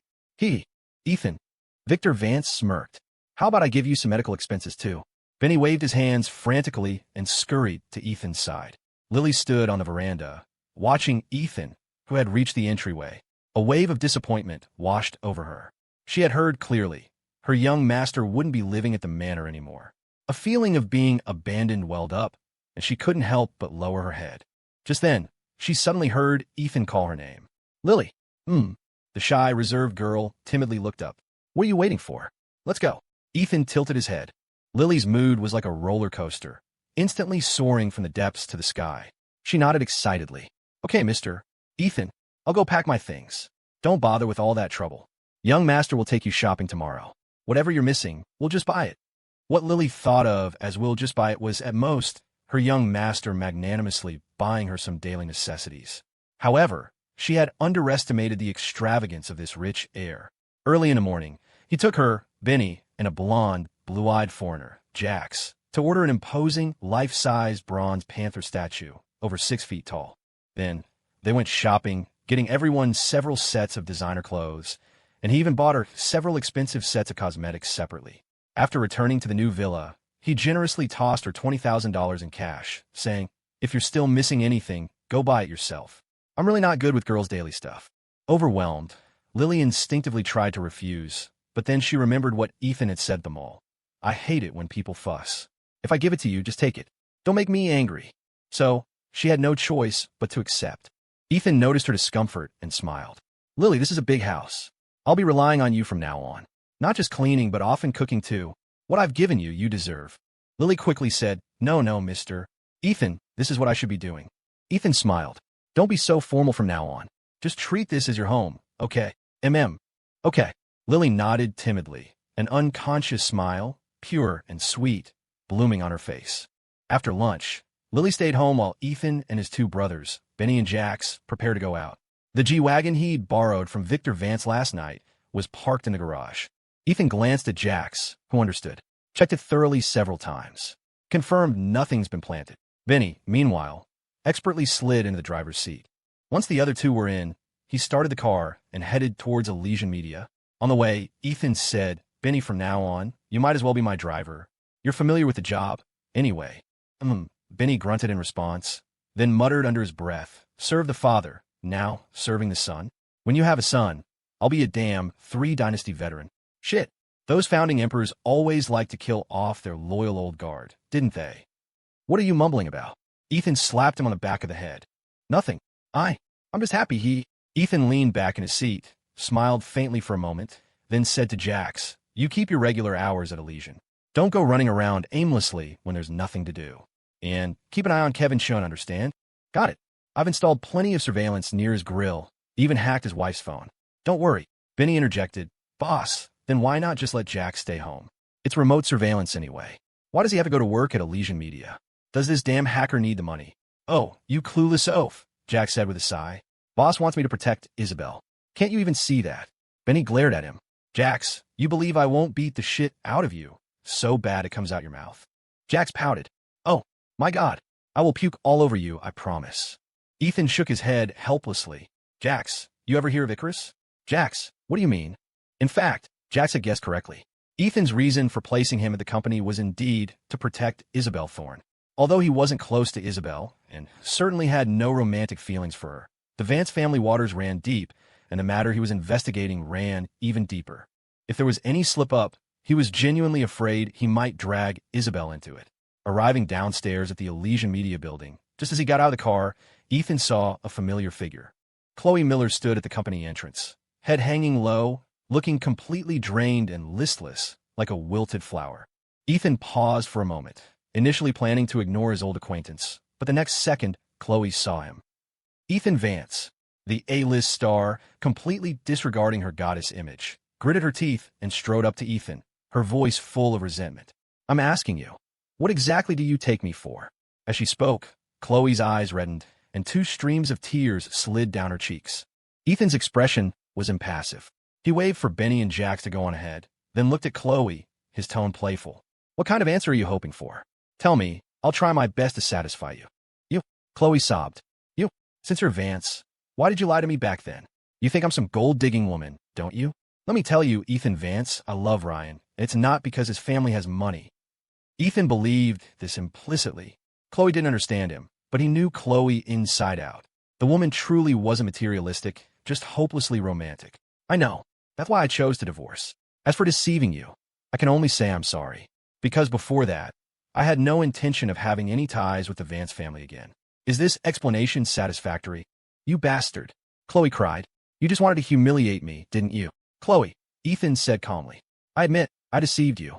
But I swear, during our 2 years of marriage, my love for you was entirely genuine. Have you ever stopped to think, in those 2 years, did you ever really look at me? Did you ever truly try to understand me? Now you still think this is all my fault? That's a bit absurd, isn't it? You're upset because, in our pathetic marriage, you played the fool.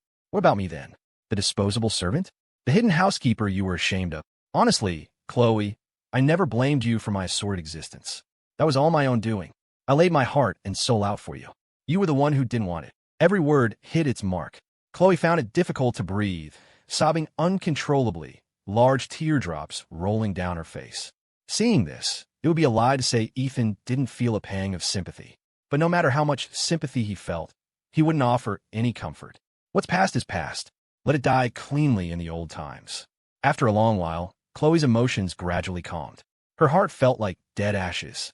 "Ethan Vance, I have one more question for you. Back when Director Wallace approached me for that role, were you secretly helping me?" Perhaps not wanting to make Khloe feel worse, Ethan neither confirmed nor denied it, merely saying evasively, "That was because your acting is good, and you work hard enough." Khloe gave a bitter smile. Her beautiful face looked so pitiful at that moment. She could tell it was Ethan who had helped her. In fact, since that night Ryan Asher was angrily kicked out of the club by Ron Wallace, she had suspected it, but she had forced herself not to think about it, not daring to face the truth. "Ethan Vance, I hate you." After throwing out those ice-cold words, Khloe walked towards her agent's car by the curb and sped away. Ethan watched the car disappear, his gaze unconsciously dimming. This old love, from this moment on, was truly, finally, let go. "Buzz," His phone vibrated in his pocket. Ethan snapped back to reality, pulled it out, and saw a text from Jax. The Ashers are in the building. Figured you want to join the fun? In the CEO's office, Preston Asher, accompanied by his troublemaking son Ryan, was apologizing to Isabelle Thorne. In truth, the father and son had arrived early that morning, laden with expensive gifts, but Isabelle had kept them waiting, only agreeing to see them 10 minutes ago. It wasn't surprising that the Ice Queen had no time for them. She was swamped, unable to be in two places at once. Several vendors who had threatened to break contracts yesterday were now crawling back, their attitudes a complete 180, humbly begging to continue their partnerships. Director Stevens, full of remorse and determined to turn over a new leaf, had come to Elysian Media with the show's head planner and producer, offering Elysian all the artist slots previously allocated to another entertainment company, even letting Isabelle personally choose the talent. Besides these two matters, several smaller companies had come, drawn by Elysian's newfound prestige, respectfully seeking collaborations, even willing to forego profits just for the association. It was hardly surprising. Last night's news about Ethan Vance had topped the trending charts and fermented overnight. In entertainment circles, such news was paramount. Who didn't know by now that the boss of Elysian Media was a Vance? For smaller companies, doing business with a Vances, even just for the publicity, was as good as making money. Having been busy all morning, Isabelle hadn't even had time for lunch, and her stomach was churning with acid. But she endured the discomfort and chose to see the Ashers first. After all, Preston Asher was nearly 60, an elder, and some courtesy was required. Besides, she didn't want to be labeled as someone who became ruthless once she gained power. Ultimately, Preston Asher wasn't here to beg her, but rather, having failed to get an audience with Victor Vance, he was here as a last resort to plead with that bastard Ethan. Ms. Thorne, Preston Asher said, his old face wreathed in a smile, his eyes filled with humility. My unworthy son was blind and foolish. It was truly a case of not recognizing a powerful figure. I apologize on his behalf, and hope you can find it in your heart to forgive him. Isabelle smiled faintly. Mr. Asher, that matter is closed. There's no offense to speak of. Your coming here personally is an honor I can hardly bear. Preston Asher, a son's fault is the father's failure. How could I not come? He then barked at Ryan, who stood rigidly beside him, his face flushed with embarrassment. Apologize now? You useless thing, I never should have let you come back to the country. Ryan flinched and stammered. Ms. Thorne, I'm sorry. Though a woman, Isabelle's presence was formidable. She said calmly, Elysian Media suffered no losses. You don't need to apologize. Preston Asher berated his son again, then forced another smile. Ms. Thorne, Mr. Vance, is he not in today? I feel I should apologize to him in person. Isabelle shrugged. He's not. The words were barely out of her mouth when the door swung open. Ethan walked right in without knocking. Isabelle, Mr. Vance. Preston Asher scrambled to his feet to shake Ethan's hand. A pleasure to meet you. Ryan stood rooted to the spot, not daring to lift his head. Ethan ignored the offered handshake, his narrow eyes sweeping over Preston's aged face before he sauntered to the sofa. Pleasure? What damn pleasure is there? He said insolently. Preston Asher's expression didn't change. He chuckled. Mr. Vance, my son was foolish and did some idiotic things a few days ago. I came today specifically to apologize to you. I hope, Mr. Vance, that you'll be magnanimous and let our Asher family off the hook. Isabelle was surprised that this old man, who seemed so unapproachable to ordinary people, could be so openly servile. A flicker of pity stirred within her. Ethan crossed his legs, a smirk playing on his lips. I guess the Asher family has already started facing repercussions? Preston Asher nodded awkwardly. It's what we deserve.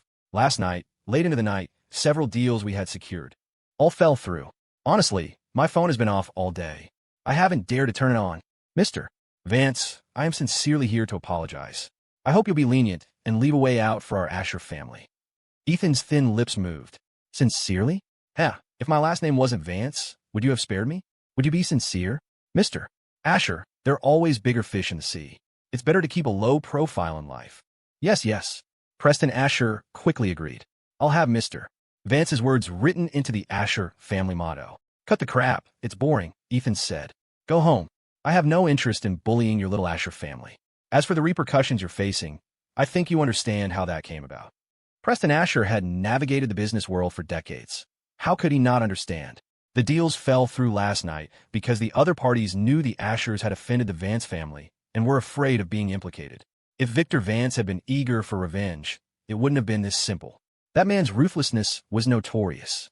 This was probably just an appetizer, enough to make this father and son sweat. Hearing Ethan say this, Preston Asher relaxed slightly. Mr. Vance's magnanimity is deeply shaming to me. Words cannot express my gratitude. If there's anything I can do for you in the future, please don't hesitate to ask. However, Chairman Vance. Ethan pursed his lips. Don't worry, I've already spoken to that old bastard. He won't make things difficult for you. Hearing Ethan refer to the man who had kept his father sleepless with fear as that old bastard, Ryan Asher couldn't help but swallow hard. He recalled how he had, with utter arrogance, previously asked Ethan, "Do you know how big the gap is between you and me?" A wave of shame washed over him. This gap, it was truly immense. After a round of fawning and flattery, Ethan dismissed the Ashers. The vast office fell into an awkwardly quiet state. The nominal husband and wife looked at each other, neither speaking, their distance greater than that between ordinary acquaintances. Isabelle wondered internally, why isn't this bastard being his usual sharp-tongued self today? Ethan seemed uninterested. He habitually reached for his cigarette pack, half unwrapped it, then, as if remembering something, glanced subconsciously at Isabelle. He stood up, intending to smoke outside. Just then, there was a knock on the door. "Isabelle, come in." The door opened, and when he walked in holding a file, she greeted Ethan first, then walked to Isabelle and handed her the file. "Ms. Thorne, this is from the Talent Management Department. They said Director Wallace sent it. Khloe Miller's role has been recast," Isabelle said calmly. "I know. Inform Talent Management that this matter must be kept confidential. Tell Khloe's agent after the new year." "Understood, Ms. Thorne." After Wendy left, Ethan sat back down on the sofa, looking at Isabelle. "Why?" Isabelle said seriously, "She still has commercial value. I don't want this incident to affect her. You know, Ron Wallace made her famous. Now that Wallace has replaced her, it will be a huge blow to her." Ethan smirked. "You're afraid it'll affect the annual gala?" Isabelle didn't deny it. She's currently the company's biggest draw. The gala must revolve around her. Most of the invited guests are coming because of her. "So, you still plan to drop her after the new year?" "She's almost 30. For a female artist, that's a very awkward age. No director will prioritize her. Besides, her current reputation is really bad. I did my best. She just wouldn't listen." "You really are a thoroughbred businesswoman," Ethan said with a smile. Isabelle looked at him, a hint of sarcasm in her eyes. "Heartbroken for her." Ethan's lips curled. "Jealous." Ethan Vance, resorting to insults. Isabelle, how predictable. Isabelle. She knew it. In front of this sharp-tongued, infuriating man, she could never win. Port Sterling's winters were white. After a month of intermittent heavy snowfalls, time flew by. The Lunar New Year was approaching, and the entire city had taken on a festive air. The white world was now paved with Chinese red. The atmosphere was thick with cheer and excitement. Midday, at Elysian Media, when he knocked on the CEO's office door, frowning. "Ms. Thorne, one of our male artists was just exposed by his ex-girlfriend for cheating. It's already starting to blow up online." Isabelle took a breath. "Just have the PR department handle it urgently. Do you need to tell me about something like this?" When he looked troubled, the PR manager said, "To ask you if we should, like last time, use Mr. Vance's scandal to shield this matter." Since the Ashers had come to apologize, Ethan hadn't been back to the company, not even bothering to show up for the annual gala. Consequently, the nominal husband and wife hadn't seen each other for a whole month.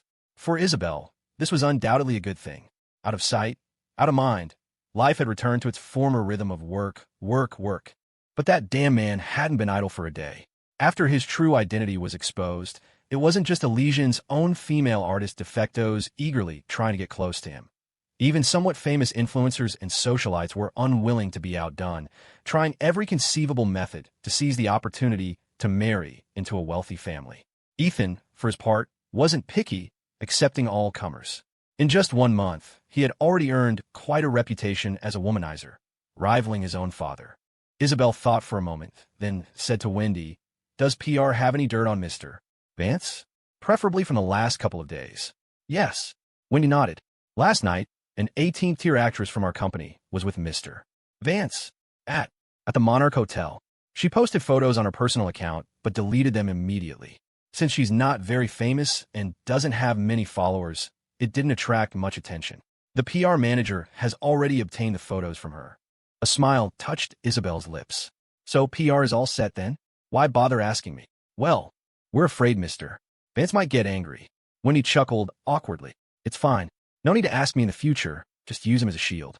If he complains, I'll take the heat. Okay. Seeing Wendy hesitate, Isabelle asked, is there something else? I don't know if I should ask. You've been with me for over a year. You should know I hate hemming and hawing. Just say it. Oh, I was just curious. Are you and Mr. Vance really secretly married? In her view, someone of Ethan Vance's status, no matter how good-tempered, wouldn't possibly let his subordinates repeatedly use him as a shield, right? This was the 4th time this month Isabelle had used him, unless, as the online rumor suggested, they were a secretly married couple. Ms. Thorne probably couldn't control this philandering playboy, when he thought. Isabelle rolled her eyes and said calmly, you believe online gossip too? Wendy, are you very bored? No. Wendy waved her hands frantically and hurried out of the office. Half an hour later, the news about Ethan Vance and the actress appeared in the top 3 trending topics. Isabelle, having been busy all morning, stretched, and while getting up to pour some water, received a text from Ethan. Are you ever going to stop this? Isabelle replied calmly. The news reports facts. Ethan, you want to take a bullet for that cheating scumbag? Isabelle, a scumbag is barely human. You don't even qualify. Ethan, jealous. Isabelle, get lost, you animal. Ethan, I'm a living animal, and you're the living animal's wife. Afternoon. The weather, gloomy for days, finally cleared. Phoenix Crest Manor. Victor Vance lounged on a reclining chair on the veranda, sipping tea and watching the staff bustle about in the courtyard, hanging lanterns and festive couplets, feeling content and lazy. Behind him stood a stunningly beautiful woman, Carmen, whose figure and face were both top tier. She was gently massaging his shoulders, her fiery red lips moving, her voice full of allure. Sir, young mister, Vance is rumored to be with another starlet. That rascal. Victor Vance chuckled. How many is that now? Carmen fluttered her eyelashes, made a quick calculation, and said, 7 rumored ones.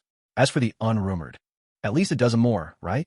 People online are saying he's a groom every night, giggling. Victor Vance knew his son's character. These scandals were clearly Ethan's deliberate doing. He muttered to himself, wonder if any of it is real. Such a waste would be a shame. Carmen continued. There are also a few influencers who are basically always around a young master. A few days ago, he even beat up a paparazzi photographer for one of them, smashed his camera too. He's got guts. Carmen pouted helplessly. Aren't you going to do anything about it? At least try to manage the public opinion. Victor Vance reached back, grabbed Carmen's hand, and pulled the stunner into his lap. He grinned. He's almost 30. Why bother managing him? I'm only interested in managing you. Come, let me give you a checkup. Carmen snuggled against Victor Vance's chest, cooing, Sir, you're so naughty. That mouth of yours, I wonder how many girls it charmed. Victor Vance said playfully, I desire your beauty. You desire my money. Is there a fairer trade in the world? No matter how you spin it, it can't be called deception. Carmen didn't feel ashamed. She lightly patted Victor Vance. You're terrible. Sir, I am rather curious. In your entire life, have you ever truly loved someone? Victor Vance's eyes half closed, the smile on his face unconsciously fading. Yes. He paused, then added just one. Carmen looked up, slightly surprised. I wonder what kind of woman could actually capture your heart. Her. She wasn't beautiful. Average figure, stubborn temper, fierce too, always ready to slap me twice. He seemed like she had no good qualities at all, but I just loved her to the bone. As he said this, Victor Vance's expression held a bittersweet amusement. Carmen was intrigued. Then, why didn't you marry her? Could it be she looked down on you?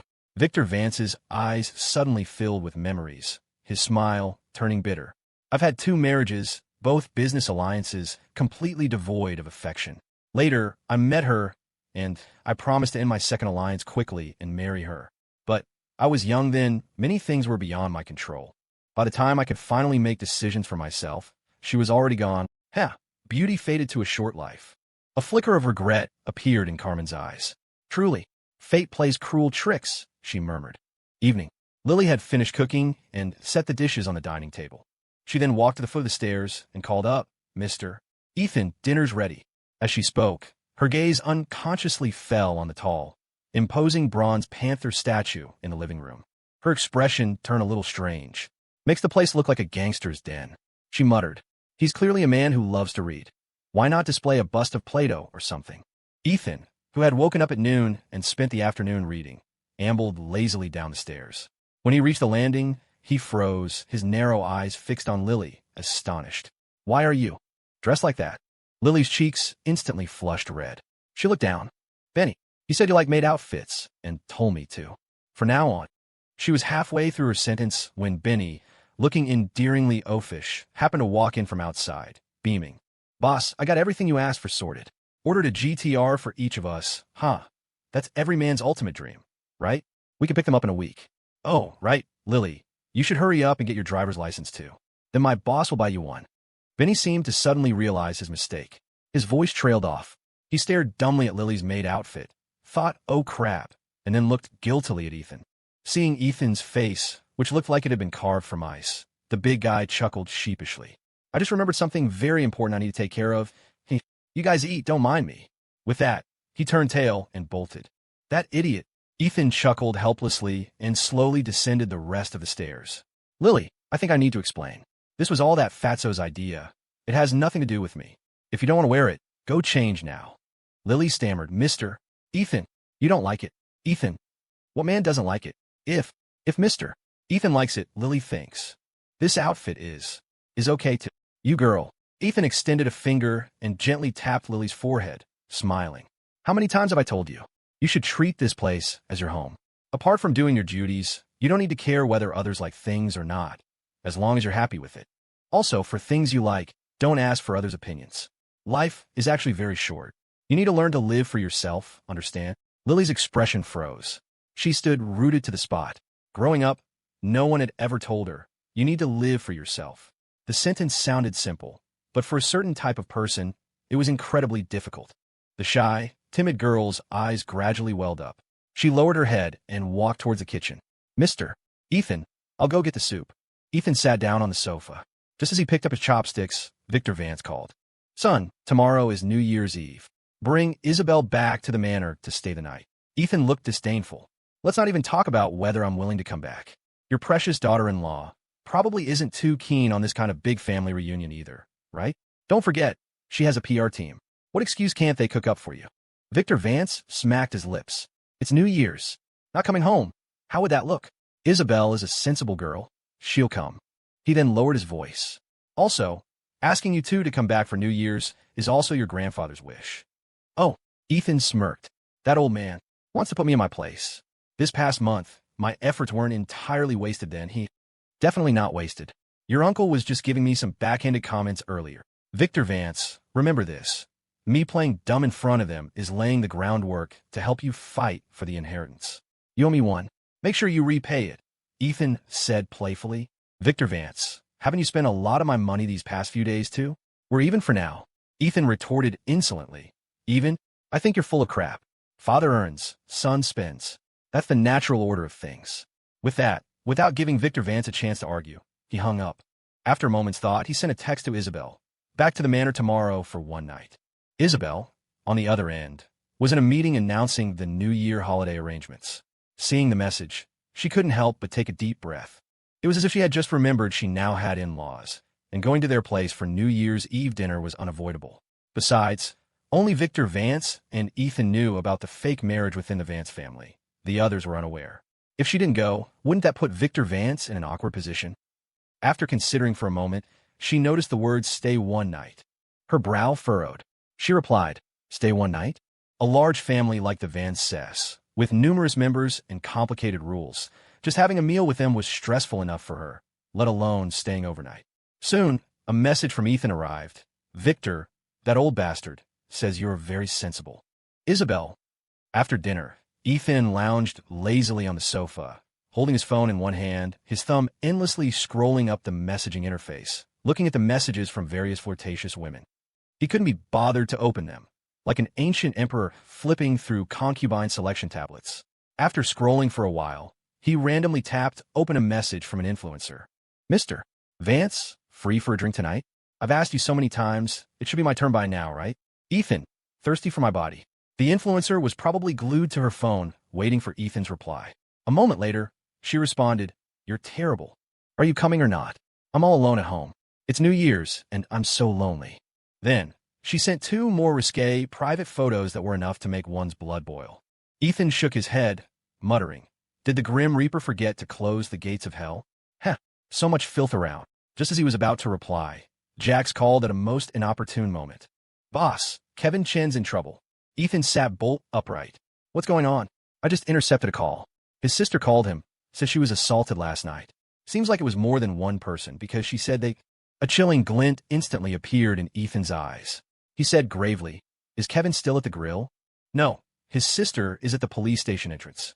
Seems like she's too scared to report alone. Kevin said he's on his way there now." Ethan ended the call and fell into thought. In his heart, Kevin Chun could already be considered friend. Although his initial approach had been with ulterior motives, his honest, down-to-earth old classmate had been very good to him. Every time he went to eat, Kevin would either give him a huge discount or just send over free dishes and drinks, making Ethan feel quite guilty. Now, Kevin's sister had encountered such a thing. He had to do something. Besides, Kevin was a straightforward guy who valued relationships deeply. Back in school, he was terrified of owing anyone. If someone was good to him, they would definitely get his wholehearted loyalty in return. So this incident was also an opportunity for Ethan. But the problem now was that Jax had learned about this through surveillance. He couldn't just directly ask Kevin. As he was thinking, Benny walked in, a fawning expression on his face, patting his stomach. "Boss, have you cooled down?" "I'm gonna grab a bite. I've lost weight from hunger." Ethan's eyes lit up. He immediately walked over to Benny, a strangely guilty look on his face. "Benny, I'm sorry." Benny, bewildered, was about to ask what was wrong when Ethan suddenly punched him. Oof! The burly guy clutched his nose, blood seeping through his fingers, his eyes wide with shock and confusion. "Boss, you actually hit me? Didn't you say you'd never hit me in your life?" A man's word truly is deceptive. Lily, who was washing dishes in the kitchen, hurried out. Thinking Ethan was avenging her, she quickly tried to mediate. "Mr. Ethan, I don't blame Benny. I really don't blame him." "Lily, this has nothing to do with you," Ethan said, then looked at Benny. "Call the cops." "Lily? Benny?" North Precinct. An older officer, Russo, led Ethan and Benny into the main office area. The officer on duty, Davies, glanced up. "Hey, Sarge, what's with these two?" Officer Russo rolled his eyes. "Minor squabble." This big fella caught a punch. Officer Davies looked them over, half amused, half exasperated. "I mean, you guys look like you're in your late 20s, right? It's almost New Year's, and you're making a scene over something this small." Officer Russo said irritably, "Tell me about it." One's yelling about wanting compensation, the other flat out refuses to pay, insisting on coming here to argue their case. I tried to reason with them for ages, but it was like talking to a brick wall. Ugh. Made me want to call the cops myself. Benny jutted out his chin stubbornly. "I don't care. Pay up." Ethan glanced at Kevin Chun, who was sitting dejectedly in a corner of the hall, then said with feigned nonchalance, all right, you win." "How much?" Officer Russo. "Hey, what happened to all that stubbornness from before? How come you caved so easily once you got here?" Ethan put on a sincere expression. "I made a mistake. Coming to a place like this makes me nervous." Benny pouted. "Well, how much are you planning to pay me then?" Ethan was momentarily speechless, thinking this guy really wasn't cut out for acting. He said casually, "$250. Benny, done. It's settled then. Send it to my account later. I'll be going now." "Officer Russo, are you kidding me?" Officer Davies looked surprised. "So you two know each other?" "Huh? What's going on?" Officer Russo sighed and explained the two of them got into a fight arguing whether the Port Sterling Gulls are ever going to win a championship. Officer Davies. "Are they nuts? Is that even up for debate?" Ethan pretended he was about to leave. As he passed the 2 rows of benches in the hall, he feigned surprise. Kevin? What are you doing here?" Kevin Chun, head buried in his hands, was lost in thought, the veins on his clenched fists bulging, his body trembling slightly. "Kevin!" Ethan called out again. Only then did Kevin look up. His face was as white as paper, his lip bitten raw and bloody. When he saw Ethan, his crimson eyes showed a flicker of surprise, then confusion. "Ethan, what are you doing here?" Ethan casually sat down next to him and sighed. "Oh, don't ask. Got into a fight with someone." "Oh." Kevin Chun mumbled and said no more, his gaze fixed vacantly on the floor. "Hey, what's wrong with you?" Ethan patted his arm. "Did something happen?" "No, nothing. And you're here?" Ethan adopted an expression of concerned reproach. "Did someone cause trouble at your grill? Tell me. I'll help you take care of them." Officer Russo, "Hey, what do you think you're doing? Go home. Don't cause more trouble here." Ethan, Kevin Chun stammered, in nothing. Ethan, you should go. Kevin, you're not treating me like a friend, are you? You call this nothing? Don't hide it from me. You know I can definitely help. Ethan said with conviction. Just as he finished speaking, Kevin's sister, Tina, and his wife, Sarah, were led out of an office by a police officer, presumably having just given their statements. Kevin rushed over, embracing Tina, who was sobbing and trembling uncontrollably. He comforted her softly. It's okay, your brother's here. His wife, Sarah, also looked extremely distressed, her face tight with anger, her arm firmly around Tina. When she saw Ethan, the usually quiet beauty paused, a flicker of surprise in her eyes, before quickly looking away. Several police officers conferred in hushed tones. Then, Officer Russo said to Kevin, your sister's case needs to be transferred to the detective squad. Come on, I happen to be going there anyway. I can give you a ride. The moment he finished speaking, Ethan exclaimed, Kevin, what on earth happened? How did it involve the detectives? Kevin's emotions were already at breaking point. Pressed repeatedly by Ethan, he finally snapped. Ethan, can you just stop asking? I told you it's nothing. Are you annoying or what? Officer Russo also frowned. You leave now. This is none of your business. If you cause any more trouble, believe me, I'll detain you. Ethan scratched his head awkwardly and pouted. All right, I'm going. As he reached the door, he turned back to Kevin. Kevin, I really do consider you a friend. If something's up, you have to tell me. The G-Wagon was parked right outside the precinct. As soon as they got in, Benny asked, Boss, how was my acting? Ethan glanced at the expectant face and smiled. Very good. I'll reward you with 2 more punches when we get back. Benny pouted, paused, then asked, what was Kevin's reaction? Did it go smoothly? Ethan fastened his seatbelt, gestured let's go, and said, with what happened to his sister, how could he possibly tell anyone casually? Benny started the car, grumbling, can I take that to mean I got punched for nothing? Ethan smiled. No effort in this world is ever wasted. At least, now he knows that I know he's in trouble. As for what to do next, let's see how the police handle it first. With that, he took out his phone and sent a text to Milo. Help me ask around at the detective squad about Tina Chen's case. The weather turned foul. On New Year's Eve, a day for family reunions, it snowed heavily. In the evening, the snowfall lessened somewhat. Isabelle Thorne was home alone. She checked the time. It was already past 9.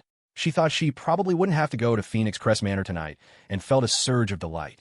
But her happiness was short-lived. Ethan's call came through. Inferno. Come pick me up. Half an hour later, Isabelle drove up to the entrance of Inferno. Just as she was about to call Ethan, she saw him on the roadside ahead and to her right, holding a heavily made-up young woman, his mouth close to her ear, their gestures intimate. He said something that made the girl burst into flirtatious laughter. Witnessing her husband's romantic escapades firsthand, Isabelle remained remarkably calm. She took out her phone, snapped a photo, coincidentally capturing the moment the girl kissed Ethan on the cheek. The beautiful CEO's lips curled into a smile. She sent the photo to her PR manager with a simple message, keep this for future use. Then she honked twice. The amorous pair both looked towards the Maserati.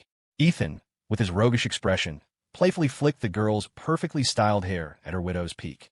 The girl, very cooperatively, pouted her lips and tiptoed, about to lean in. However, Ethan blocked her red lips with his finger, gave a wicked smile, and then stumbled into the car. Slam! As soon as the car door closed, Isabelle was hit by a strong smell of alcohol. She frowned immediately, her voice cold. Drunk. Ethan's cheeks were flushed, his charming eyes hazy with intoxication. He said cheekily, worried about me? Isabelle rolled her eyes. Are you sure you want to go home like this? Ethan, with his usual insolence, said, looks like you really do care about me. Isabelle, I'd rather care about a dog. Ethan, woof.